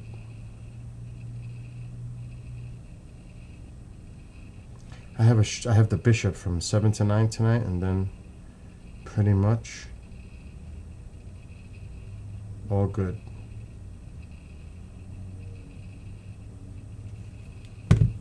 But I need coffee because I'm not getting off. Not after that. I need to digress.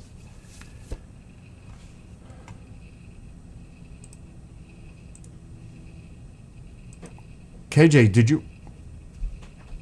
Oh, Momzilla's awake. Oye, Huh? ¿qué es esto? ¿Quién está viviendo aquí? Oh no, my mother's coming out with something else. For now, yes. No. Who said that? I mean, you know, this is my house. Oh, hold on. Let me mute everybody. Let me mute because Yeah, Mom let is me talking know, about because I'm something. gonna throw him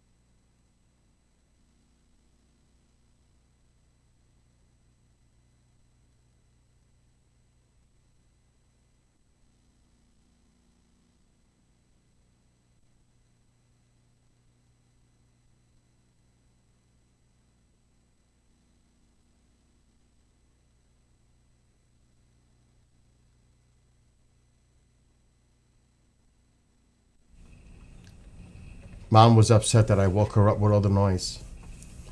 What do you expect? I just closed the freaking pool.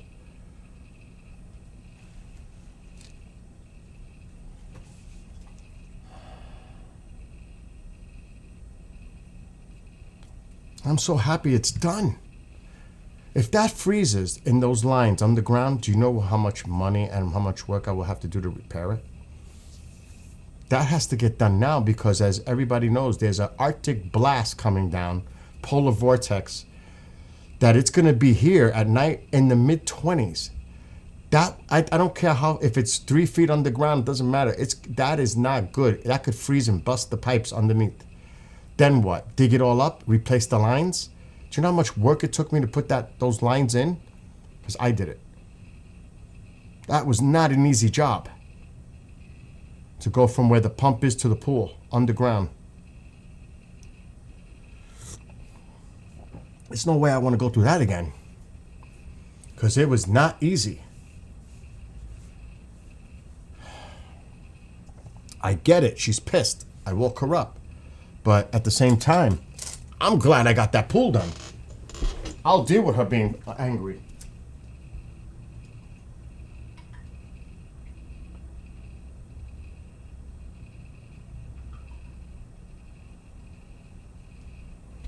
Oh my God. I'm knocking everything over. Anyway, it's so nice to know that that pool is closed. Oh my gosh. The ladder's out. Oh, chemical antifreeze, pool antifreezes in the lines. Oh my gosh, that's a freaking amazing thing. Oh shit. The camera's not working. Oh yeah. Oh, it looks so good. Now I got other work to do back there, but it's downhill now. The pool was the big one. So there, the pool is covered for winter. Bring it on. All good. Ladders laying on the ground. It's done. The pool is disconnected. Everything's away. That is a big deal.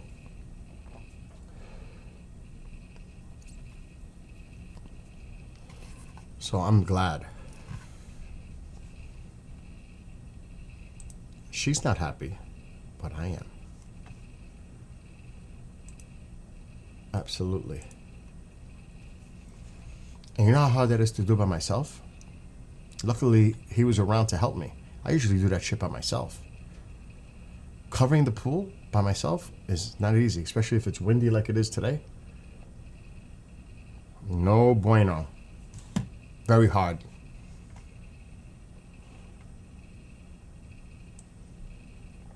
But like I said, it's done. Why is my... Oh, I have to press this button.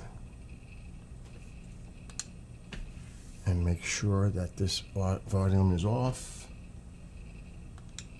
I'm going to game for a little while because I need to relax. I haven't stopped since I woke up at 7:30 streaming this morning. It's getting windy. Finished just in time. Now the winds are picking up. Let's take a look at your weather, KJ, if you're still there. Like I told you, you might have some storms, severe possible, the midsection of the country. Let's check it.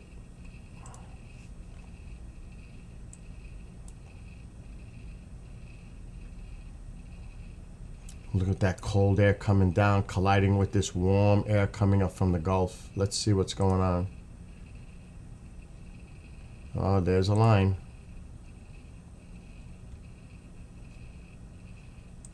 There's the line. So KJ, you got storms off to your west. But the line is not developing more to the south because these are moving probably east, northeast.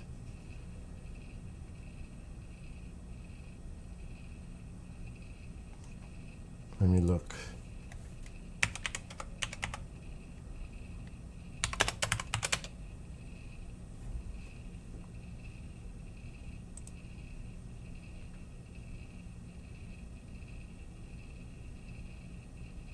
What the hell did that just do? Take me to California. I probably picked the wrong one. I did. Oh, there was a storm developing right near you.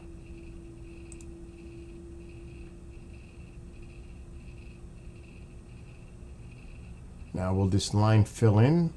I don't know. But there's a definite line here.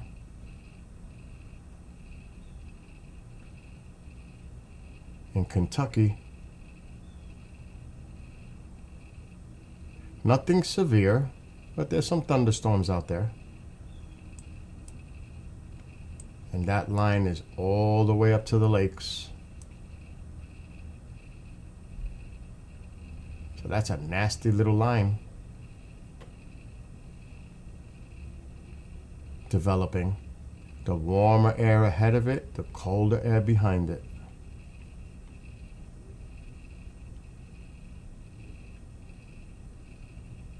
Kentucky. There you go. So if you live in those areas, just keep an eye on your weather.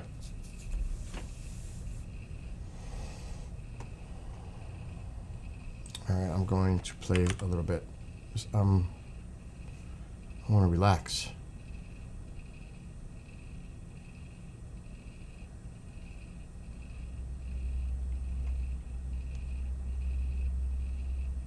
Your frequent plays. I want my songs.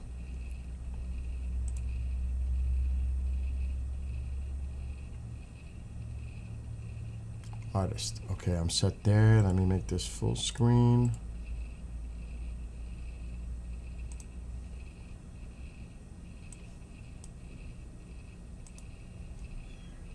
And now I could just enjoy my coffee.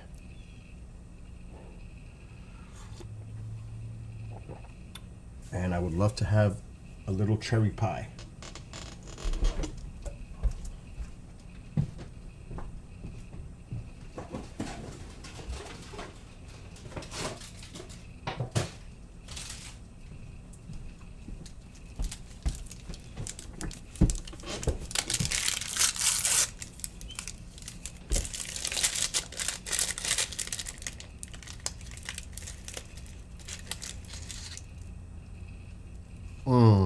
Yummy.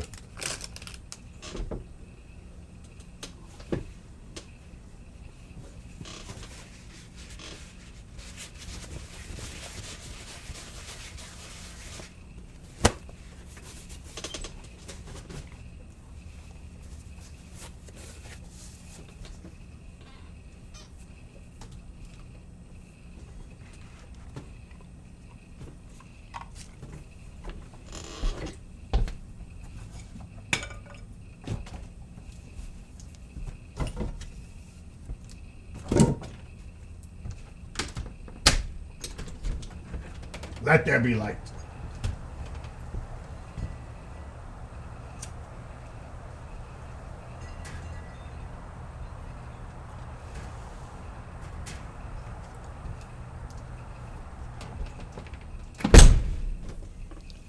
Okay.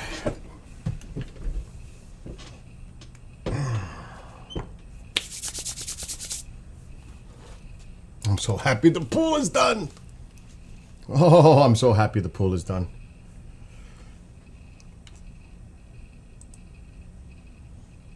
Time for my music.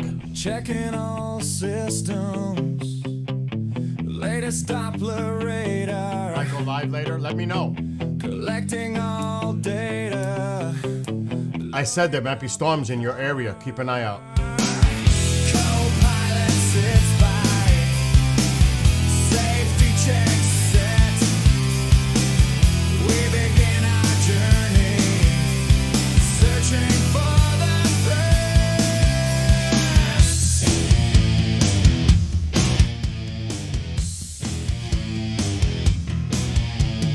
Lightning flashes nearby.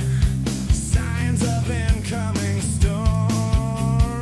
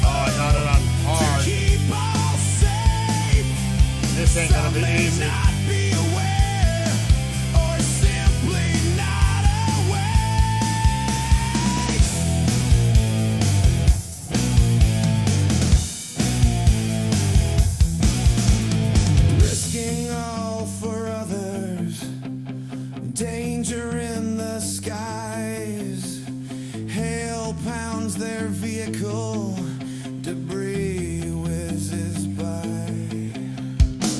Storm now behind, accessing all the damage. Mission accomplished, all to our advantage. Storm chasers hunting, excitement fills the air, providing important data, vital Oh my God. information to share, keeping people safe. Mission is at hand. Warnings for the public. All threats are scanned.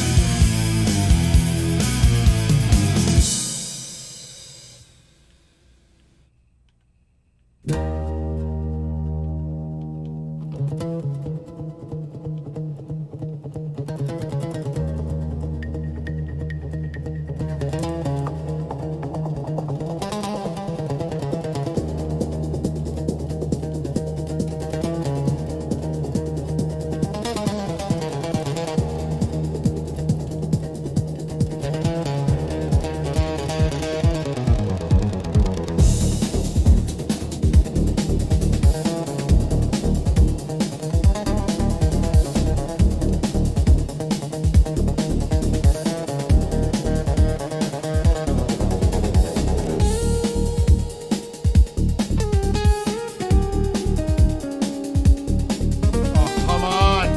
Oh my gosh. The innocence of youth, dreams fill their minds.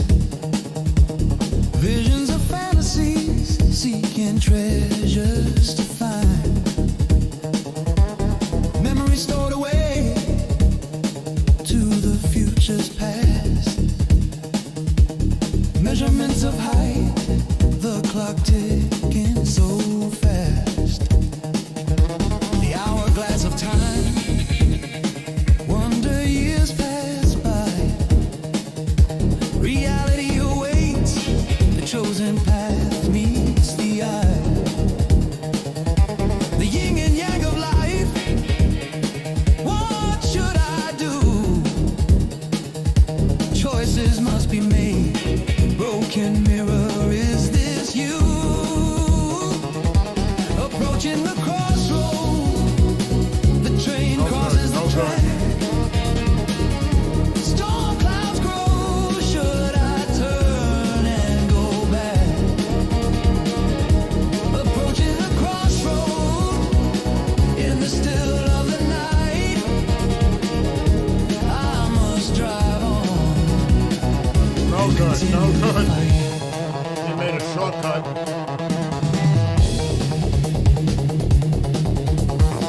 I missed it. Maybe not.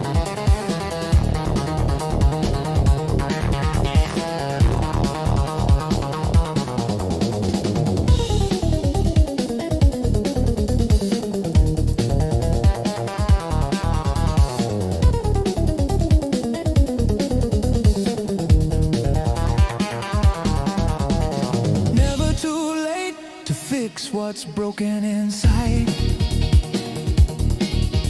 Anxiety's pushed away, there's no need to hide.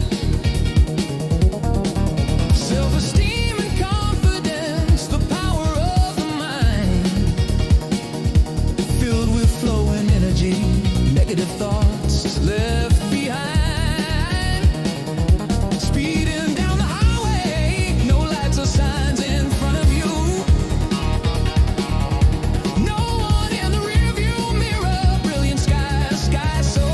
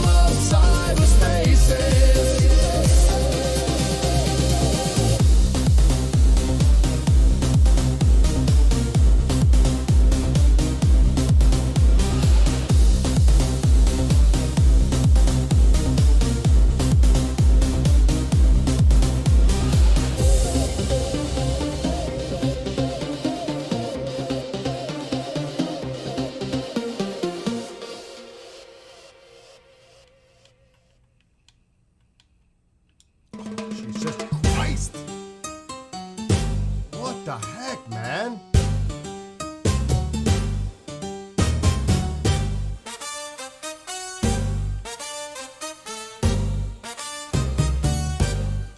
This car's fishtail's crazy.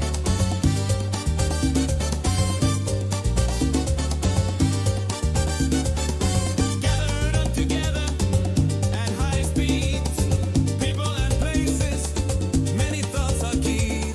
Social visitations, information at hand, messaging each other, malware is scanned.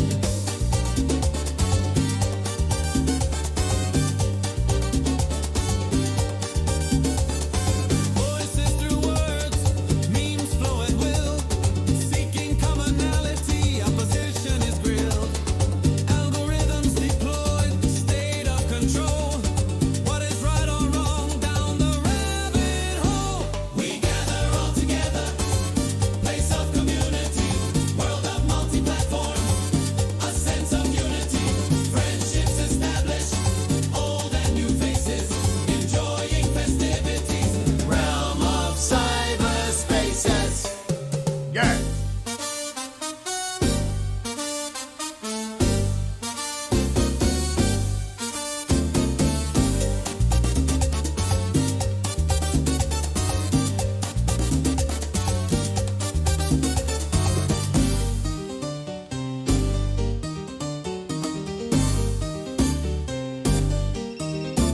Servers of recreation, gamers spread far and wide, consoles and devices, multiplayers thrive.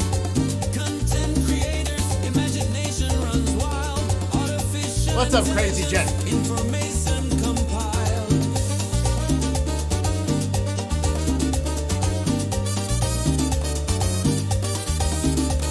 Having fun with each other, laughing every day. Speaking of Cali Nick or that pain Maybe good morning for you. Good afternoon. Well, we come together. I said good morning on the stream. Cyber crew forever. We gather all together. Place of community, world of multi-platforms, a sense of unity, friendships established, old and new faces, enjoying festivities, realm of cyberspaces.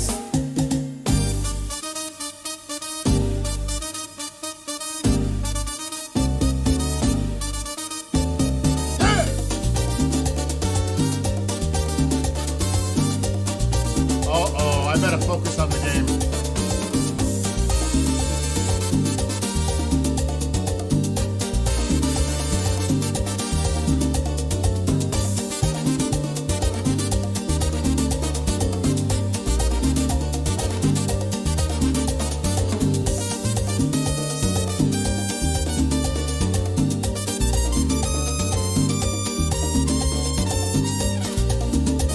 Uh-oh, that's gonna cost me. Bad. 9:44. Out west.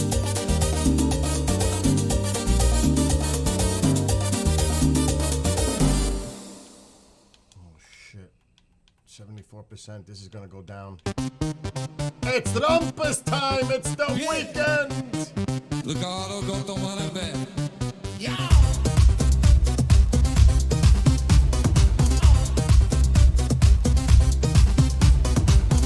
Oh, that was a good turn.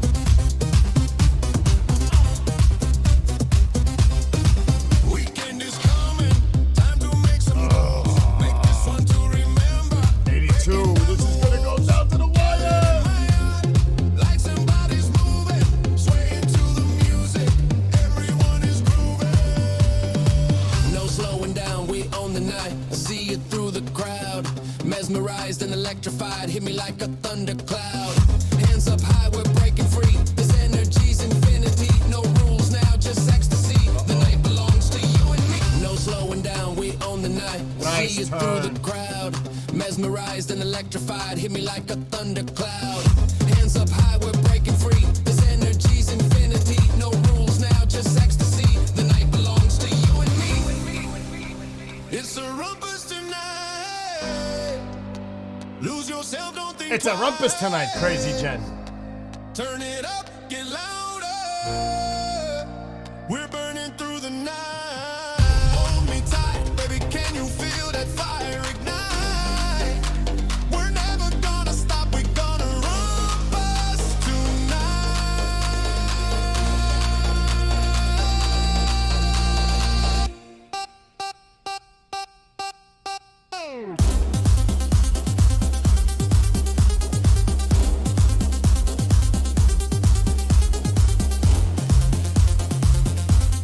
I don't realize it's almost 1 o'clock here already. Oh my god. Hands up power.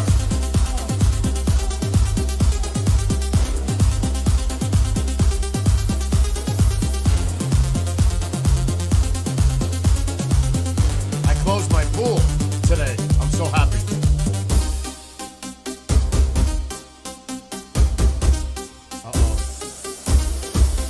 Hands up high, we're breaking free. Smiling at each other, this energy's infinity. No rules now, let it all hang. All of us together, we in with a bang. Glasses raised high, we toast each other. Forget tomorrow, there'll be another. With my friends, we had a ball. Memories forever, I love you all. It's a rumpus tonight. Lose yourself, don't think twice. Turn it up, get louder. Why? Oh, the collections don't work. There's something wrong with Xbox. It said it. Collections won't work. That stinks. We're never gonna stop, we gonna rumpus tonight.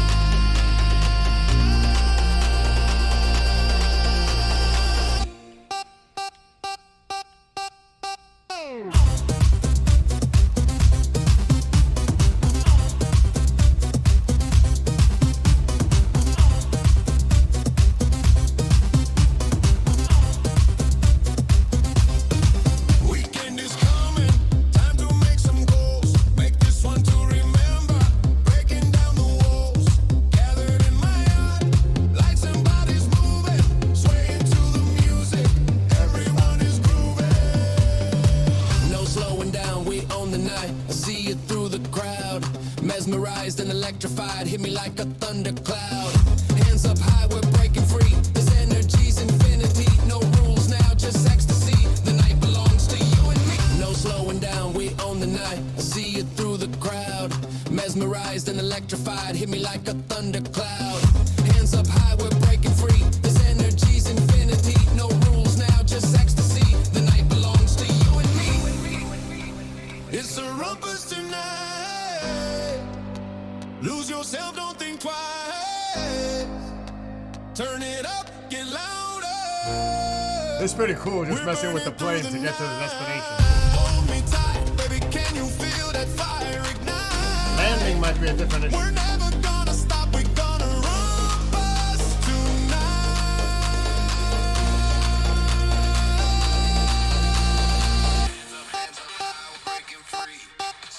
Somebody's trying to call. Oh my god, I heard my phone song twice. Hold on, Chris. I gotta pause my music. Wait, I'm live. Hold on. I can't hear you right now.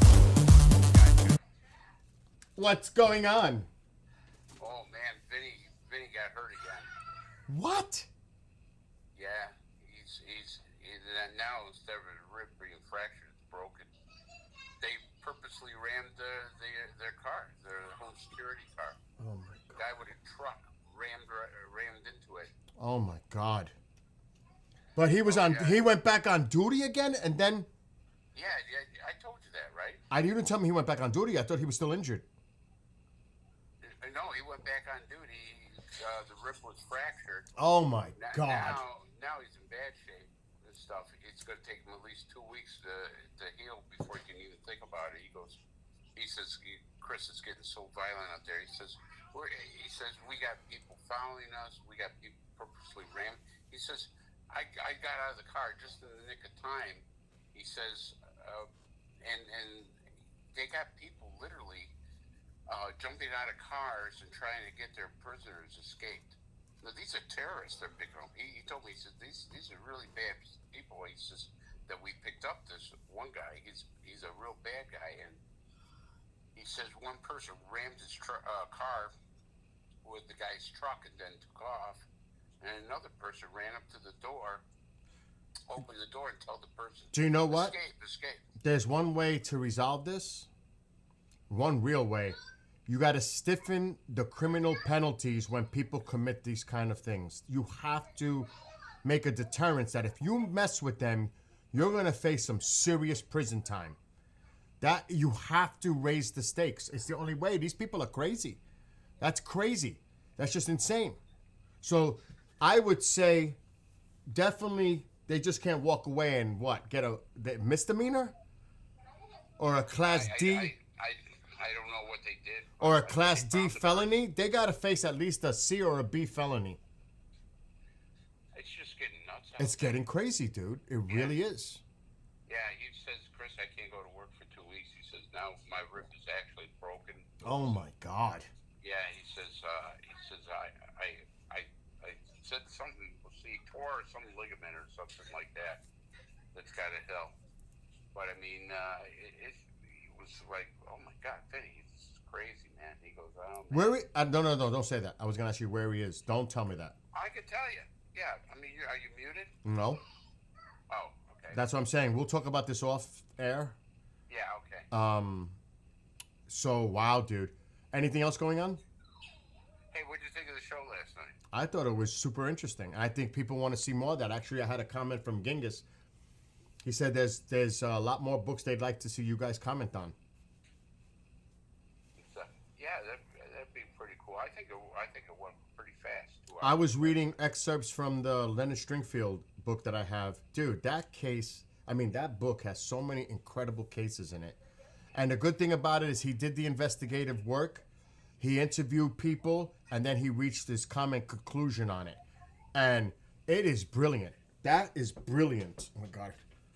You know, he's probably one of the best ufologists in the world, and people don't realize who Yep. he is. Very thorough, did his research, did his interviews with, and a lot of the cases are military in nature.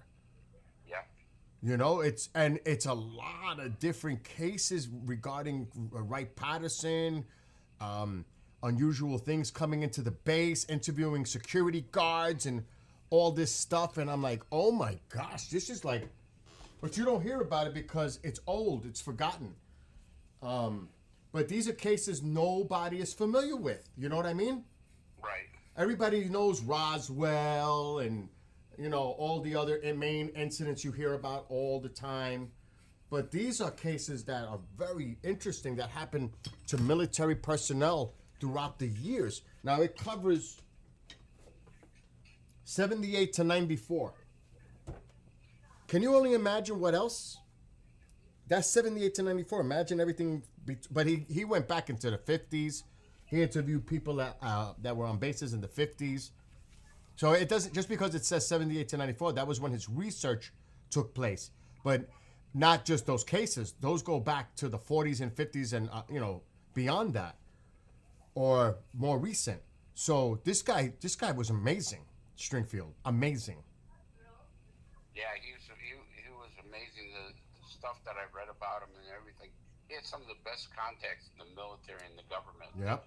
Yeah, and Today, nobody really has. including congressional members and Yeah. people of power. Yeah, he definitely had his connections, no doubt about it. What'd you hear about this Age of Disclosure documentary that's coming out? Oh, don't get me started with that. Like everything else, a lot of hype. Okay. I have to, like Commander said on the show last night, I don't want to make a judgment until I see it. But if it's the same old without showing me any evidence, it's just the same old. You know what I'm saying? I think that's what it's going to be. Some of the same old. And it might be an interesting new case that we're now aware of. You know, something that's new, fresh. But unless there's some evidence or something to back it up, it's just a story, Chris. It's just a story. That's Sorry. right. You know? There's so many people out there now trying to make money off of this rather than doing good work. Yeah, I agree with that. You know? I agree with that. And clickbaiting people to watch, stuff. But I always say this. When you go directly to the source, that's something. But when you have secondhand, third-hand, and you're making speculation and you don't know the facts of the case or cases and you're just speculating, to me, like you have met people directly involved with cases, it's great that one-on-one, firsthand. You know what I mean? If you did a Hey, book... I got a question for you. Go ahead. Question is, you're not going to be there tomorrow with John, right? No, because I'm going to a thing. The concert, right? Why don't we just skip it till next week. I Okay. don't want it. Okay. Can I tell you something between you and me? No, I'm not muted. But it's okay because just text them and tell them that you're not available and whatever. But I hear you. I already have the show set up for next week. Or do I? I had so we're good. I got to work late tomorrow, and I'll have to rush, and I won't be able to do any studying. And No, I hear you, dude. I hear you. But I'm going not to a concert. I'm gonna go see the Ancient Aliens live tomorrow. Wow, that'd be cool. You're gonna meet all those people. Yep. Nick Pope left me VIP tickets. Is Nick Pope gonna be there? Yep. And that's how come I'm getting those tickets. And you know what, though? I mean, Giorgio Tsoukalos, you ought to be able to get a picture with him. Oh, I'm definitely gonna do that. I'm definitely gonna talk to Nick, and say, Nick, is it because he told me privately that they don't have much time because they got to get traveling to the next event. Because I could easily have hung out with Nick afterwards, chilling out. But it seems like they're gonna be going to the tour bus and getting to the next. I don't know what their schedule is, but I should be able to still meet them briefly and take some pictures. Hey, is Nick going to Pine Bush this year or not? I haven't started working on Pine Bush Net yet for next year. I'm gonna start really thinking. I'm gonna talk to Martin because Martin has ideas. Martin's gonna be the MC again next year, I think that's a good idea. Oh, absolutely. Martin's awesome. So Martin and I are now like collaborating on who we think is best to get to Pine Bush. So it's like one really big speaker and then get other people there too, because it's about affordability. You know that. Pine Bush doesn't have that kind of money to be throwing around to get. No. So that's why. You would think they would with all the people that are there. You know what I mean? Yep. But But I mean, because what do they get? Like 10,000 people? I don't know about that many, but anywhere from 5 to 7, 8.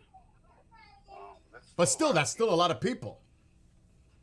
So yeah, I gotta think. I would love to get Travis one more time. Because people always come out for Travis. Travis Walton. Yeah. Another one that's a draw, and I don't want to regurgitate, but Kathleen Martin. Travis doesn't. I mean, last time he had to leave the show early, he wasn't feeling good. I know. He's getting pretty up there in age. What is he now? He's got to be 74, I think. Really? Yeah. But he's tired. He travels so much. He's always on the circuit. And believe me, I had that conversation with him privately. He needs to take time to rest, spend time with the family.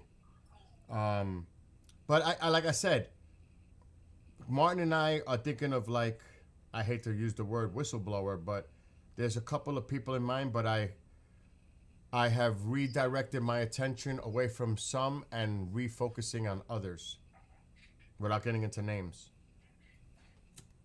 No, you have to do that, Bill.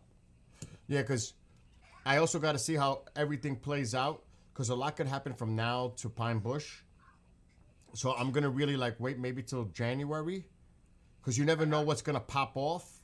You know what I mean? So, because even, believe it or not, even Stephen Bassett wouldn't be a bad idea. Because he would, Pine Bush? yeah, he would draw people.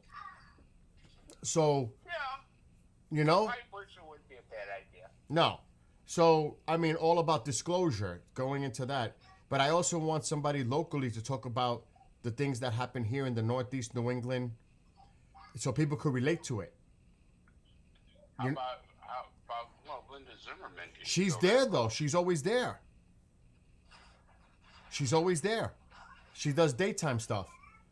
But you know what I mean? I want to get somebody that can focus on the local stuff, because a lot of the locals want to hear what's going on. What about Alan B. Smith?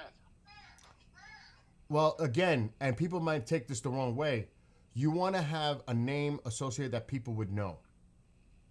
Okay. Do you know what I'm saying? No disrespect to Alan, but I mean, he would be like a supporting speaker. But as a You know- as a keynote, you want somebody that has a name associated. I hate to say it, but it's the truth. That people will. Martin Willis has a name. He's done a presentation already in the past. Okay. But you see what you understand what I'm saying? Because you want to draw people to the event that people recognize the name. That's the thing.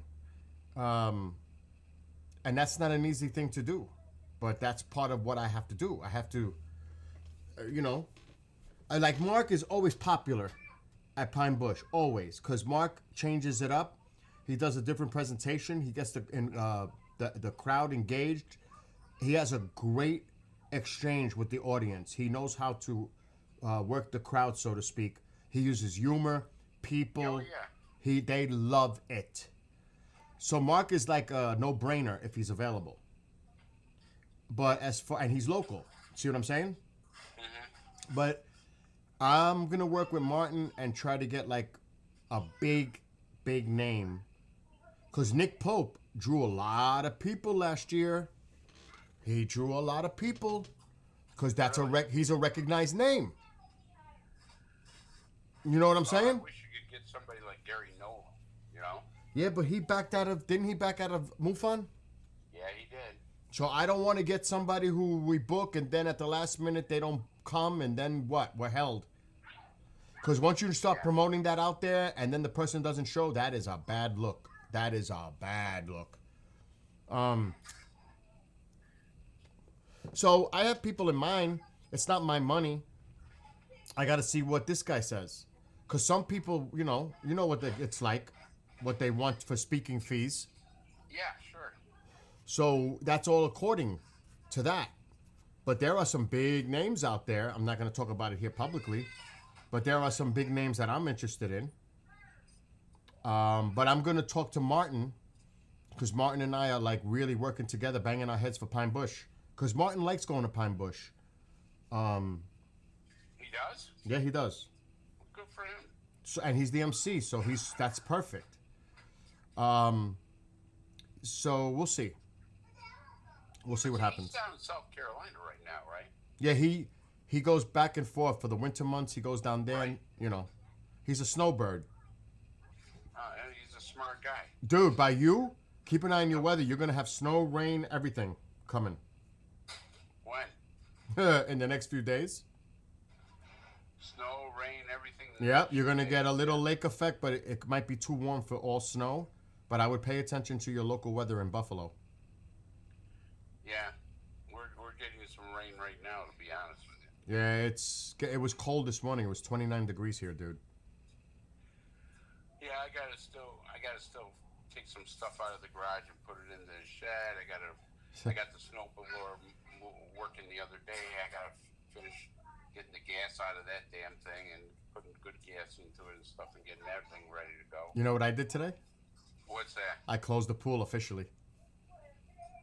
Ah, Done. that must have made you cry. No, I was crying 2 months ago when I couldn't go into it anymore. Now it was just like, yes, it's done, it's over. It's ready for winter. I was more happy than sad, for sure. To be Is honest. there a lot to do to close up the pool? Well, a little bit. I gotta take all the water out of the lines. I gotta clean all the leaves out, whatever I see, cover it.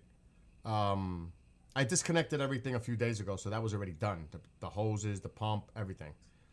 But today was the final, the final stage of closing it down. It only took like an hour. But it's done, Chris. Now I could focus on other areas of the house. You know what I mean? Yeah. To get ready for winter. So I hear the grandkids. I hear the grandkids there. What's that? The grandkids are there. I hear. Oh yeah. Gotta keep them away from the gas. We just bought a gas fireplace.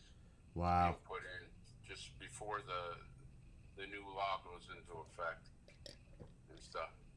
So Well- we don't want to get caught with because the winters up here are so bad. You don't want to get caught with just electric. No. 'Cause No. the electric goes off the grid up here a lot. Yep. And that's why it sucks. But like here, I live in the woods.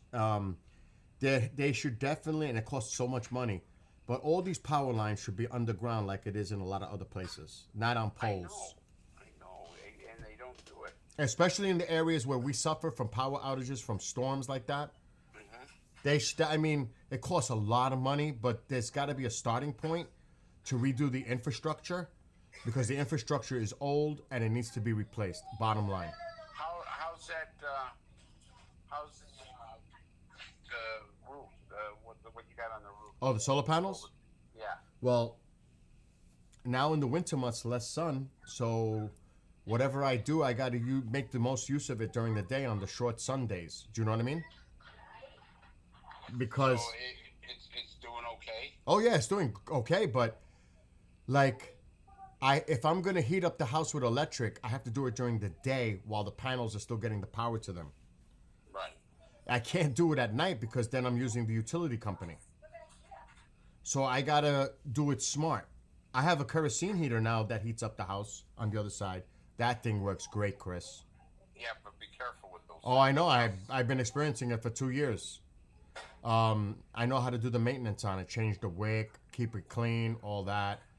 Okay. But it's great if you know how to use it properly and maintain it, you know? Oh yeah, it'll put out a lot of heat. They do put out a lot of heat. But again, you got to be careful with it. Anyway, You had a wood stove too, right? I got the wood stove next to me. That's what heats up this area. Yeah, that wood stove can be great. Oh, gosh. It makes me sweat sometimes. It's so warm. It Yeah. gets so warm in here. Anyway, go do your thing. All right, man. Call me if anything. And I'll call you. All right, take care. All right, later, Chris. Bye. Bye. Okay, back. Oh my gosh. Where was I?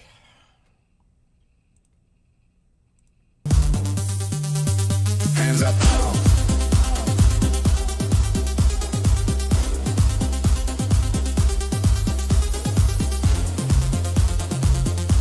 What was I doing? Flying?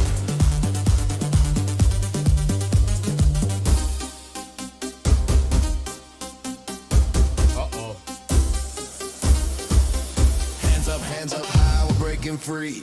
Smiling at each other, this energy's infinity. No rules now, let it all hang. All of us together, we I end knew it. with Good. a bang. Glasses raised high, we toast each other. Forget tomorrow, there'll be another. With my friends, we had a ball. Memories forever. I love you all. It's a rumpus tonight.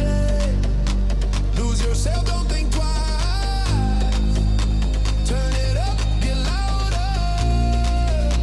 We're burning through the night. Hold me tight, baby, can you feel that fire ignite? We're never gonna stop, we're gonna rumpus tonight.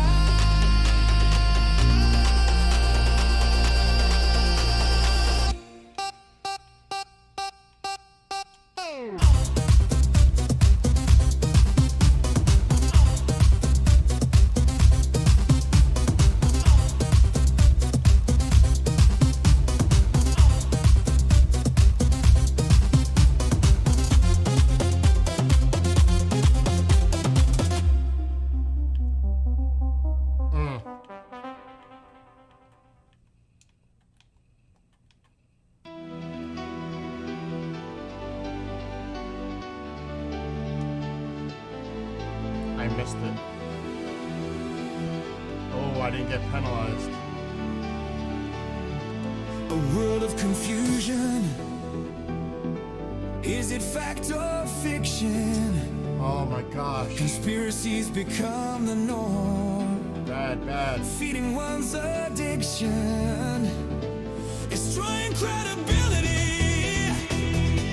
Erasing the stats. Replaced by agendas. Science under attack.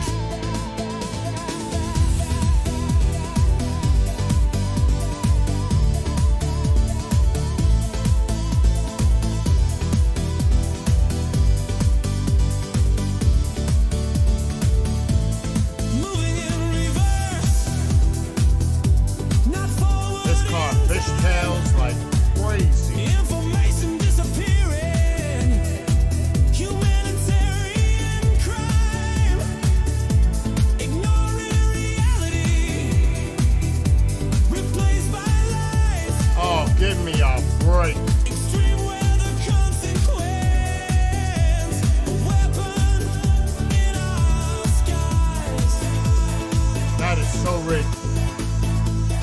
How do we discern what is true or false? No communication defended by walls. No more compromise, it's either win or lose. Unity crumbles, denial of truth.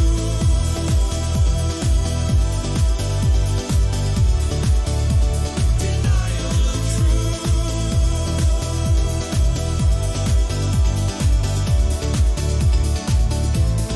History replaced by a narrow vision. Controversy swirls, create more division. Data disappearing at an alarming rate. Science being ignored, considered away.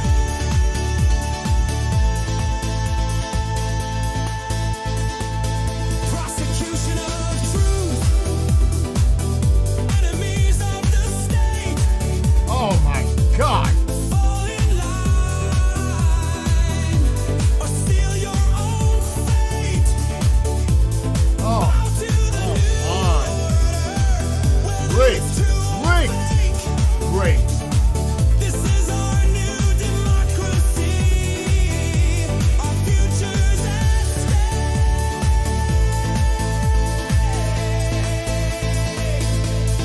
How do we decide what is true or false? No communication defended by walls. No more compromise, it's either win or lose. Unity crumbles, denial of truth.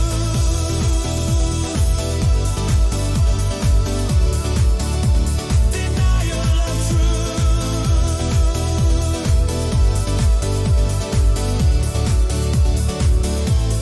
How do we decide?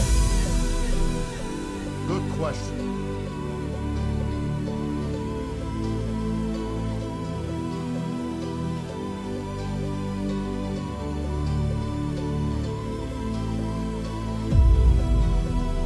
That's why I wrote it.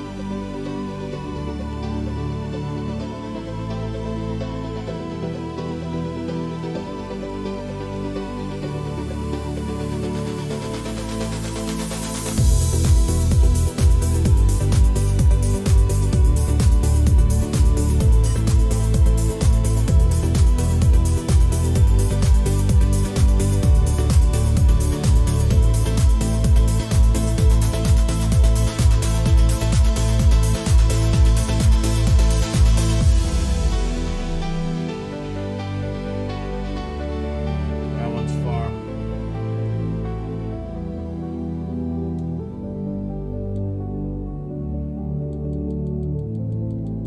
Back to the plane.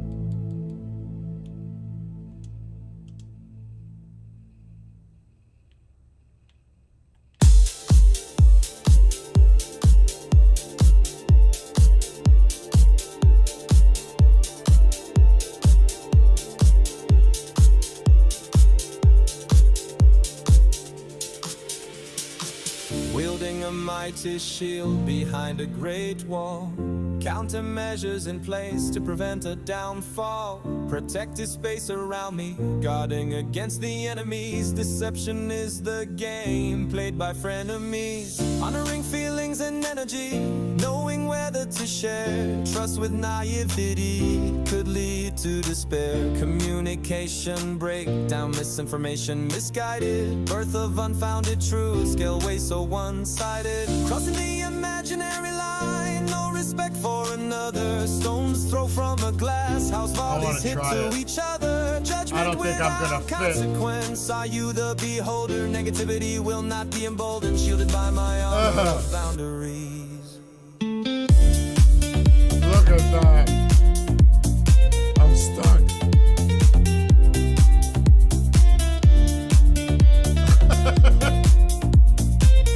Trying to be funny. Oh, shite.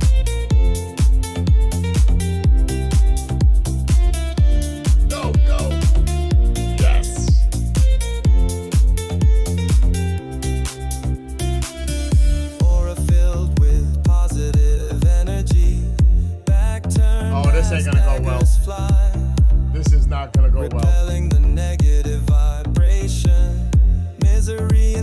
criticism set aside. It Do they did. look in the mirror? Oh, Are wants they me to go pleased even with harder. Themselves? No empathy for those I who don't know. seek hate. That's they're getting too hard. Empty vessel of sadistic pleasure. This is gonna be too Deep hard. inside the Expert. anger dwells. I'm expert. The importance of compassion, power of love, respecting one another, taking the higher road I don't think so. above. Confidence in oneself, being defining the rules and limits. Going to a Whether yard or not sale? agreeing, power of mind, body, and spirit. Go have fun, KJ. This is almost impossible to beat on expert.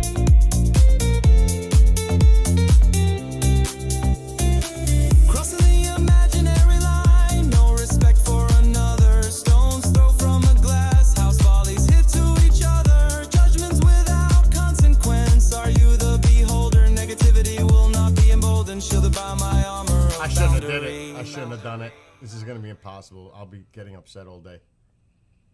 This is like Since I was really a hard. child, early memories of interest.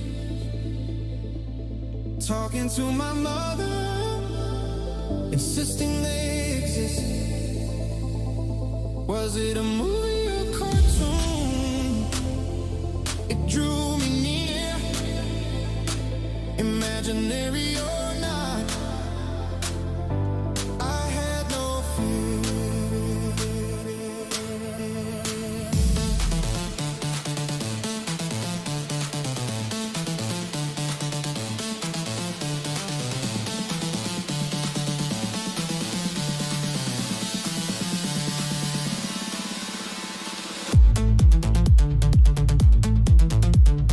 I'm not gonna catch them.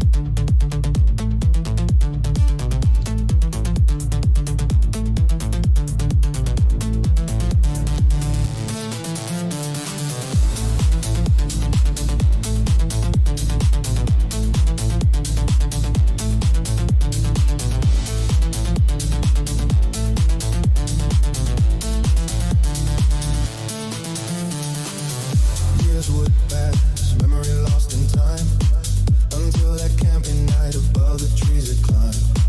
Calling out to a friend, he was watching it too. Is that what I think it is? That is so rigged. All around the world, people being visited but never in nature, claiming to be privileged. Some fear they will be back, afraid of a darkened room, Look at this. appearing at the sight of a better sense of foreboding doom.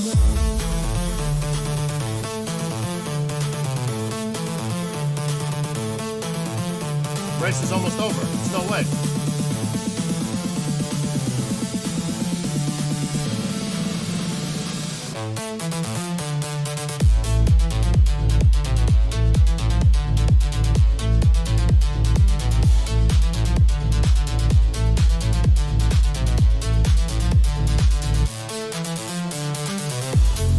Hopefully I get top 3.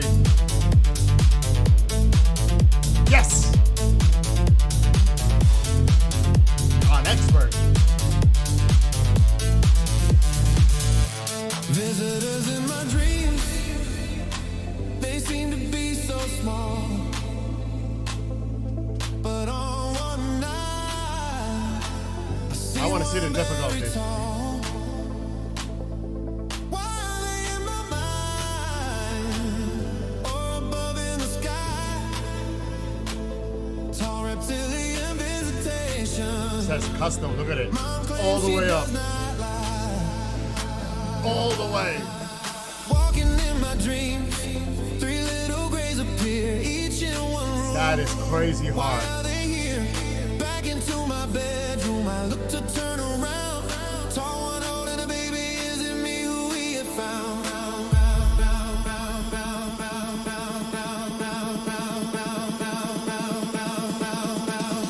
All around the world, people being visited, benevolent in nature. They claim to be privileged, some fear they will come back. Afraid of a darkened room, appearing at the side of a better sense of foreboding doom.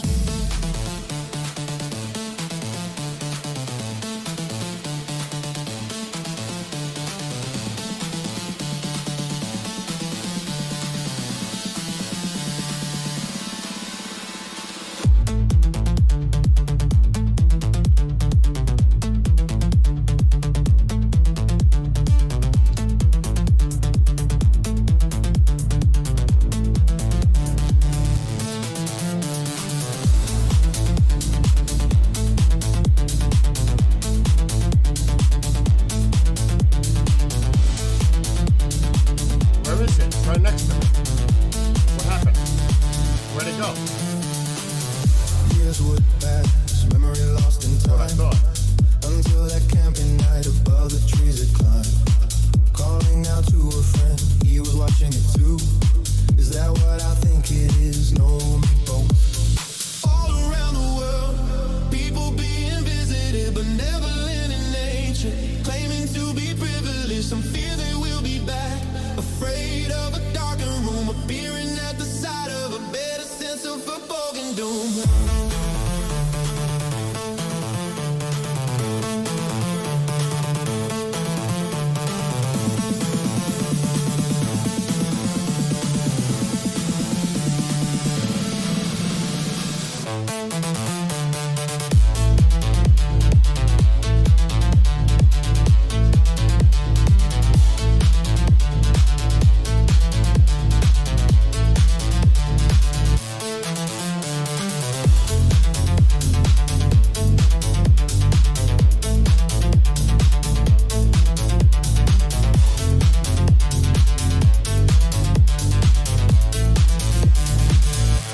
Visitors in my dreams, they seem to be so small. But on Oh, God, so great. I seen one very tall. Why are they in my mind? Or above in the sky? Tall reptilian visitation. Mom claims she does not lie. Wow. Walking in my dreams, three little grays appear, each in one room. Why are they here? Back into my bedroom. I look to turn around. Tall one holding a baby. Look at Is it this. me This who is we insane. found?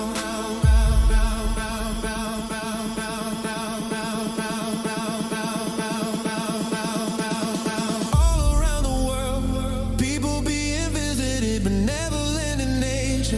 They claim to be privileged, some fear they will come back. Afraid of a darkened room, appearing at the side of a better sense of foreboding doom.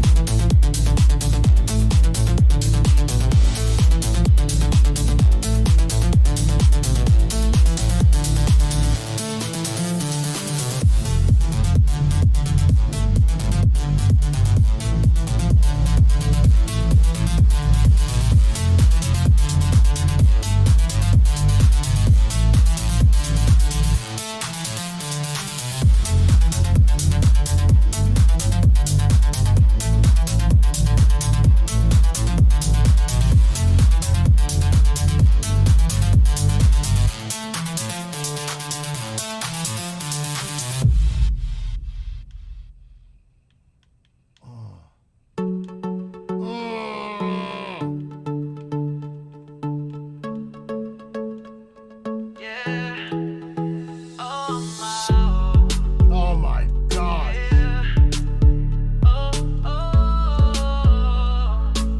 Oh, right there. I blew it. Waiting all my life for that special person. Magic fills the air now. I am Oh my gosh. certain this is I'm the out of control. time for celebration. My dreams come true. Will you be mine? Fire ignited within the first time we I met. blew the race. My heart relit with love, my body began to sweat. Nerves tingled down my spine when you touch me. I hold you tightly, unchained love. You set me free. Forever together, this is our destiny. Never letting go, this feels so heavenly. All my life been waiting for you, my love.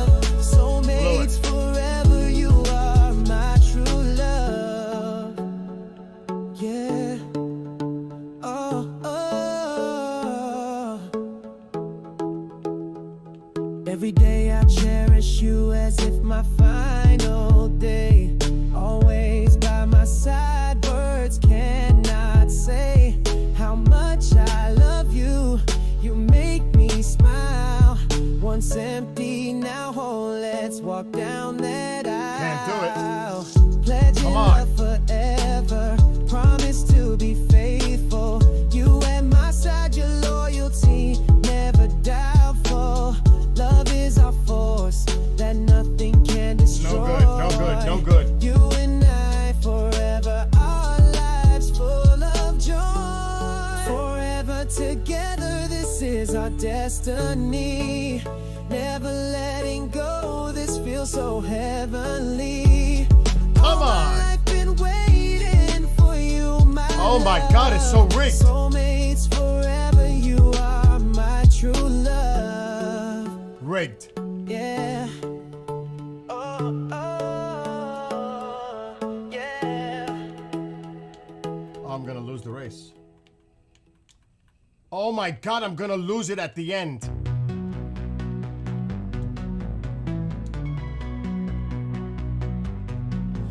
As twilight approaches with colorful hues, daydreams turn to night. Oh my God, box him out, box him out. Twinkling appears slowly above the hints of the heavenly light. With each passing moment, wonders are born. Light is traveled, determining that date. A look through a time machine. Wow. How long before we know their fate? The wonders and dreams race against time. The brilliance of light and shooting stars. What lies above and beyond our earth? Imagining our travels and visits to Mars. How far can we reach our outstretched hands? There is no limit, our goals set high. Watching the meteor streak above under the night lit sky. Could there be life out there, feeding in the Goldilocks zone? What would an exoplanet be like? Is it similar to our own? Mysteries of the universe, galaxies swirl, what is that black hole?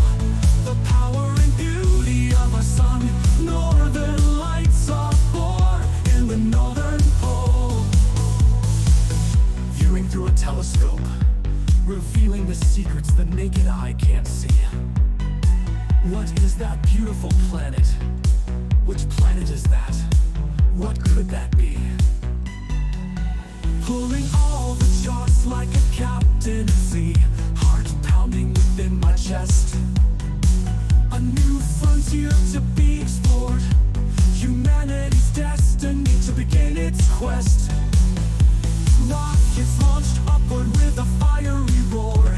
Risks and danger lie in its course. Overcoming all challenges. Atmosphere pierced with all its force. Is that a SpaceX rocket or satellite? Feelings of excitement and joy. Lying back and gazing at this beautiful sight. The night lit sky for all to enjoy.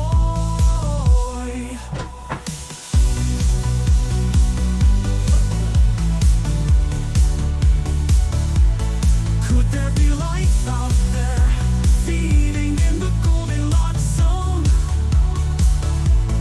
What would an exoplanet be like? Is it similar to our own? Mysteries of the universe, galaxies swirl, what is that black hole?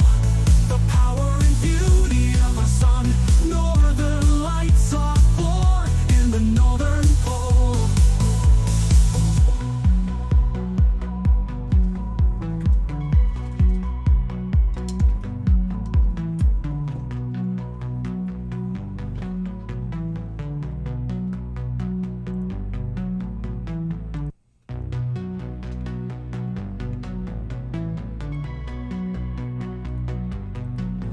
As twilight approaches with colorful hues, daydreams turn to night.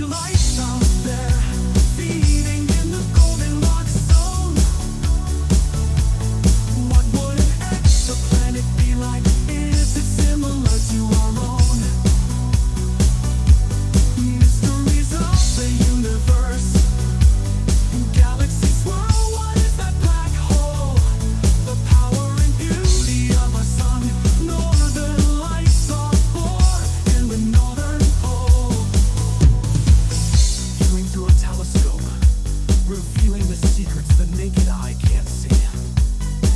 What is that beautiful planet? Which planet is that? What could that be? Pulling all the charts like a captain at sea. Heart pounding within my chest. A new frontier to be explored. Humanity's destiny to begin its quest. Rockets launched upward with a fiery roar.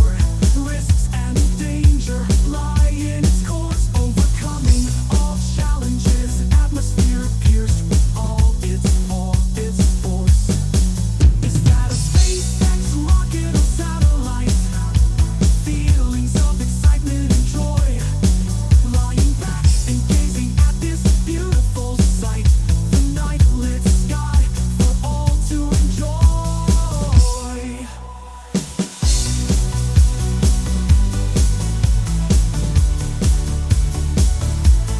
Could there be life out there, feeding in the Goldilocks zone?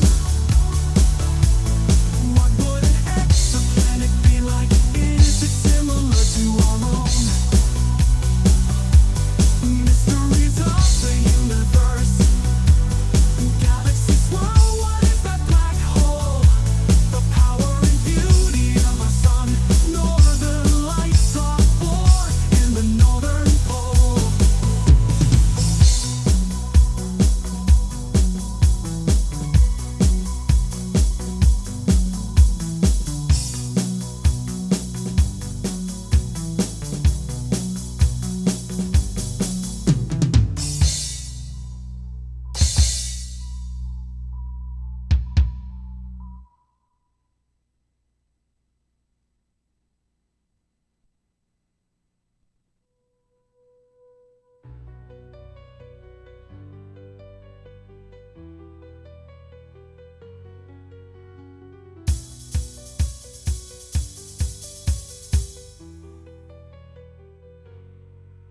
In the mist of the morning dew, daylight appears within the sky. A clearing appears in a path below. A movement blurs the eye as it moves by. The power of the mind as the petals roar. Hands held tight upon the silver bar, reaching new heights as it continues to soar. Hitting all the gears, struggling through an uphill climb. Pushing all limits, will I make it this time? Reaching to the top to start the decline. Cruising to the movement, machine making it mine.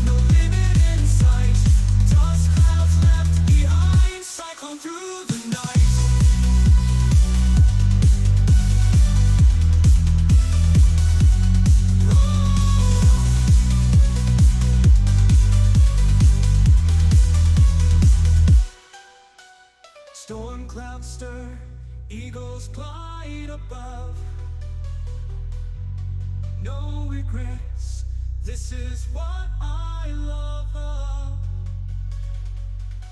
The path reveals a light. My body starts to purge. Energy ignites. We continue to search. Upon the clearing path, the rider nears its end. Glimmering light approaches the bend, cutting like a blade into the wind of glory. Cross the finish line in the mist of the morning dew. Daylight appears within the sky. A clearing appears.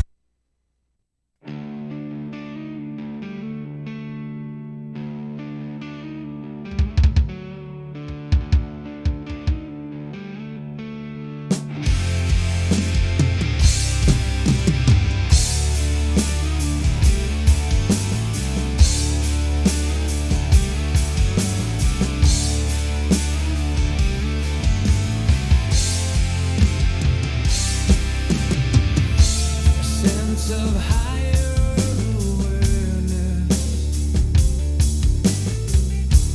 tuning into our surroundings, sounds of nature all around us, visuals seem astounding. Double rainbow end to end, colors seem to mesmerize. Bald eagle soars above, moon begins to rise.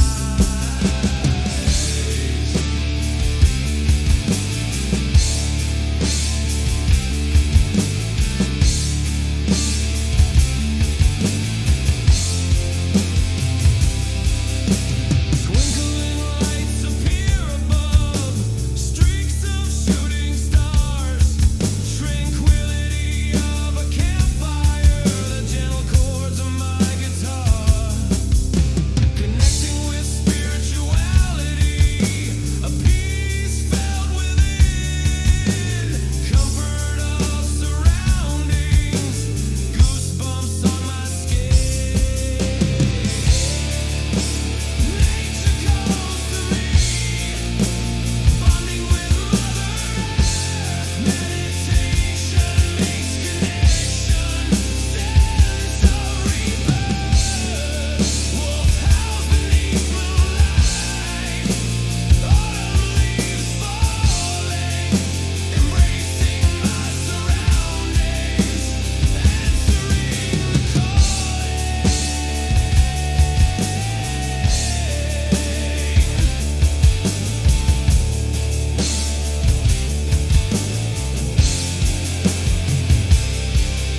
Staring into space, emptying my mind.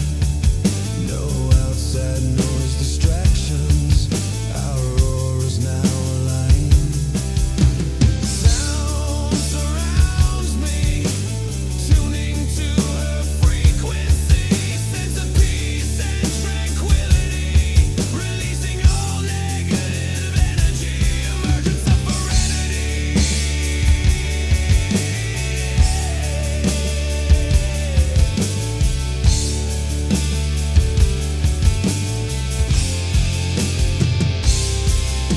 Removal of materialistic desires, survival back to basic norms. Mutual respect of the wilderness, living off natural resources. Shelter to weather a storm, standing up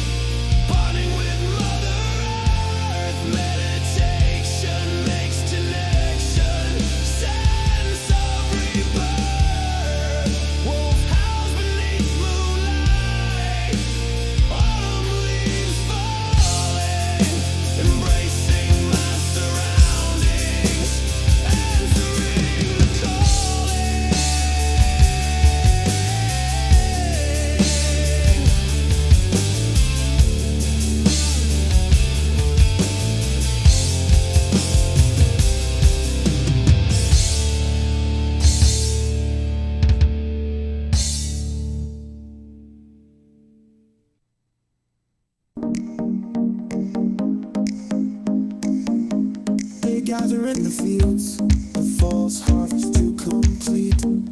Light dims in the heavenly hearth, bonfires glow bright with symbolic heat. Samhain begins, we're all to celebrate.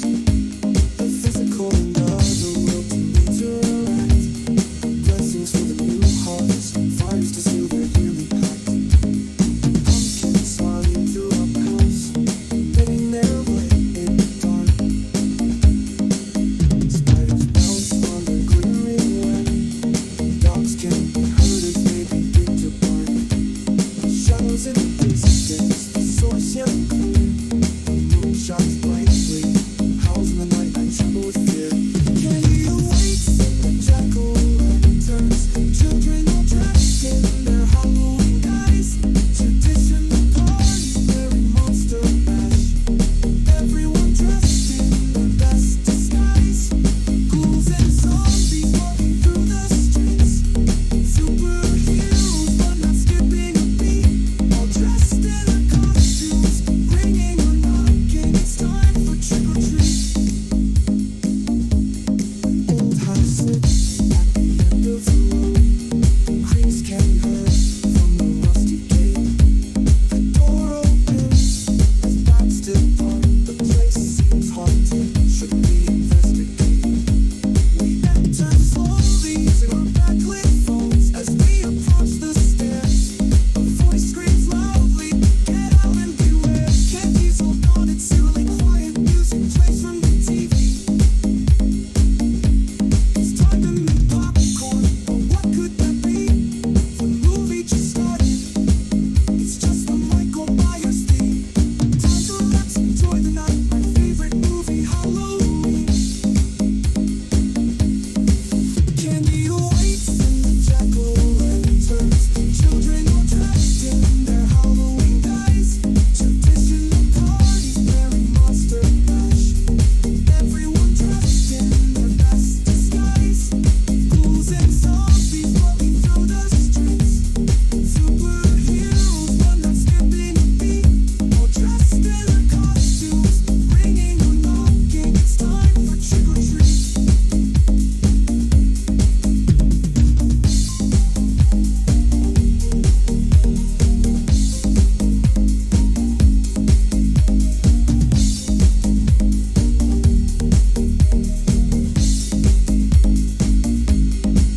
Candy awaits in the jack-o'-lanterns. Children all dressed in their Halloween guise. Traditional parties bearing monster mash. Everyone dressed in their best disguise. Ghouls and zombies walking through the streets. Superheroes but not skipping a beat. All dressed in their costumes, ringing or knocking. It's time for trick or treat.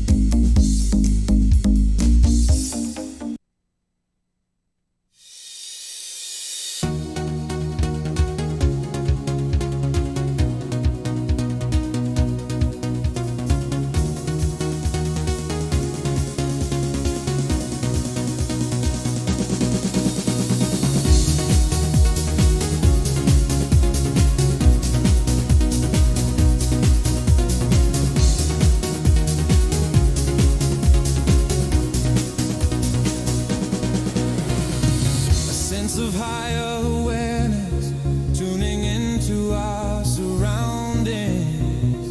Sounds of nature all around us, visuals seem astounding. Double rainbow end to end, colors seem to mesmerize. Bald eagle soars above, moon begins to rise.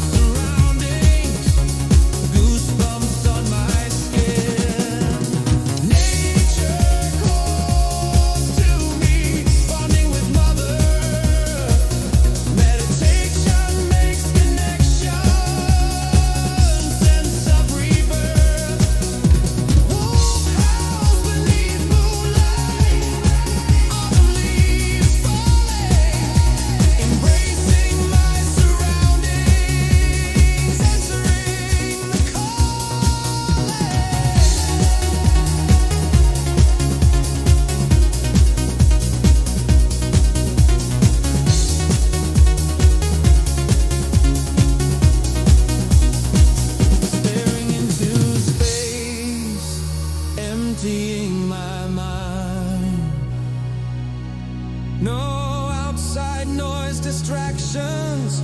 Our aura's now aligned. Sound surrounds me, tuning to her frequency. Sense of peace and tranquility, releasing all negative energy. Emergence of serenity.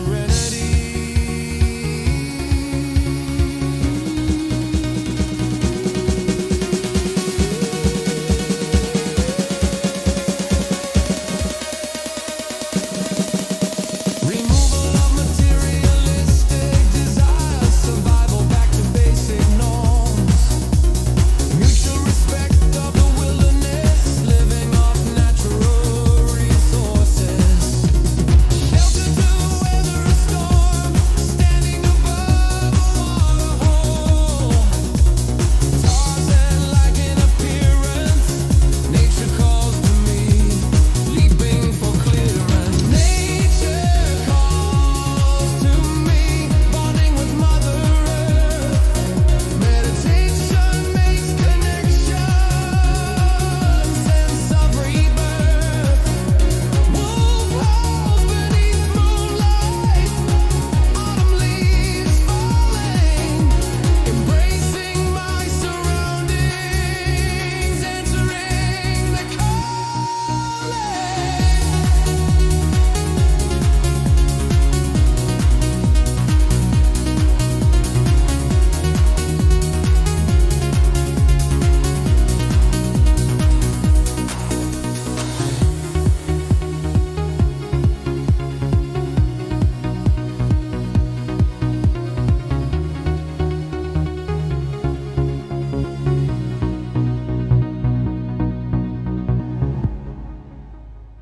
Sweating to death.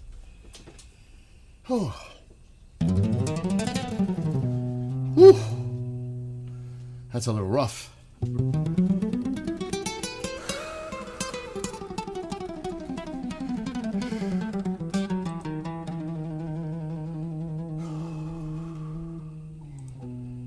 Dun, dun, dun, dun, dun, dun.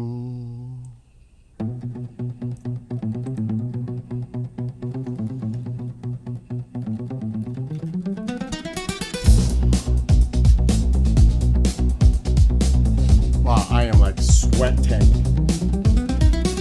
Like I need to do that more.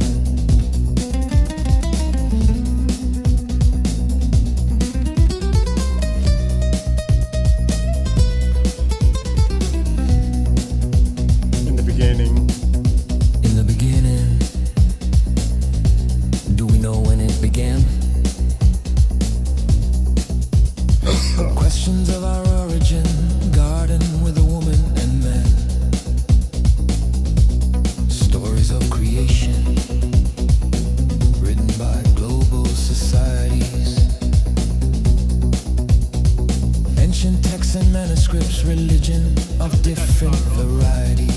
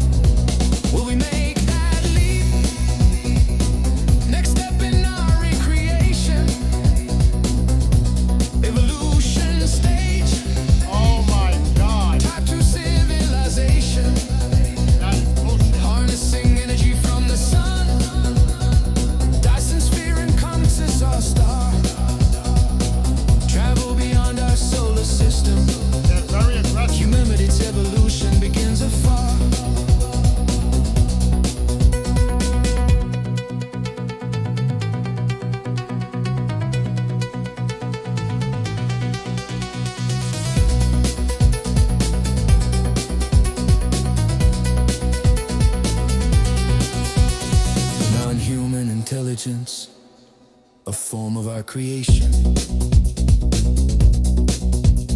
Derived from an outsourced alien or interdimensional speculation. Artificial intelligence, friend or foe. Technology utilized, or humanity's final blow.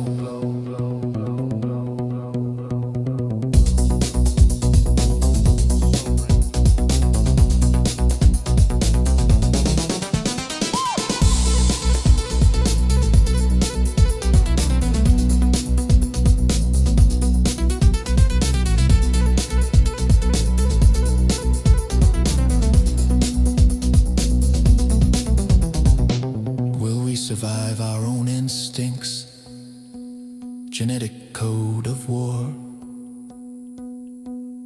primal instincts, internal to our core.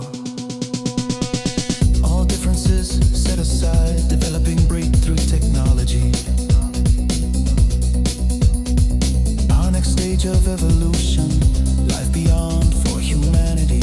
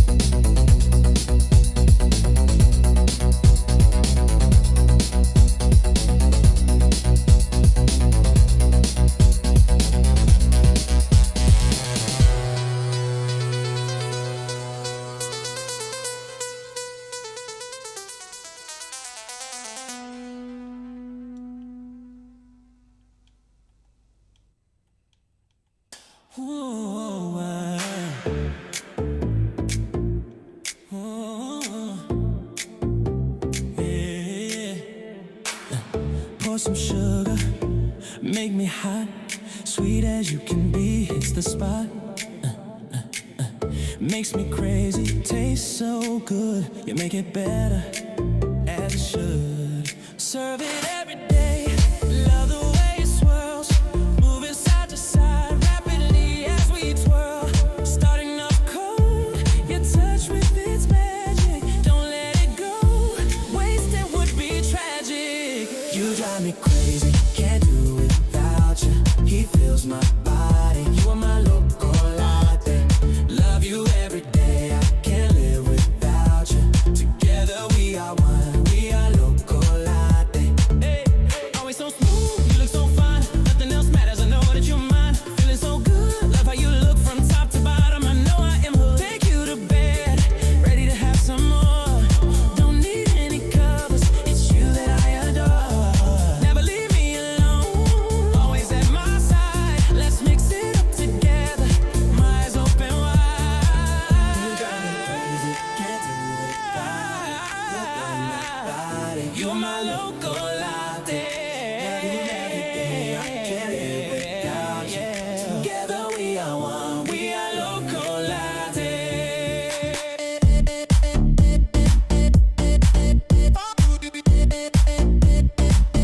We are loco latte.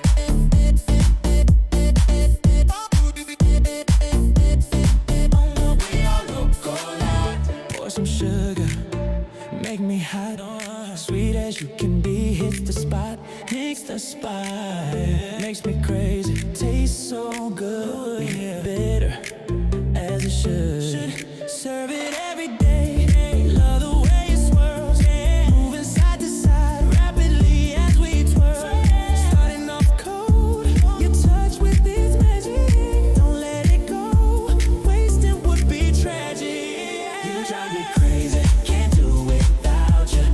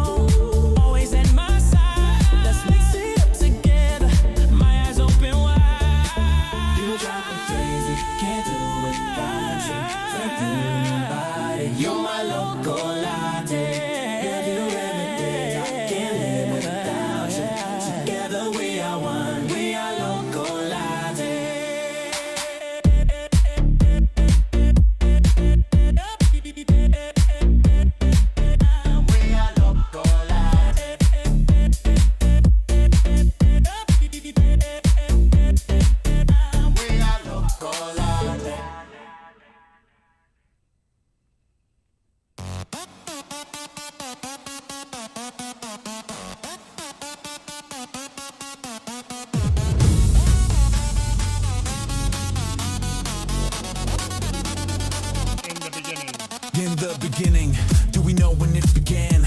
Questions of our origin, garden with a woman and man. Stories of creation written by global societies. Ancient texts and manuscripts, religion of different varieties. Yes, Darwin's theory in 1859. Is this how it all began? Was a natural selection spreading through oceans and lands? Organisms fit over time, mutations advance and expands. Genetic drifts and the role of chance. Will we make that leap? Next step in a recreation, evolution stage, type 2 civilization, harnessing energy from the sun. Dyson sphere encompasses our star, travel beyond our solar system. In the tree. Yeah. Humanity, evolution begins afar. Yeah.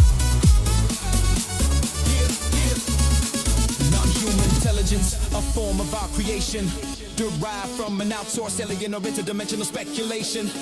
Artificial intelligence, friend or foe, technology utilized, or humanity's final blow. Pro we survive, our own instincts, a genetic code of war, primal instincts internal to our core, all differences set aside. Developing breakthrough technology, our next stage of evolution, life beyond for humanity. Will we make that leap? Next step in a recreation, evolution stage, type 2 civilization, harnessing energy from the sun. Dyson sphere encompasses our star, travel beyond our solar system.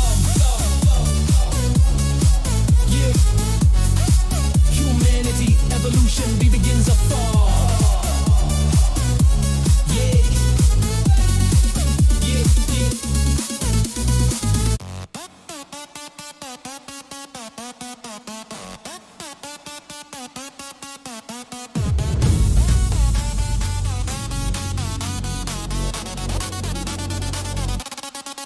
In the beginning, do we know when it began? Questions of our origin, garden with a woman and man. Stories of creation written by global societies. Ancient texts and manuscripts, religion of different varieties. Yes, Darwin's theory in 1859. Is this how it all began? Was a natural selection spreading through oceans and lands? Organisms fit over time, mutations advance and expands. Genetic drifts and the role of chance. Will we make that leap? Next step in a recreation, evolution stage, type 2 civilization, harnessing energy from the sun. Dyson sphere encompasses our star, travel beyond our solar system. Yeah. Humanity, evolution begins afar. Yeah. Yeah, yeah. Non-human intelligence, a form of our creation, derived from an outsourced alien or interdimensional speculation. Artificial intelligence, friend or foe, technology utilized, or humanity's final blow. Pro we survive, our own instincts, a genetic code of war, primal instincts internal to our core, all differences set aside. Developing breakthrough technology, our next stage of evolution, life beyond for humanity. Will we make that leap? Next step in a recreation, evolution stage, type 2 civilization, harnessing energy from the sun. Dyson sphere encompasses our star, travel beyond our solar system. Yeah. Humanity, evolution begins afar. Yeah. Yeah, yeah.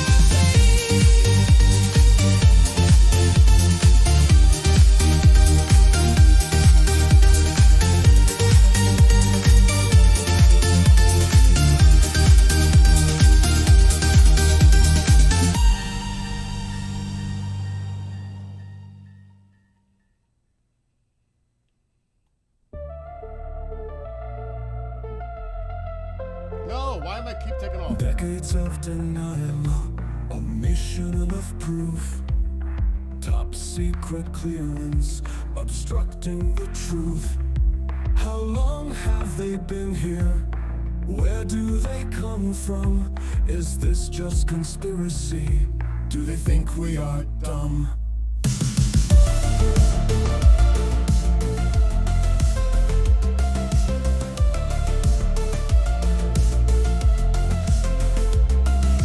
Do we have control over the skies and in the sea? Inside a home, what do you want from me? Alien, Piccoli, Cali, under our false skies, a message for humanity, or an ominous surprise. The truth is out there, will we ever be told? Government denial, disinformation, behold. Evidence classified, no need for exposure. Special access programs block the path to disclosure.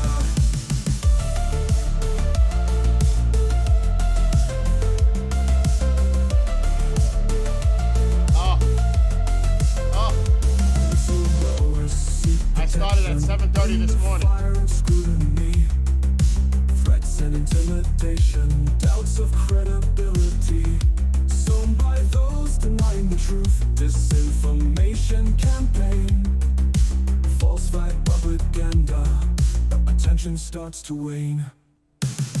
What will it take for disclosure to occur? A landing at the White House, undeniable truth creates. Just don't land in the East Wing. Don't land in the East Wing. It ain't there. Finally released. The proof is now out there, but will humanity believe? The truth is out there, will we ever be told? Government denial, disinformation, behold. Evidence classified, no need for exposure. Special access programs block the path to disclosure.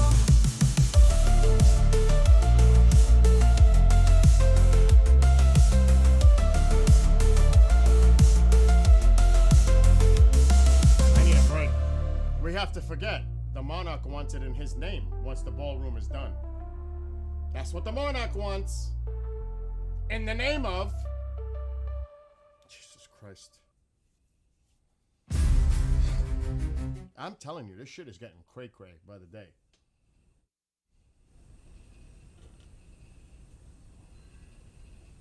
And people think it's literal.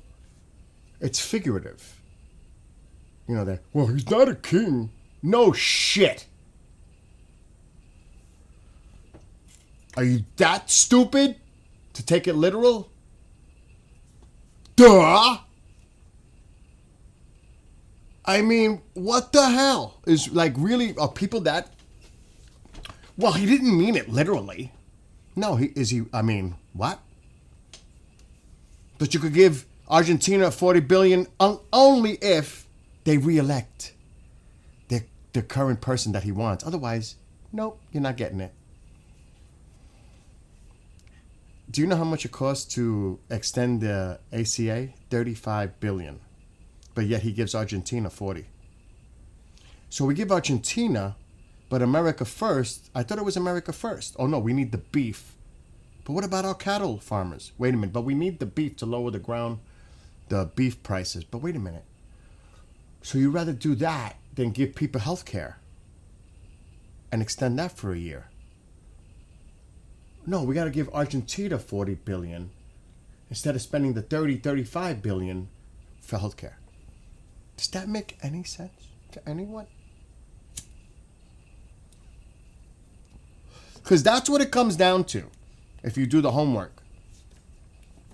And the money that we gave to Argentina could have been to extend this ACA tax credits for everybody for a year. Everyone. Now what?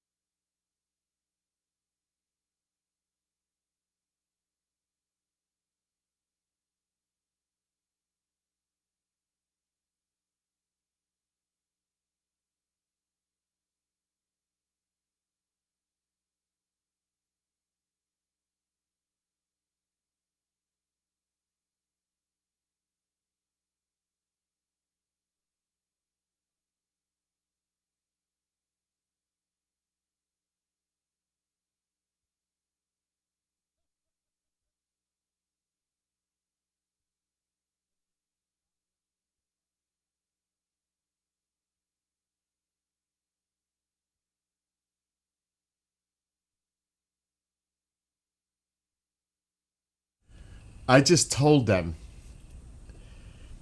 you're calling me every day on something we already resolved. I said, it's not on you. I'm not blaming you. You're doing your job for follow-ups, but I'm getting a follow-up after follow-up after follow-up on something I resolved last week. So it's like, I get it. But stop calling me!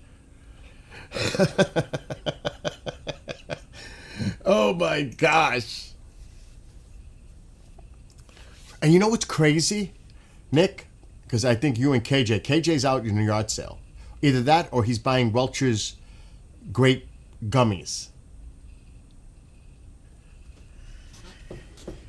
A lot of the songs that I've written have come true.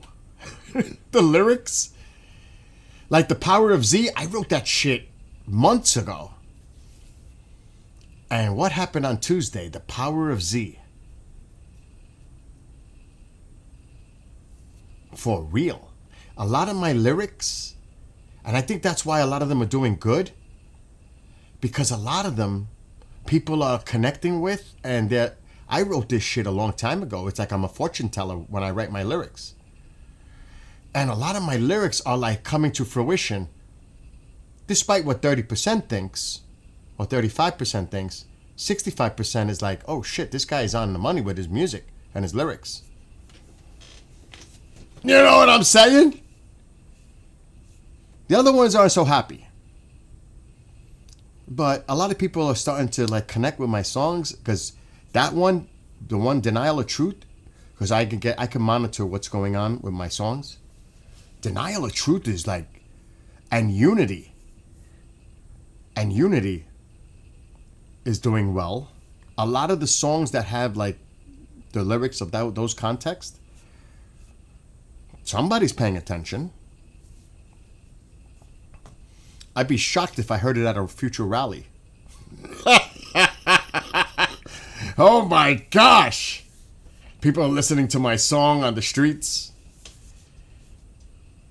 Rally songs that are positive and peaceful in nature, with a positive message of unity and not divisiveness. I think that shit is starting to trend. Just saying. You know what I mean? Yeah, it's like the Magic 8 Ball. I'm just saying. I think people are just fed up. It didn't take long either. It only took a few months. And people already said, screw this. I'm out of this. This is not what I signed up for. I'm out of this. Oh my gosh. Talk about a flip. And of course, you know, like I said, there are some that doesn't matter. Because they're ultra conservative. Not moderate. If you're a moderate Republican, you're a rhino. That's what you are if you're a moderate Republican. You're a rhino. And that shit is changing. That might come back to backlash. Because it might be, I might have to write a song, Rise of the Rhinos. For real. I might have to write a song, The Rise of the Rhinos. Alexa, turn a living room light on. And they won't like it. Poor MAGA won't like it. And they'll curse and moan and bitch and call you evil and all this. But you know what? People are so tired of it. You can name call all you want. Guess what? It's going to deaf ears because this shit is old. We're done. And fuck that. Period. Screw that.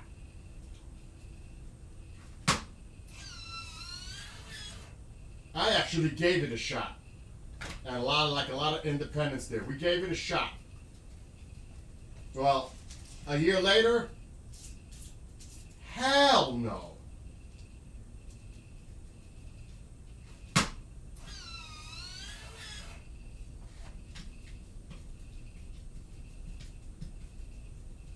And I said it, I wrote it in my lyrics. The power of Z. The next generation. And they're like, what is this new generation gonna do to all of us? Well, what the fuck are you doing to all of us now?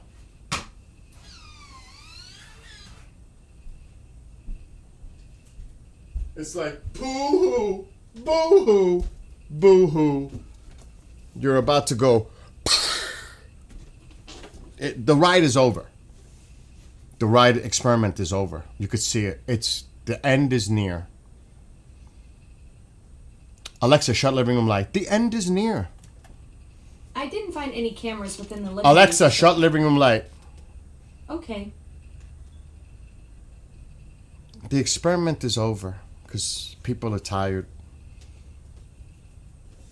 The independents are saying, this is fucking nut job nuts. And that's all you need.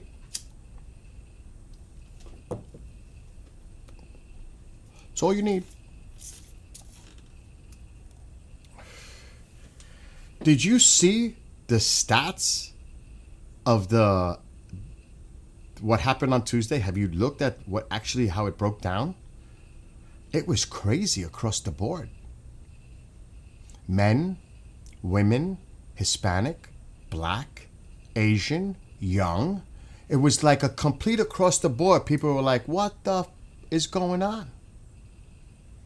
It wasn't even, it was across the board. It was so overwhelming what people from all different backgrounds and demographics, they were like, screw this.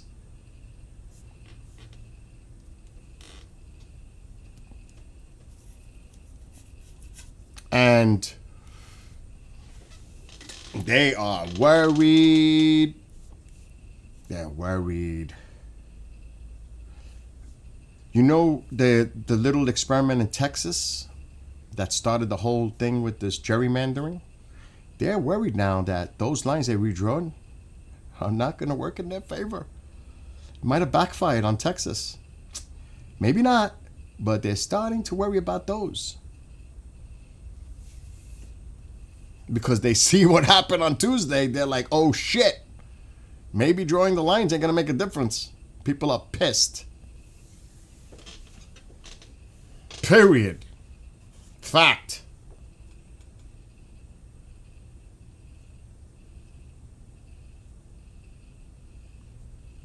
Did you don't even know. Do you want to see, you want to hear something? Check this out. And this is not to pick. This is just reality. This is not to pick. It's just a reality.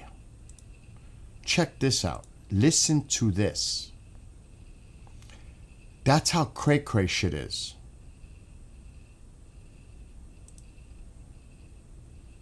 Dude, wait till unless I blew it. Because I was checking Windy so much.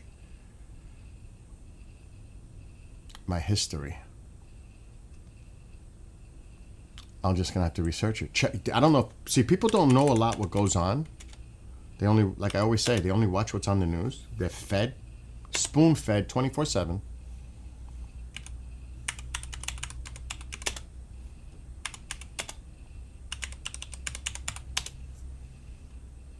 Oh, I hope I could find the article.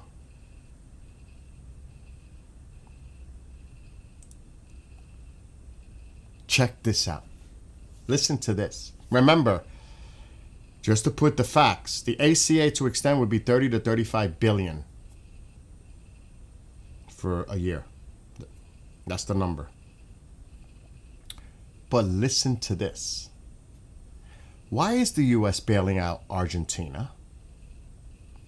In October 2025, the administration of U.S. President Donald Trump announced the extension of a $40 billion bailout package to Argentina. The U.S. Treasury would provide a $20 billion currency swap to prop up Argentina's ailing peso. So we're saving Argentina? I thought this was America first. Why is this so important? We're saving Argentina's peso? A deal that was finalized on October 20th, while an additional $20 billion will be financed by a mix of sovereign wealth funds and private banks. Trump made it clear, however, here's the stipulation, that continued financial support for Argentina was tied directly to the success of President Javier La Libertad Avanza party in Argentina's October 26 legislative elections. Trump stated plainly that if he loses, we are not going to be generous with Argentina, and that we're not going to waste our time with Argentina if LLA isn't victorious. This provided ample fuel for the opposition Peronist politicians who characterized such comments as extortionate expression of colonialist attitudes. Now, this isn't new. Clinton did the similar thing in the past, so this is not just a Republican thing. It's a Democrat thing too. This wasn't the first time the United States has directly intervened in Latin American economy. In 1995, President Bill Clinton responded to the sharp devaluation of the Mexican peso, known as the Tequila Crisis, with a loan that helped stabilize the currency and halt capital flight. Clinton's intervention was backed with additional funds pledged by the IMF and the Bank of Canada and was an immediate success. But it wasn't like Clinton was trying to bribe and intimidate and coerce the election. There's a difference there. A bailout is a bailout, but he put, if you don't re-elect, you're going to get nothing. So he actually did that to influence the elections in Argentina. Think about that.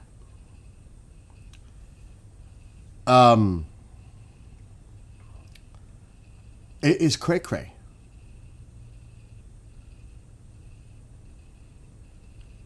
And it goes on. There's more information about the deal.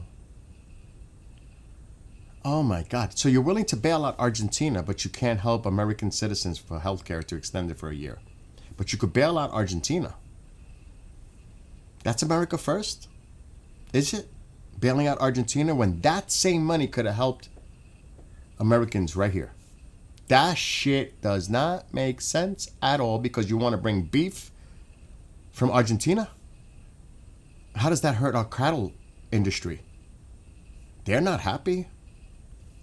They are not happy. So how is that an America First policy?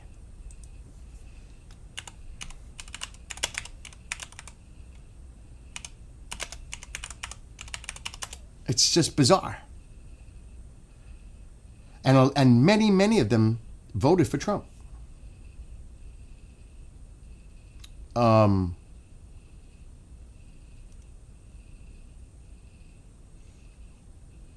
So I'm trying to. It's funny because the conservative media won't talk about what the cattle farmers are saying.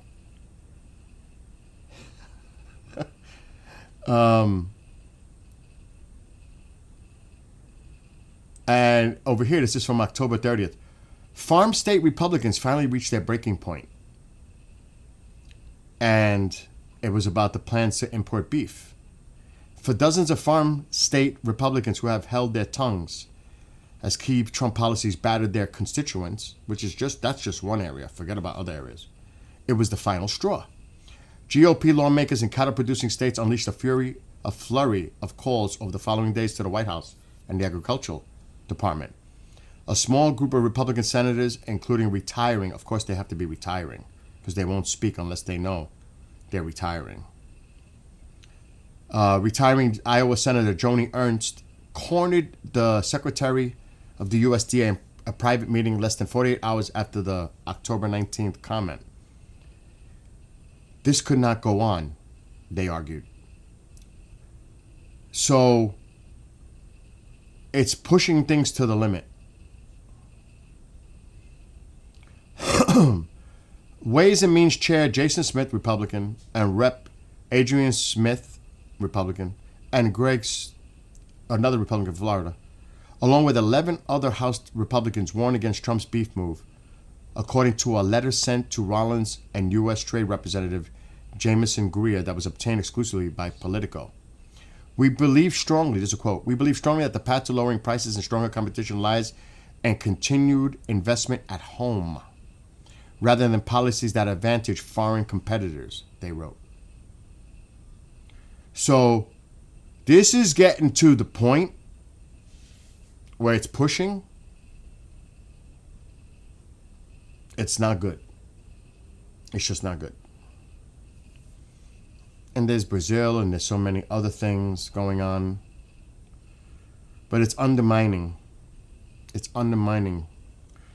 our farmers, cattle, ranchers. It's undermining them. Did you see the BS? Well, Thanksgiving dinner was was more expensive last year than it will be this year. Yeah, but you removed 15 items from the list to make it lower. And you put store generic brands in there to try to compare. What a bunch of bullshit, because it was fact-checked. Misleading. Misleading. If not an outright lie. And it's not a lie because they fixed the numbers to make it look like it would be cheaper this year than last year, but they actually omitted items and they used generic brands instead of name brands. Misinformation. It's funny and people believe it. That's the thing. People believe it.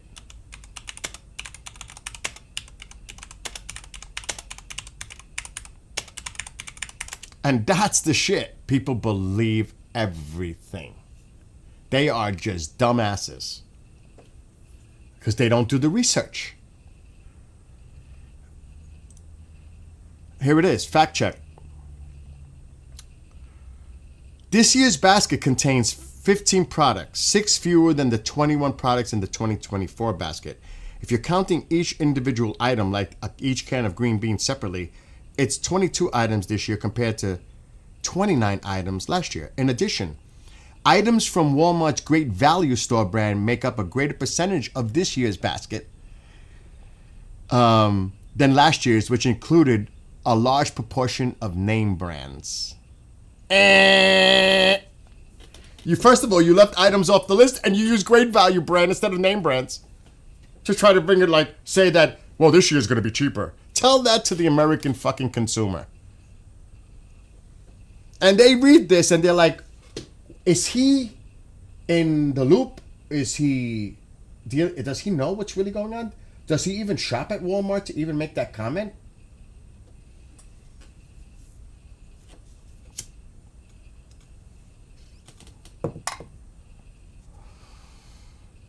Now, to be clear, to support his false claim that grocery prices are way down since he returned to office, he said Wednesday and Thursday that Walmart announced his Thanksgiving basket this year is 25% cheaper than Biden era. Now, that is true. Walmart did announce a 25% reduction. It's offering this year's basket for under $40, down from last year's price of around $55. But aside from the fact that any one company's holiday promotion is not a good measure for the state of the U.S. inflation, the price of Walmart's Thanksgiving basket is a especially poor proxy because the composition of the basket changes every Thanksgiving. Last year's basket had a pre-made pecan pie as well as ingredients to make pumpkin pie. This year's basket does not include the pecan pie. Last year's basket had both russet potatoes and sweet potatoes. This year's basket does not include sweet potatoes.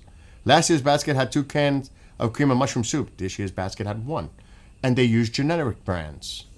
It also omits some of the other items included in last year's basket, including miniature marshmallows, corn muffin mix, fresh onions, fresh celery stalks, and it includes fresh cranberries instead of the slightly more expensive cranberry sauce. It's not all subtraction. This year's basket adds an extra can of green beans and some items that last year's basket didn't have, such as a pre-made stuffing mix, fresh carrots, and 3 boxes of macaroni and cheese. It also includes a 13.5 butter bowl turkey. No brand was specified for the turkey promoted last year. Walmart declined to comment on the president's claims or the changes in the composition of the basket. Its press release announcing the 2025 promotion said the news basket serves 10 people, compared to the 8 people it said last year, and that it's the company's best offer since it started the promotion in 2022, featuring generous portions of turkey, stuffing, traditional sides, rolls, and dessert ingredients. So, is it a lie? No, because it is cheaper. It has less items, and they're using generic brands compared to last year. So, it's misleading. It's definitely misleading. But people believe it. Because it technically is. But what's in the basket compared to last year's basket? What's missing? What's added? What's brand name? What's generic? Of course, if I go to Walmart and buy all great value, you're gonna pay less for the store brand than you would for a name brand. So they made it a no frills basket, other than the butterball turkey. It's a no frills. It's store brand, and there's less items in it. Which they want to make it, Walmart's whole objective here is to make it cheaper for people for the holidays. That's why they did that. They're actually concerned for the consumer to make it a lower price so people can find it more affordable. That's why. So from their perspective, Walmart is doing it for the consumer, to create a package that families can afford. It's more in the budget, you know what I mean? So it makes sense from the Walmart perspective. But when somebody says something else and it's misleading and people believe it, that's a whole different ballgame. It's misleading. You should see how much the Safeway Thanksgiving dinner is. It's almost $80. Now, if you look, because I have, the price of turkeys is pretty much stable. It's almost the same. It's like the same price as last year. So there's no imbalance there. Why don't we put some of the produce in there that costs money? It'll be ka-ching, ka-ching, ka-ching, ka-ching, ka-ching, ka-ching. And some of the other store brand, ka-ching, ka-ching, ka-ching, oh, it will be way over. If we replace the store brand names with the generic, not the store brand, name brands with the generic store brand, it would be higher. But they made a no frills basket. Walmart is using great value products, their own, in their basket. Does that make sense? Otherwise, it'd be expensive as shit. And I don't know if they did that so they wouldn't get flack. You know what I mean? Did they know going into it to do it that way? You know what I'm saying? Because they didn't want to hear it. From Big Daddy, as Megyn Kelly called it. Big Daddy. Wow. And I actually want to see what's in this basket, if they have it. I want to see.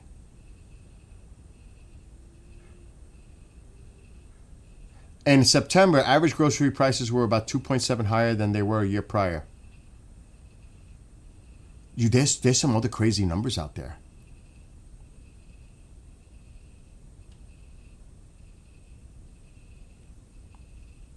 You wouldn't believe the numbers. The loss of jobs, it's the highest in fucking decades.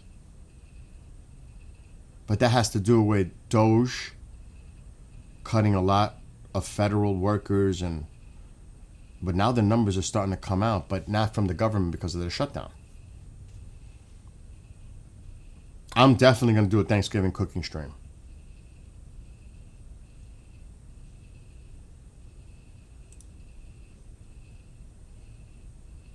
I'm trying to go to the woman.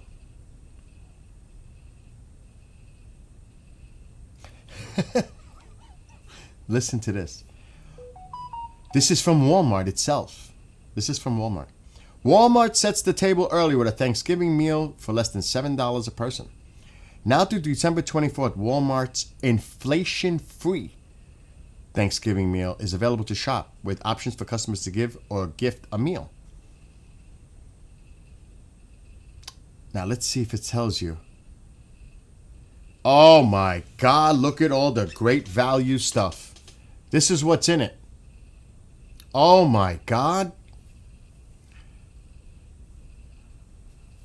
That's why it's cheaper. The whole frozen turkey, and it doesn't say butterball, it just says whole frozen turkey. Great value sweet Hawaiian rolls. Great value golden sweet kernel corn. Now a name brand, Ocean Spray jellied cranberry sauce. Great value canned green beans. French's crispy fried onions. Campbell's condensed cream of mushroom. That Campbell's. Campbell's is not expensive. Great value brown gravy. Marie Callender's Southern Pecan Pie. Great value frozen whipped topping. Great value frozen deep dish pie crusts.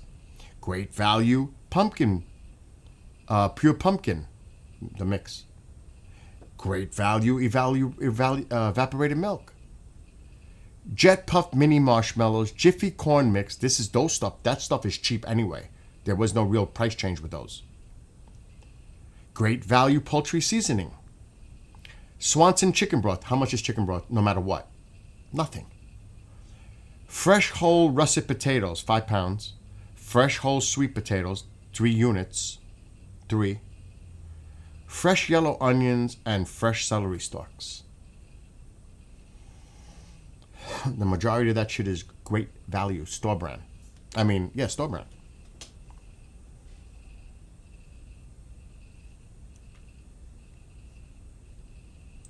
I want to see what last year's list is. I hope it's here.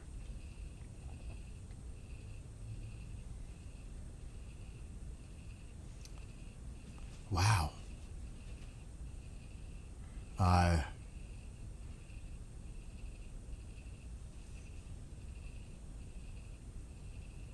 To be honest, they're giving me the new one. I can't go back. That stinks. I can't make a comparison. The Walmart site refreshes it.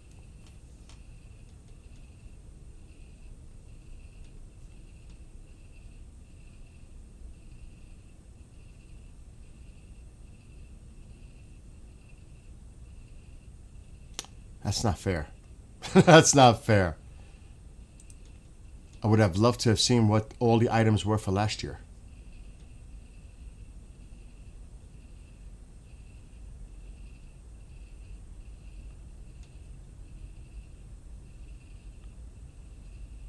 But anyway, that's what they did. But check out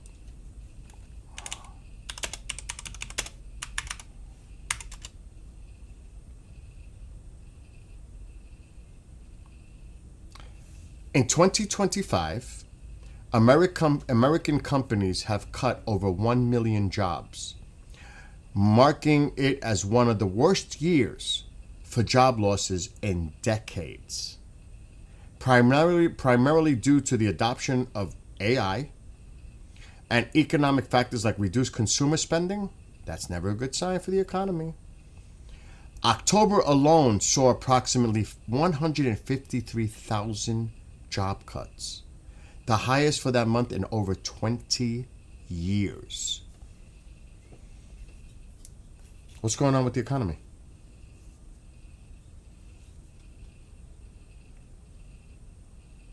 Did you see yesterday? You want to talk about that country? Did you see his reaction when someone fainted in the background and Dr. Oz and all of them are trying to take care of this individual, what is he doing? He just stands there. And he looks like he's pissed that this happened during his press conference. He looks more pissed that it happened than concerned for the person that just fainted. Instead of doing the right thing as a human being and going over there, even if he's not getting involved directly, just asking Dr. Oz, is he going to be okay? No. No. He just stands there and looks in space while this is going on behind him. He didn't even have the decency to go and ask if the guy was okay. What the hell does that tell you about the person's character? Any of us that have that human emotion to care for someone would have at least went over, especially as the president, is he going to be okay? Any human reaction would be concerned for what just happened next to you for somebody who just fainted. You don't know if they're unalive or whatever. But you would think you would walk over and find out, not getting directly involved, but from a distance, and say, is he going to be okay, Dr. Oz? No. Well, instead, he just stands there and he's looking around, still looking around. What does that tell you about the person's character? It says it all. That was atrocious. That was horrific. Absolutely horrific behavior on behalf of anyone, let alone the president in the freaking Oval Office, of a human being that just fainted, being helped, thank God, but he stands there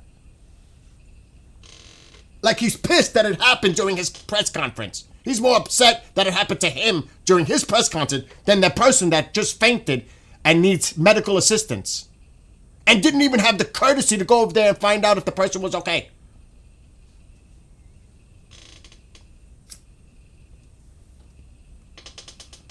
Could you imagine if Biden would have been there dumbass looking like this? People would have said, oh my God, he must really have lost his mind. He doesn't even know what's going on behind him. He must really be suffering.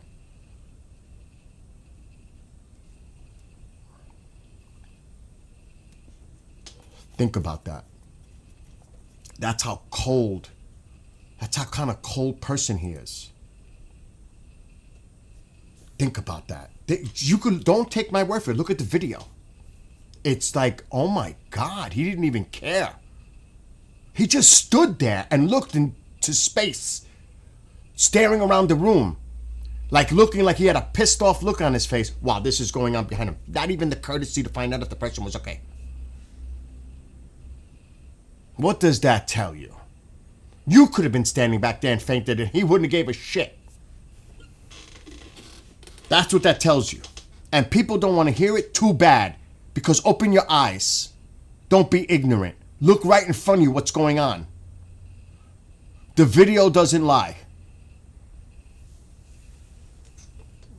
And I'm sure there are people tuning out right now, but because they don't want to deal with the reality of it. They don't want to deal with the truth that's right in front of their face. Huh? You want anything from over there?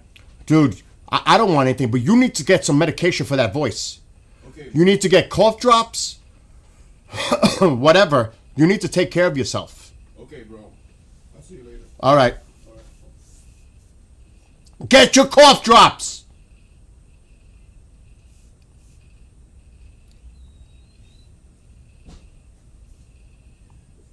I mean, my gosh. That's undeniable.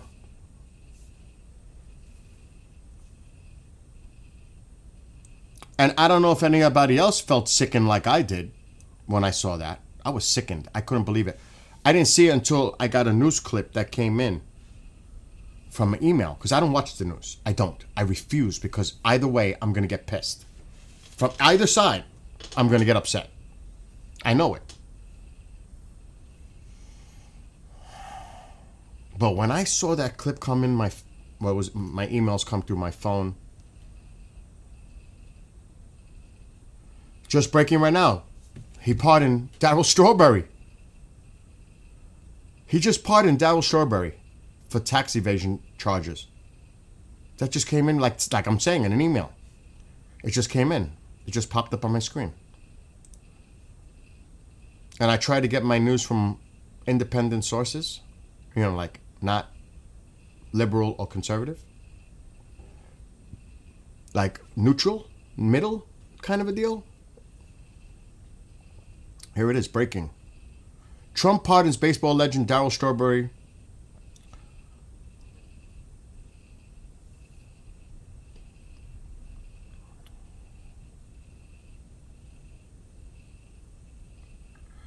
This is the statement from official statement. Served time and paid back taxes after pleading guilty to one count of tax evasion, the official said.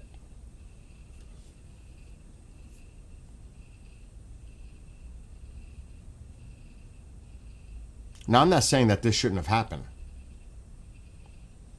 This is what Strawberry, he thanked the president in a post on Instagram. Quote, "Thank you, President, at real Donald Trump, for my full pardon and for finalizing this part of my life, allowing me to be truly free and clean from all my past." I think that's a nice gesture, to be honest. For tax, actually, I think that's a nice gesture, to be honest. Now, I don't know Strawberry's political ideology.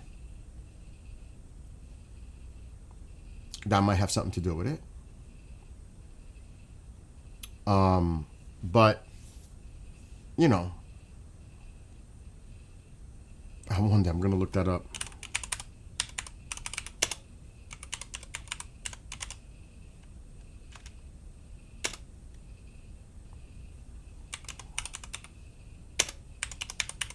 There has to be a connection. This has to be deeper than this.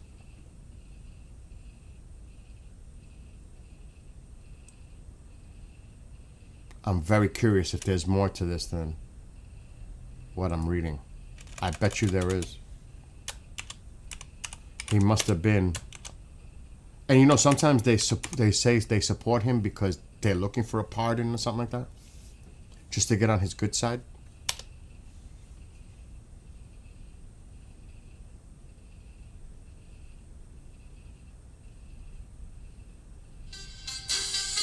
Oh my God, now what?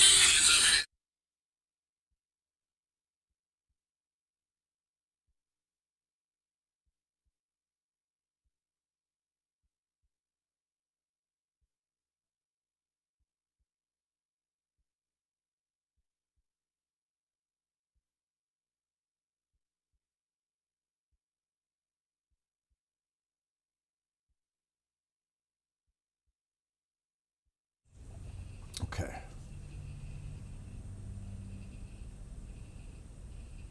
It's the same. It must have just happened.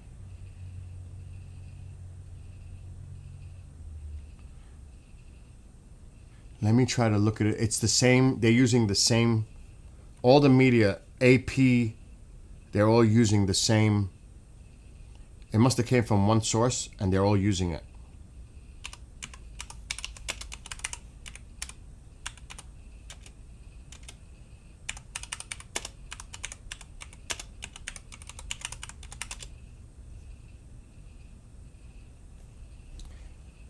No, it's all over the place. I can't, it's not going to let me search it the way I want to. It's all over the place.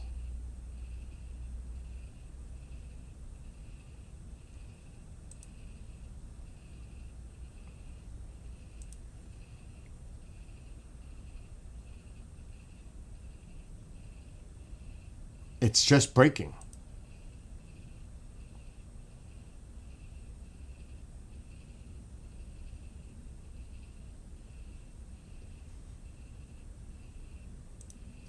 I mean, maybe he did it out of the goodness.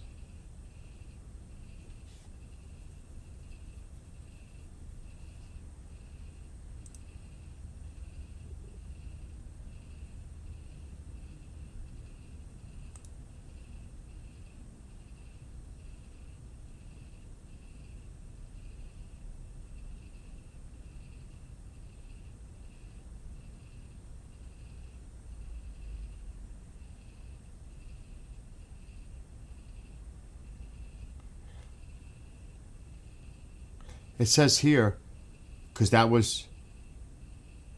there's more to it. That Strawberry said. The other one took it out of context. This is the more of it. This experience has deepened my faith and commitment to working for his kingdom, God, as a true follower of Jesus Christ. This has nothing to do with politics. It's about a man, President Trump, caring deeply for a friend.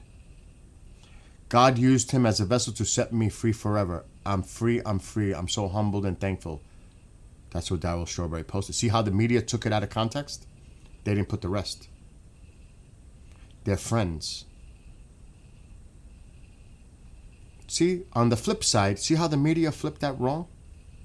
They didn't put it in its whole context. They didn't say that Strawberry said this has nothing to do with politics. It's about a man, President Trump, caring deeply for a friend. See how the media on the other side flipped it? That's what I mean. Both sides.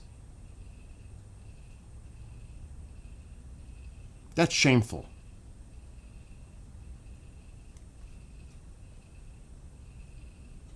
That is shameful.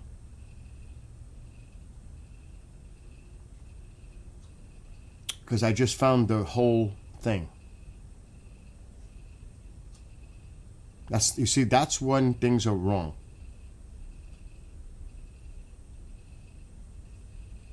It's all over the place. Everything.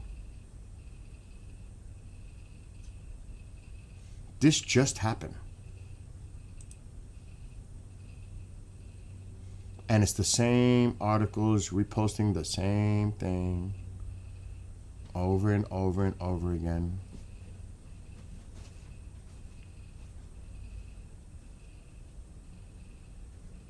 It's actually wild that they're all saying the same thing.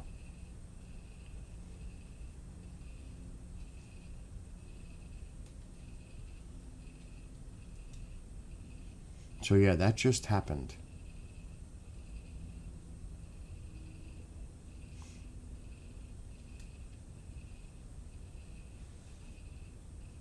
I think the AP might have been the first to break it. Because everything has a lot of AP association. I think they took a lot of them took it from AP.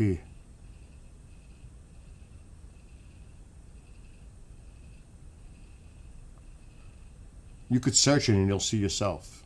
It's crazy. It's the same wording for almost everyone who's putting it out.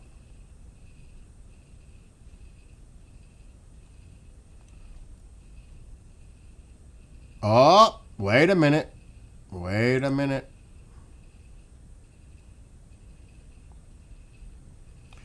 Darryl Strawberry is a supporter of Donald Trump and has publicly praised him, highlighting their friendship and Trump's kindness toward him. Strawberry has also participated in events supporting Trump's campaign and has spoken about the positive impact of Trump's policies on African Americans. I knew there was something deeper here. I knew it. I knew it. It had to be something more. And there is. I knew it. There had to be more to this.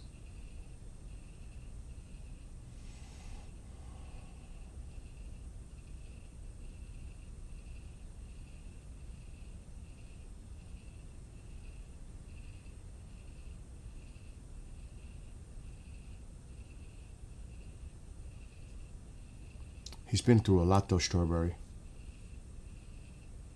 I'm reading all the stuff he's been through with his wife, himself, heart attack. His wife had cancer. This guy's had a rough life. Wow. Actually, it was also drug charges. Has pardoned former New York Mets great Darryl Strawberry of tax evasion and drug charges.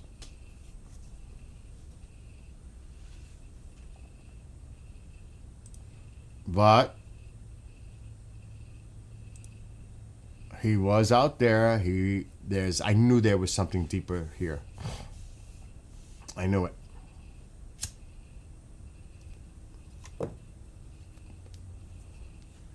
doing a little research.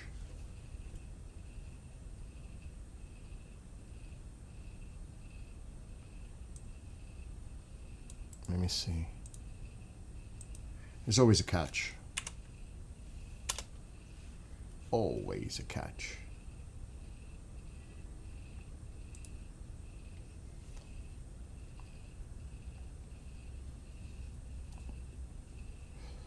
And that's the information I'm finding so far without digging more.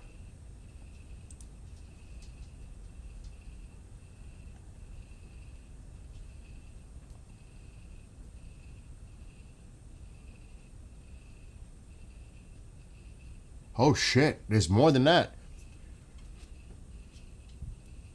Darryl Strawberry, the former baseball star, has a long-standing friendship with Donald Trump. He has publicly expressed admiration for Trump, stating, "President Trump, he's a great man to me. He was always gracious to me. Trump's kindness and appreciates Trump's kindness and has been involved in various events supporting his campaign. Public appearances and campaign involvement, Strawberry has participated in significant campaign events, including a live webcast titled Faith in America, Black Voices for Trump. He was also present at the Republican National Convention, where he showed his support for Trump during his acceptance speech. He noted under Trump's administration, African Americans experienced greater economic prosperity, with the unemployment rate reaching historic lows and family incomes increasing. Strawberry believes these policies have contributed to reduction in poverty within the community. In addition to his support for Trump, Strawberry has also been active in addressing the opioid crisis, collaborating with the Trump administration to raise awareness and provide assistance to those directly affected by addiction. His advocacy reflects his commitment to helping others while aligning with Trump's initiatives. So he's worked directly with the president. This is deeper than just feeling empathetic for someone and giving them a pardon. No, I knew there was more deeper stuff involved here. I knew it. There had to be a catch. It's a friend. It's a friend. What's up, Lorraine? I knew it. A little digging. You find out the information. There's the catch. That's why he did it. I knew there had to be a catch. There's always a catch. Not saying that it's a bad thing. I'm just saying there had to be a catch.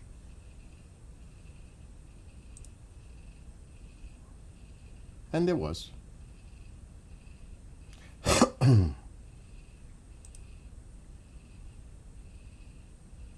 But that's what's breaking right now. Like all over the place.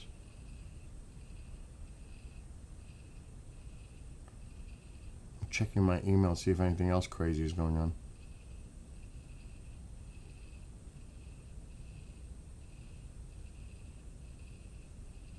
What?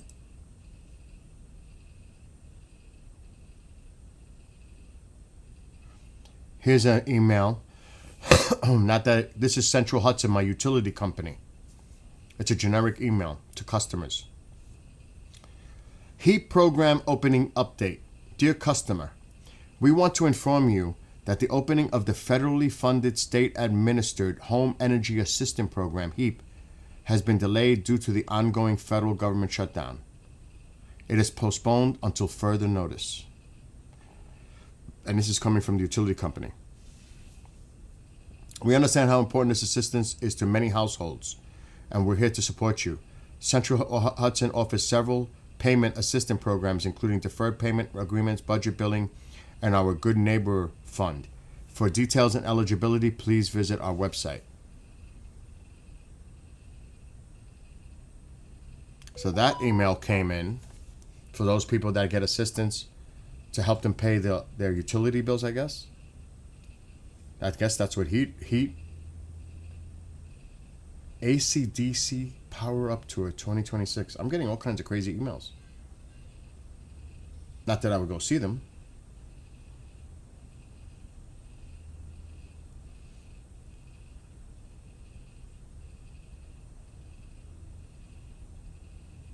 Here's another one that just came out. This is just coming out today. My gosh, what the heck is this? Some restaurant chains are sounding the alarm about consumers. Some major restaurant chains sounded an alarm in recent days about a shopping slowdown, spotlighting a crack in the U.S. economy as inflation worsens and hiring wanes. That's never a good sign. Household names like Chipotle and McDonald's caution about flagging purchases among low-income customers. The development could hold significant stakes for the wider economy, since consumer spending accounts for about 2/3 of the U.S. economy. A fresh report on Friday revealed a decline in shopper attitudes in November, leaving consumer sentiment at its lowest point since the pandemic. Survey came days after the Federal Reserve Bank of New York showed Americans' household debt levels had reached a record high. Here's what some major restaurant chains are saying about consumer weakness and what it could mean for the economy. Chipotle, which operates thousands of U.S.-based stores, faulted consumer weakness for disappointing sales and earnings report. Same-store sales, a measure of revenue generated at existing locations, is expected to decline in 2025, Chipotle said, reversing a forecast of sales growth made just months earlier. On an earnings call, the CEO of Chipotle pointed to persistent macroeconomic pressures, saying the gap has widened between low-income and affluent customers. That's never a good thing. Customers earning an annual salary below $100,000, who account for about 40% of Chipotle sales, are dining out less frequently due to concerns about the economy and inflation. Shares of Chipotle have plummeted more than 20% since the company released earnings last week, contributing to a 50% drop since the onset of this year. There's another one, Sweetgreen. I don't know who the heck they are. McDonald's. McDonald's CEO warned analysts this week that traffic among low-income customers have fallen nearly double digits across the industry.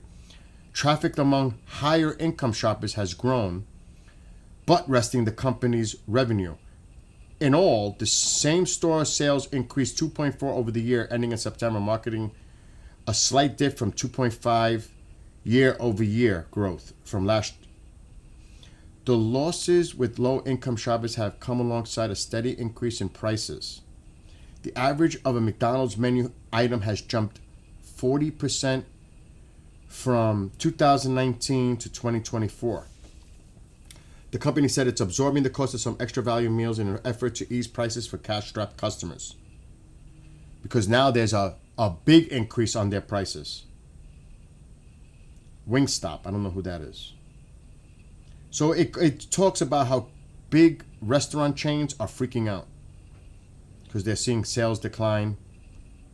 That just came in. So the warning signs are there, and they're starting to talk about it.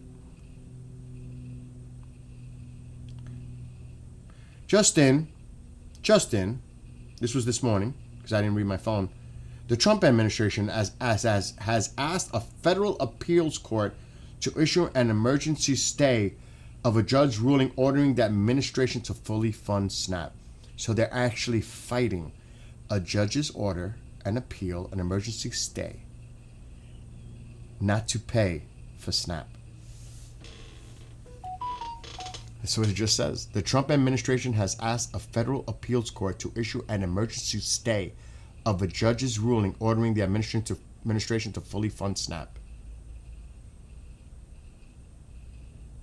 Think how that looks on him. He's actually fighting to stop SNAP benefits for 42 million people. Does he realize what he's doing? The country is like, what?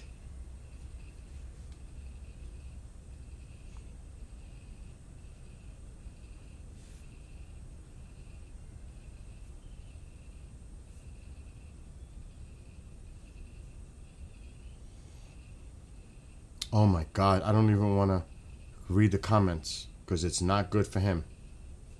These are comments, opinions. I'm not going to go there.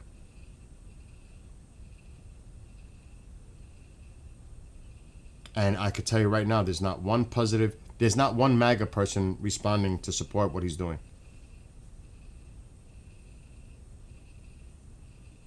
Like one comment, which is kind of polite. When leaders fight harder to deny food than to feed families, the problem isn't policy, it's morality. SNAP keeps children nourished, seniors alive, and working families afloat. If feeding the hungry requires a court order, what does that say about our nation?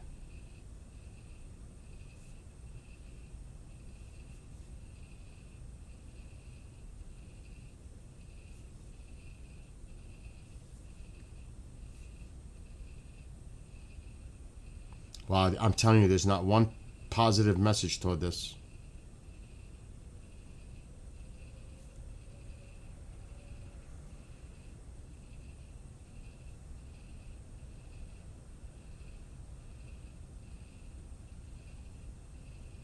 Not one. Like what I said, in what possible way does he think this makes him look good? Another person, emergency relief shouldn't need an emergency ruling. There is not one positive thing.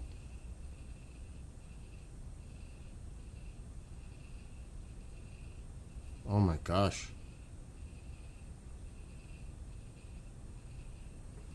There's not one, I don't see one person responding positively to this.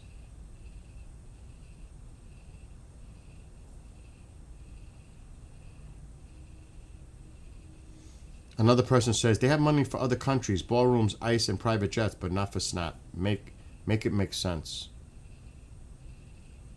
Imagine being the president of the United States and going to a court to stop feeding poor people. It's truly mind-boggling. People better wake the hell up. He doesn't care about the poor. This is the general consensus. I have not seen one positive in this X thing to support what he's doing right now.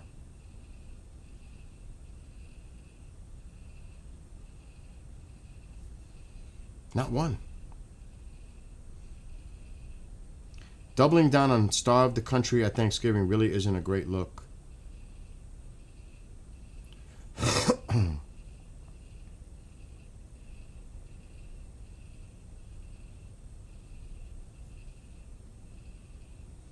Now, one person wrote, "Yay, let's withhold SNAP at Thanksgiving." I don't know if that's sarcastic.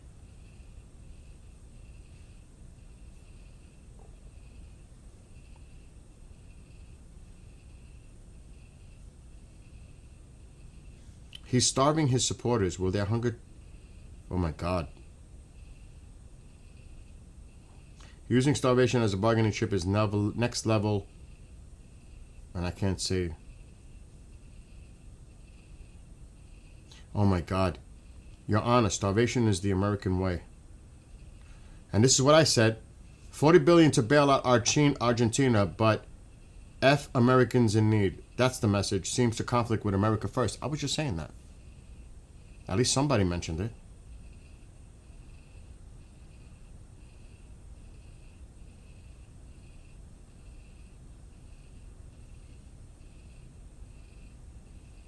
Wow, it's just... I mean, people are pissed.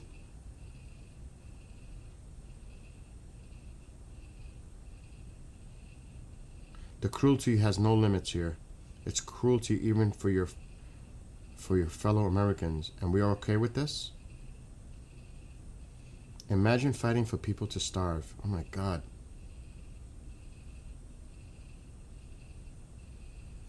Now here's one MAGA supporter. How is Trump supposed to fully fund SNAP when he has only $5 billion in the fund and requires $9 billion to fund SNAP for a month? Is this judge delusional and in need of a mental health wellness check? You might want to ask who is in need of a mental health wellness check when you say something like that. The money is allocated in government because of the shutdown. They can't access it, obviously. But he can give $40 billion to Argentina? How does that work?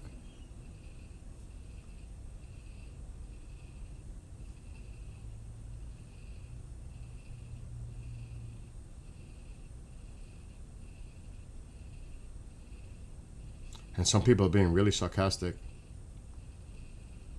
Fund $40 billion to Argentina and $170 billion to ICE agents, but no money toward feeding the people in one of the richest countries in the world? This is the sentiment. Forget about MAGA. This is affecting, even Republicans are being affected because a lot of people that are on SNAP live in red states. I already went through the numbers on that. You would not believe how many people in red states depend on SNAP. It's turning their constituents.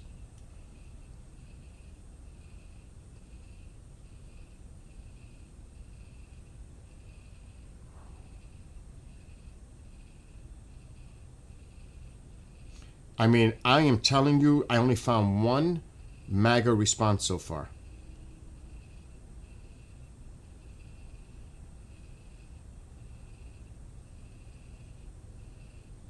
Like somebody wrote sarcastically, no, please don't make us feed the needy. I don't know what that's supposed to mean.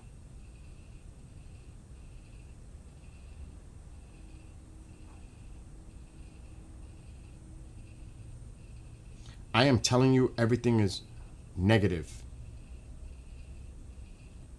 Like, hey MAGA, what happened to America First? You perfectly okay with making Argentina great again, but not America?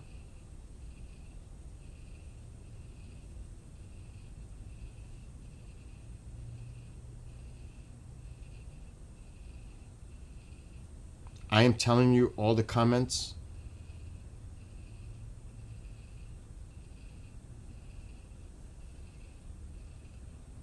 Wow. Withholding SNAP benefits, destroying tons of emergency food. That happened, you know.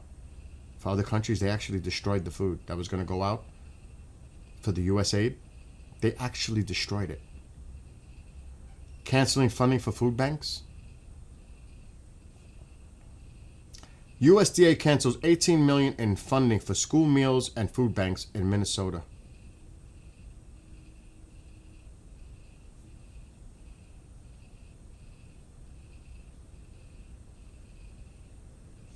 I am telling you, every comment here is not good. I'm trying to find one that is pro what he's doing.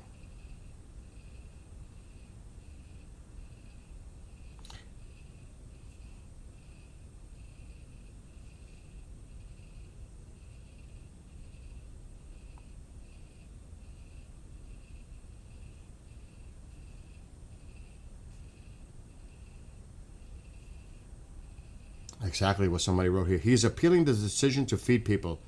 Exactly what Jesus would do. I mean, now people, they always throw the religious part of it all.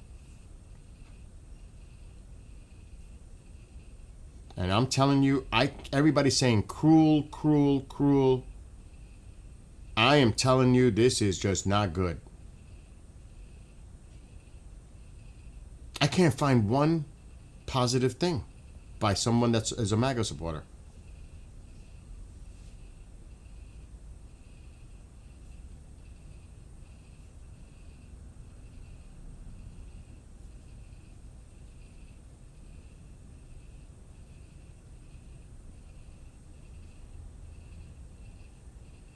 So somebody here says, I think this is maybe pro.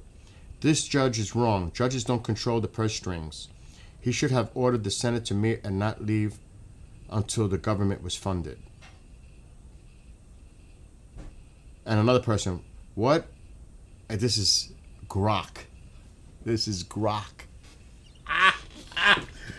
Of course it's Grok. What in the checks and balances is going on now with SNAP?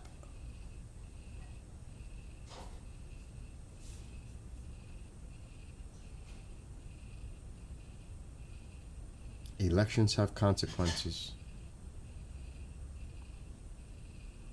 Has he barricaded federal parks yet? I mean, so mean. There is not one positive. I'm skipping all the others. I'm trying to find someone that's for it.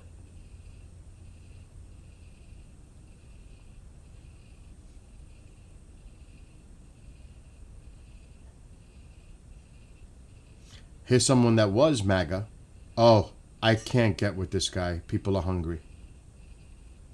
So even some MAGA folks are saying, okay, this is going too far.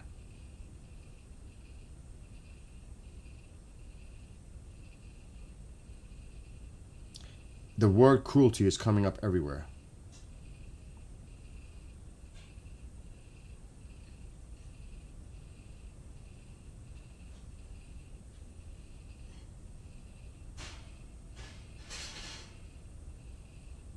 I can't even find one.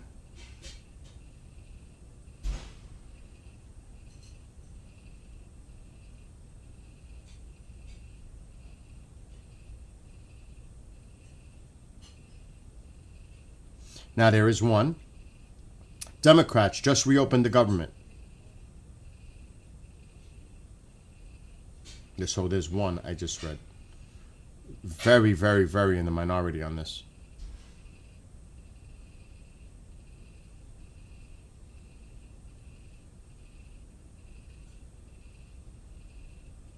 So the reason I'm doing this is to tell you the sentiment that's going on in the country. Forget about MAGA.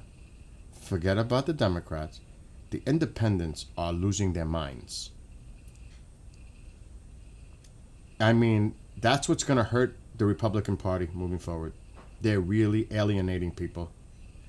Because you can please the base all you want. The base is going to be happy, whatever you do. But you're not going to win on the party alone. Oh my God, the bishop.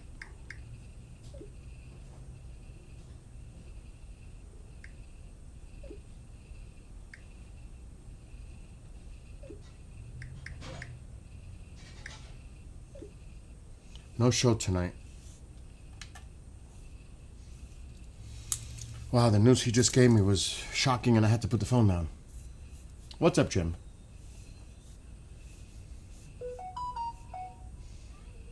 No, that's not true, Jim. That is not true. Now that the elections are over, they got the votes they wanted. They didn't get the votes they wanted. It was clear across the whole nation that people are pissed, regardless of what happened. Republicans are in a very bad place right now. Not with the Democrats, not with their own base, with independents. Independents clearly spoke out. Hispanics that voted for Trump, blacks that voted for Trump, a lot of people that voted just said, fuck this, we're done. Has nothing to do since they got the vote. That's the political narrative that the Republican Party is putting out there. That's not the reality. The reality is the country is pissed. Forget about the MAGA. They're supporting him no matter what he does. Forget about Democrats, because they're going to be against him no matter what he does. What are the independents thinking? I always say this. Independents are pissed. And they're fleeing in the droves of his support. That's a fact. Done. Done. Unless some miracle happens that the economy turns around, cost of living turns around, cost of everything turns around, the Republicans are going to get slammed in the 2026 midterms. They're going to get slammed. Because again, MAGA's going to vote for Trump people. Democrats are going to vote against Trump people. What are the independents going to do? Right now? Forget it. If the midterms were held right now, they're losing the House. And they could possibly even lose the Senate. Because people are pissed. You cannot win on party line alone. When he was elected, a lot of people, Democrats, crossed party line to vote for him. Hispanics came out and voted for him. The black vote came out to vote for him. He lost it. It's done.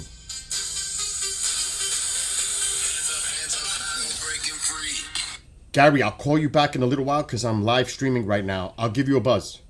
Okay. Bye. Thank you. Bye.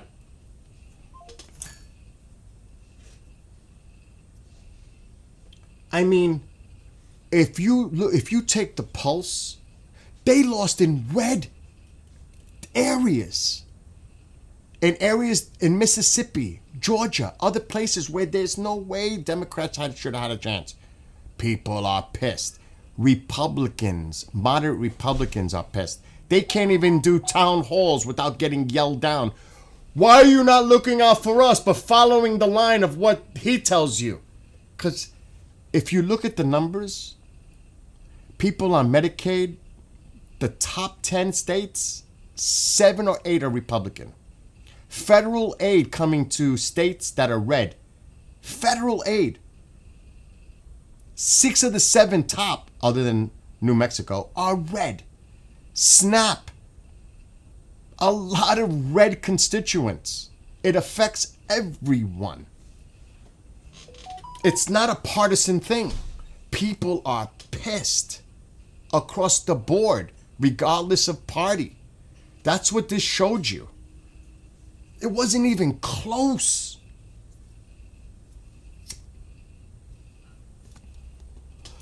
"35% of the country approves, or 40% approves." Where's the other 60 stand?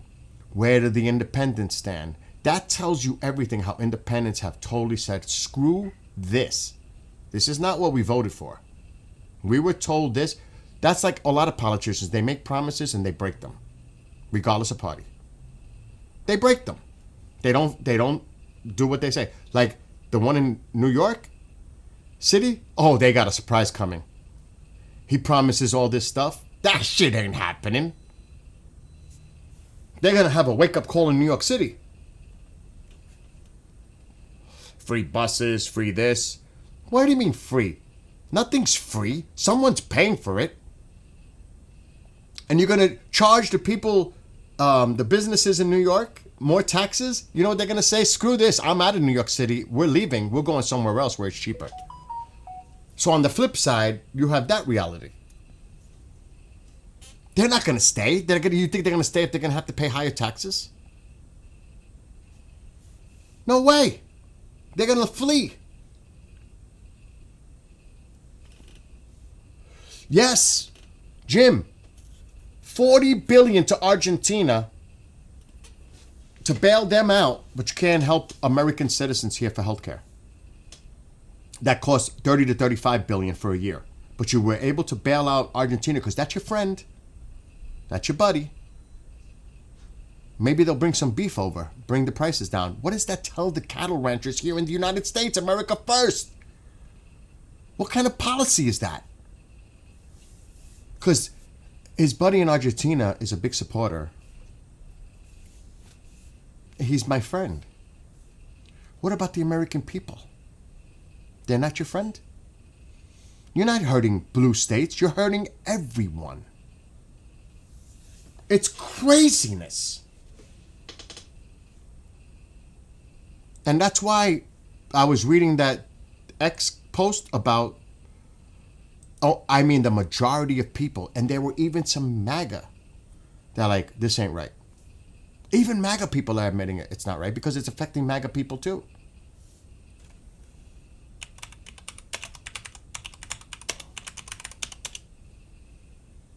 This is not partisan. This affects everyone.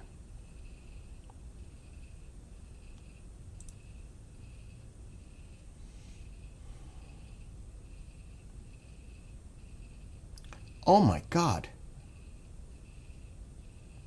I'm going to see if I can find the numbers.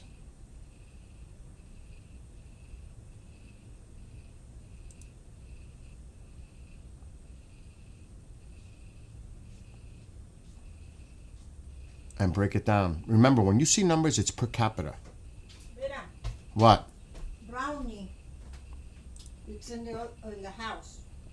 Okay. But then Blackie, I don't think there's another interest for Blackie there. Here. Oh, okay. Look. New Mexico's always at the top of the list. That state. Now, Okay, Mom. now Blackie's outside in the cold. Okay. Blackie knows where to go. Look at this. No, All right, Mom. he don't know where he's going. These 10 states have the most residents relying on food stamps. New Mexico's a disaster. Oregon, blue. Louisiana, red. Red.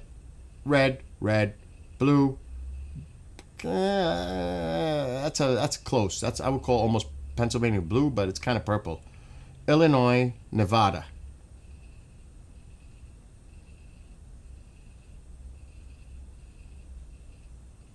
I hope they go for a 1-year extension and end the nonsense. Look at the numbers. Look at Louisiana. 18.5. Look at New Mexico. Look at these numbers. And there's a lot of red there. There's blue and red. This is not a partisan thing. By any means. It affects everyone. Don't believe the hype. It's not a partisan thing. There are a lot of red dependent states that the people there, the constituents, depend on SNAP. That's why people are pissed across the board. Because it's not just affecting people in New York City or... It's affecting everyone. And that's why people are angry. And, you know, the numbers.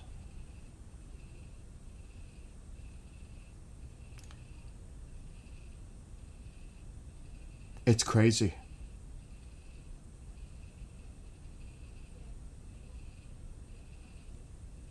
Here they have it in alphabetical order.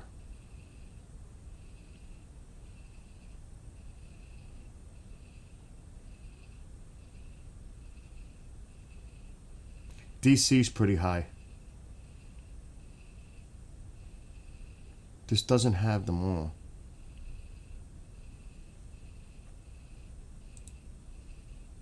DC's not top 10, but they're up there. I'm trying to get the data. But that's an example.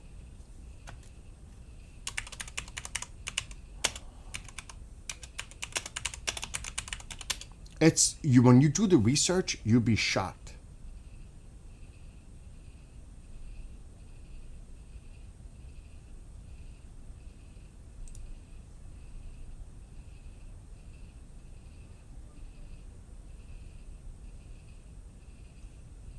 I'm trying to find statistics. It's hard to find real statistics.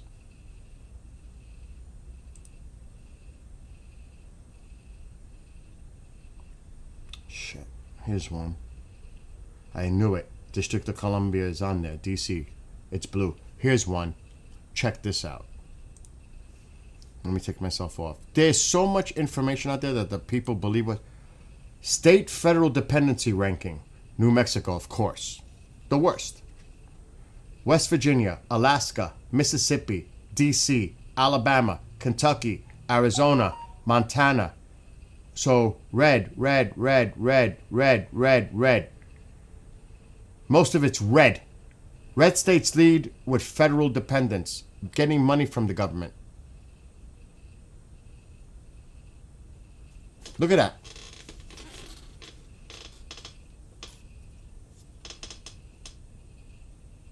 Look at that.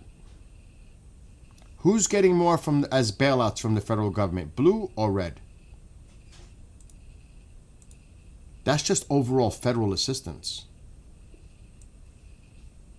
Forget about Medicaid. I think it's 6 out of the 7 states are red. Top. The numbers are there if people do the homework. That's bad.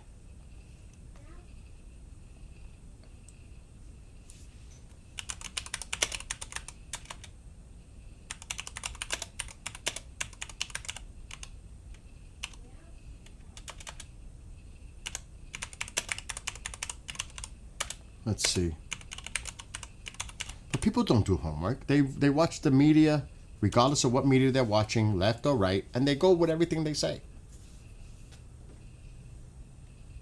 Okay, here's one.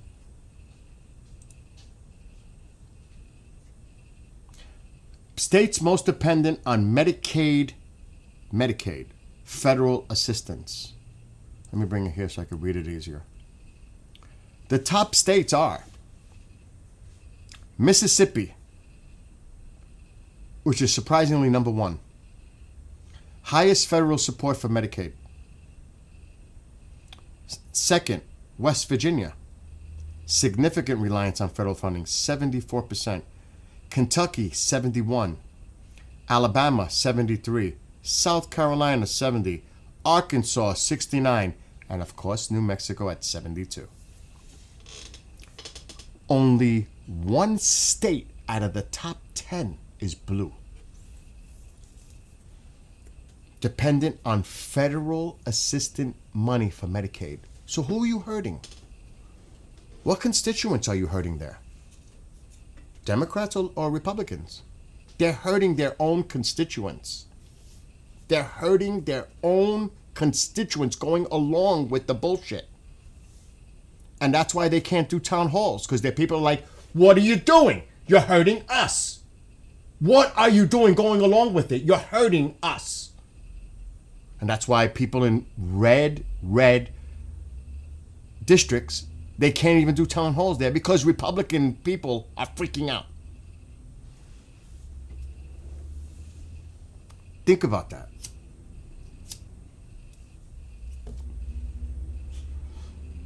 In almost every category, it affects people across the board, blue and red. But most of the federal funding, states, red. SNAP, mixed. I think it's 7-3, top 10, red. And this one, it's 9 out of 10 for Medicaid. Per capita, remember, you might see the number be like, oh my God, New York has 300,000 people depending on Medicaid. But the population in New York is 19 million. It's per capita. See, people don't know how to interpret numbers. You can play with numbers to your convenience. But the numbers, if you look at the numbers for what they really are, they don't lie.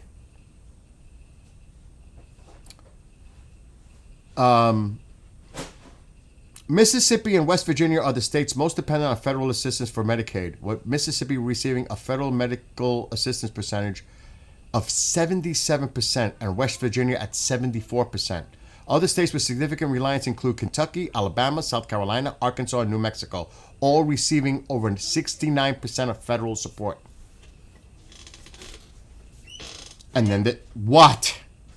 Don't go, what? What? I'm live. I'm talking about serious stuff. What? The Blackie. What about Blackie? It's in one of the houses. Okay. But Brownie, it's not going in.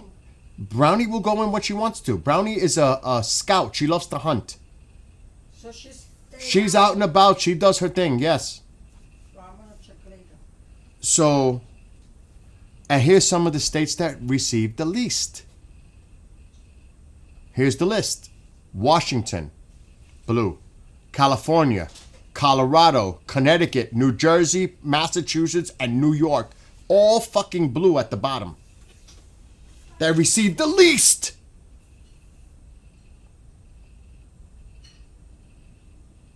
For Medicaid. You would think otherwise, right?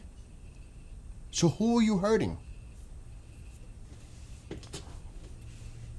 Who are you hurting?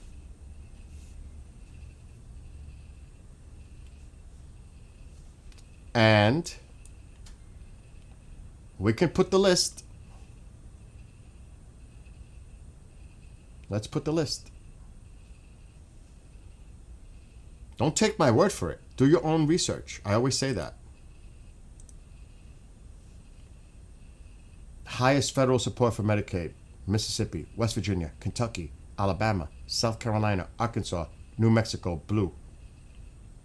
Least state with lowest received the least federal support: Washington, California, Colorado, Connecticut, New Jersey, Massachusetts, New York.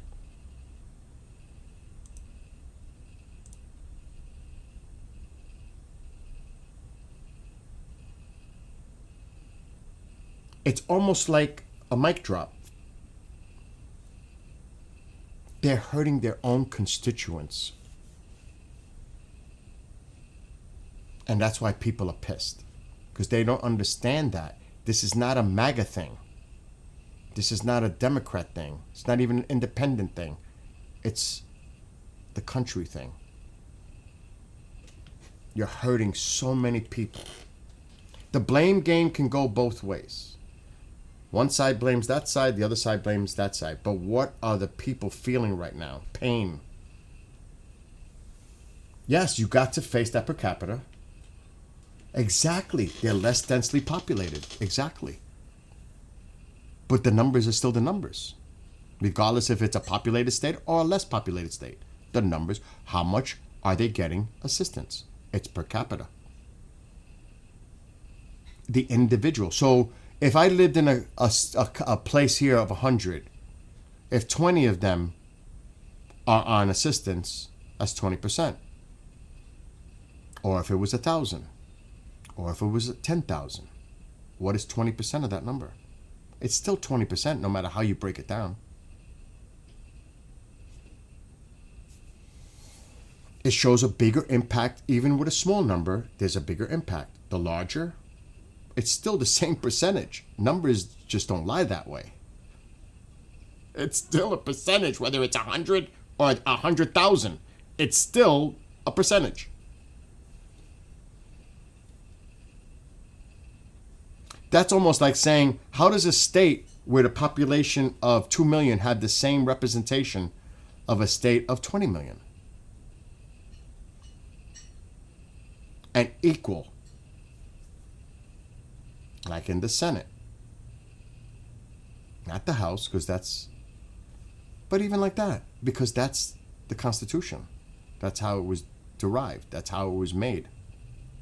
So a person in a state that lives with 2 million has an impact of a state equally of 20 million. They have the same representation in the Senate. Though they only represent 2 million in that state, it's still 2. Even though there's 20 million in this, it's still 2. So those 2 senators in that state that has a lot less population representing the country as a whole has the same voice as the other state with 20 million. So you could flip it. People could flip the argument any way. It depends on your point of view. And it's actually, it's something that is debatable. But that's the way it is. Until you start drawing lines over, like both sides. I always say this: gerrymandering either side is wrong. It's just wrong. Redrawing lines to make it convenient for your party to get more representation. I don't care who's doing it. It should never come to that. But unfortunately, they're going back and forth now. But that's just the way it is. It's an action, then there's a reaction. Does it make it right? Really? So again, when you look at things objectively, not politically, objectively, and you're fair with the objection, the objectivity, you can criticize across the board everywhere.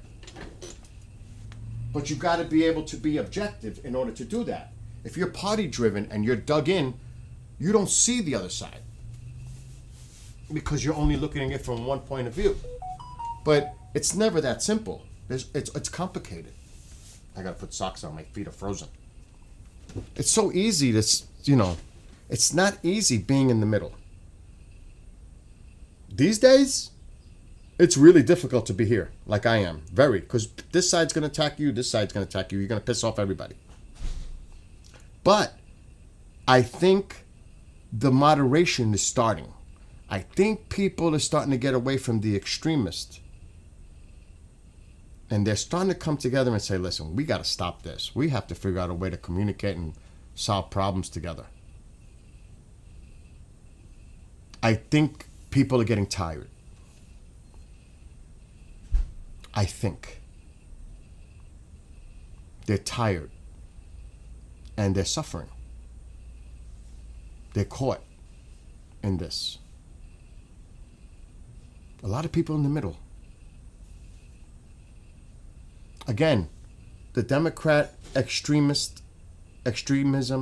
on the left, but the same way they say the radical left, there's the radical right. Because you say it makes it different. There's radical and extreme right. They're both.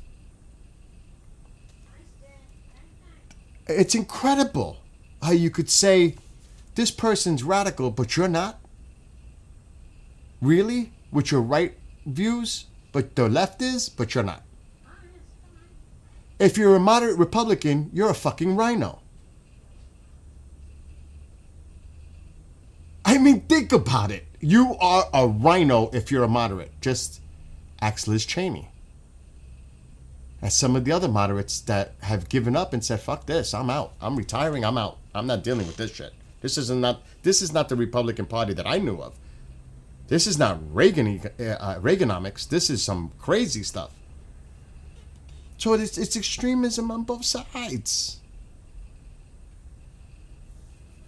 You know what I'm saying?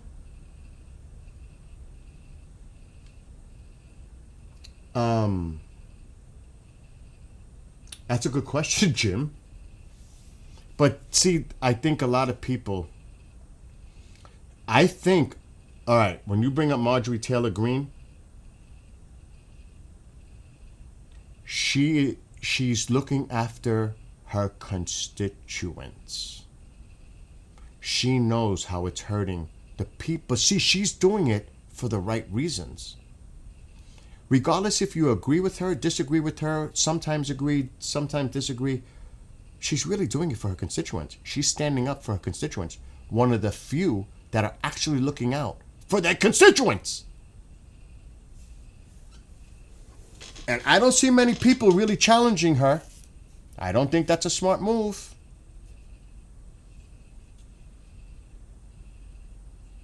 And she's looking also at her future. Politically. She's not stupid. By any means. And again, people could agree or disagree with her, whatever. That's besides the point. That's a political thing. But she's telling you, this has to stop. You're hurting my people. Like the numbers I just put up. There's no gray here. People from across the board are getting hurt. I read earlier, you got to hear the stories coming out now about the people getting their price rate increases with the ACA.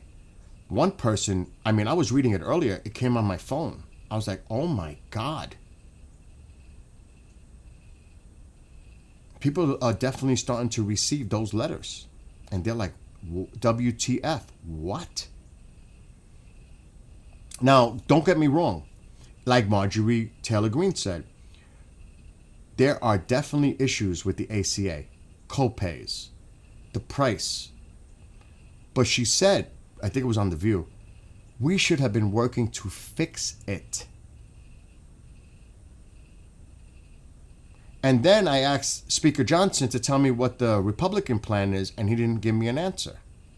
So it doesn't even look like they're trying to destroy ACA, but what's their plan to replace it or fix? They're not even fix it so what's the plan? The last time it didn't work out too well in the elections because it didn't. So even she's venting frustration. Like, okay, tell me what's the game plan? Well, I don't know. Right, Amol? You know something, Jim? You bring up something very, very freaking important in that chat. He says Marjorie Taylor Greene and Fetterman, that's the guy from Pennsylvania, for 2028. Wouldn't it be nice? I'm just saying this as a hypothetical. Wouldn't it be nice to see two moderates, I don't care who, a Democrat and a Republican run together on a ticket? Wouldn't that be something different? A Republican and a Democrat running on the same ticket, but they're moderate. They're in the middle. They're not extreme. They're here. Working to bring people together. I would love to see that.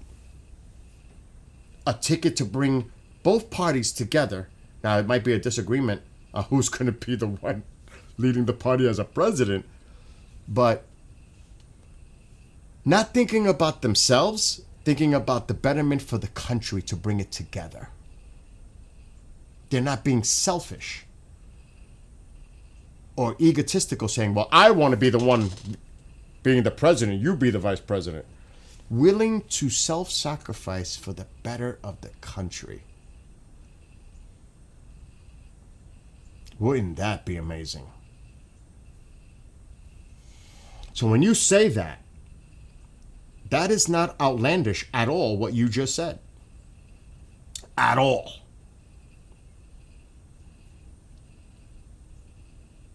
And Momo says, I can't believe anyone would ever say this. I can't believe anyone would ever say this, that she's right. But she is right. You may not like her.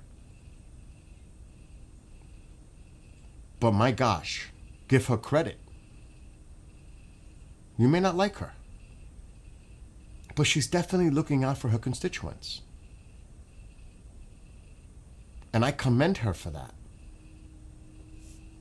At least she has more set of something than the men. A woman has more set on her than the men that are cowards. Think about that.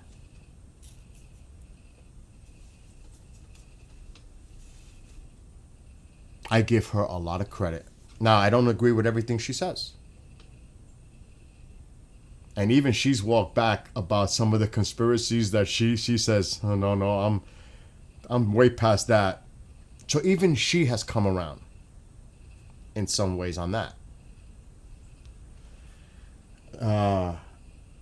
You see look what Lorraine said, and she's Canadian. I can tell you on this side of the border, the vast majority are not rooting for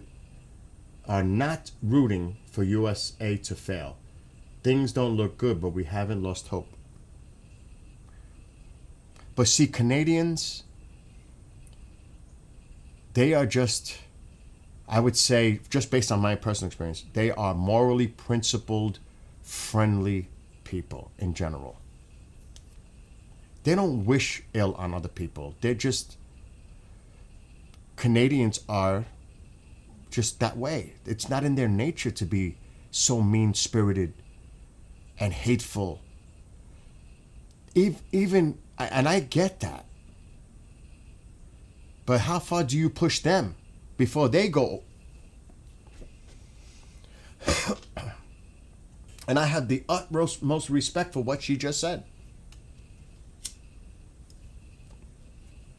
Because even despite everything that's going on, they still have not lost hope and want to see us succeed. That just tells you what kind of people the Canadians are. Despite everything. And yes, there's some ultra-conservatives that want to see certain areas split off and go independent, but that's up to the Canadian citizens to decide that for themselves. I mean, really, the power is in the people. If that's what they want to do, then they should do it, and they should represent it and go out there and express it and make change. You might have to talk to King Charles about it. I'm not joking. But again, it's up to the people. The power of the people. And if that's what Canadians want to do, power to them. But at least the people make that decision and make those choices. That's the way it should be, right? So I totally get what she just said.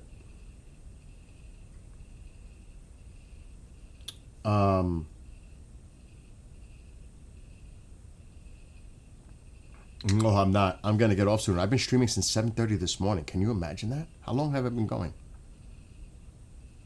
8 hours. Oh my gosh. Oh my gosh. I'm not going to be able to talk tonight. There's no shows tonight. Something happened, sadly. And I can't discuss it until somebody else makes it public. But it's sad.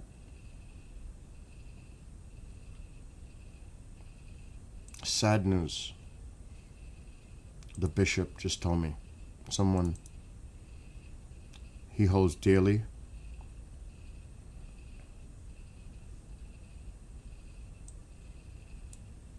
I can't believe it. It's actually a shock. I'm going to have to deal with that after this is done in a few minutes. I'm going to have to deal with what he told me.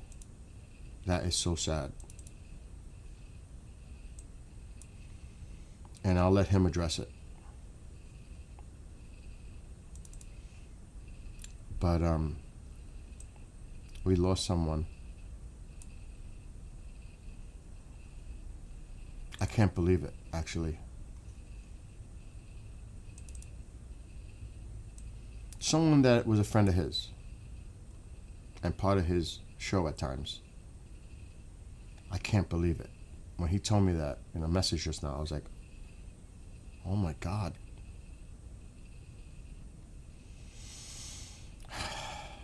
That's why you never know. You gotta live life. And that got me, like, when I saw the message on the phone, it actually disturbed me. It made me like full stop. And I'm playing a replay for him tonight because of what happened. And I have to redo the streams and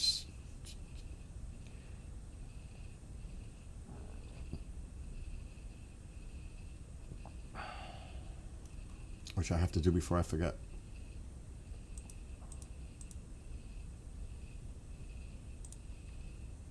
Because I think I set it up already on Rumbler Nation for the station.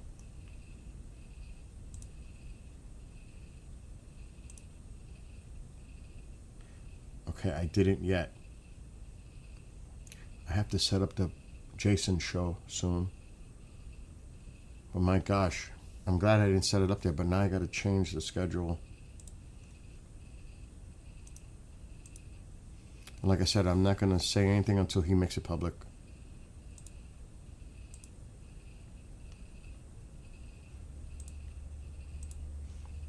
So I'm going to reschedule it for next week. If he wants me to delete it, I'll delete it.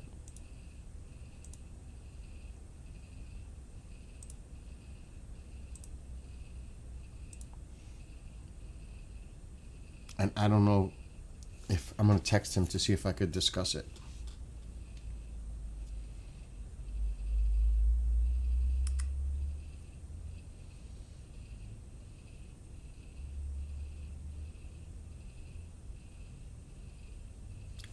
I can't read without my glasses. It's just, this is definitely makes me sad because it tells me I'm getting old. We all don't want to get there, right?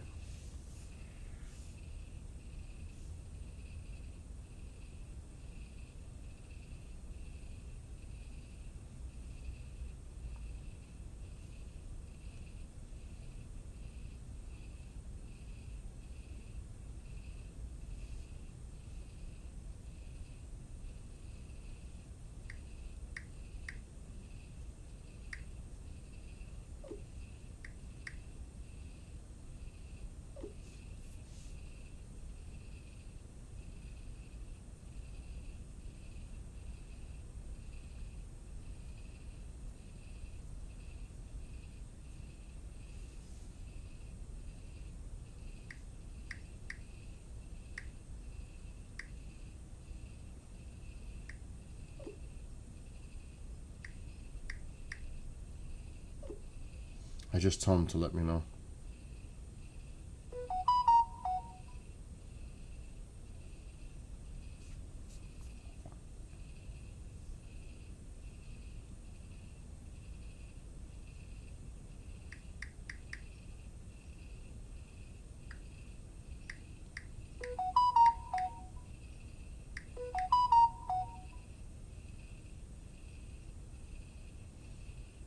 I'm getting messages.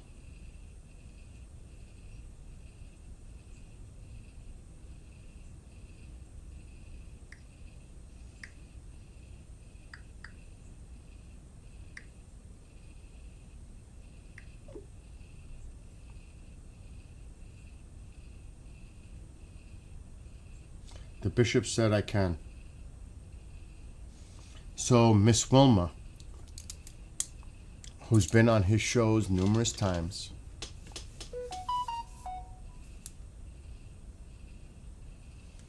has passed away.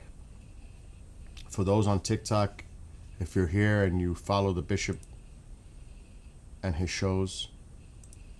I can't believe it. Miss Wilma passed away. Wow. That's a shock. And he said I could talk about it.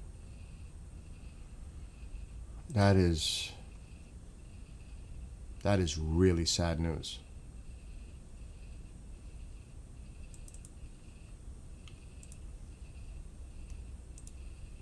And I don't see Stoller and Chad Osama, his followers. I'll tell you privately, KJ.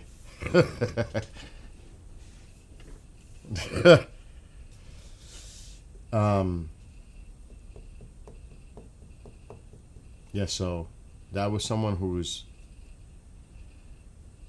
she was a guest often, especially on the weekends with him.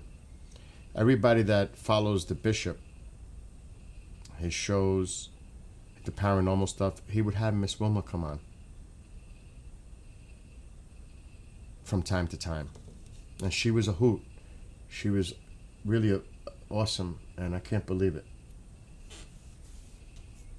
I really can't believe it.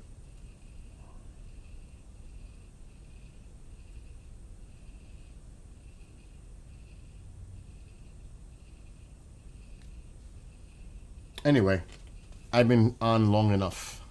For real, I gotta eat. I haven't eaten. I've been streaming since 7:30 this morning. It is now 4:10. 8.5 hours streaming. Oh my gosh, is that crazy?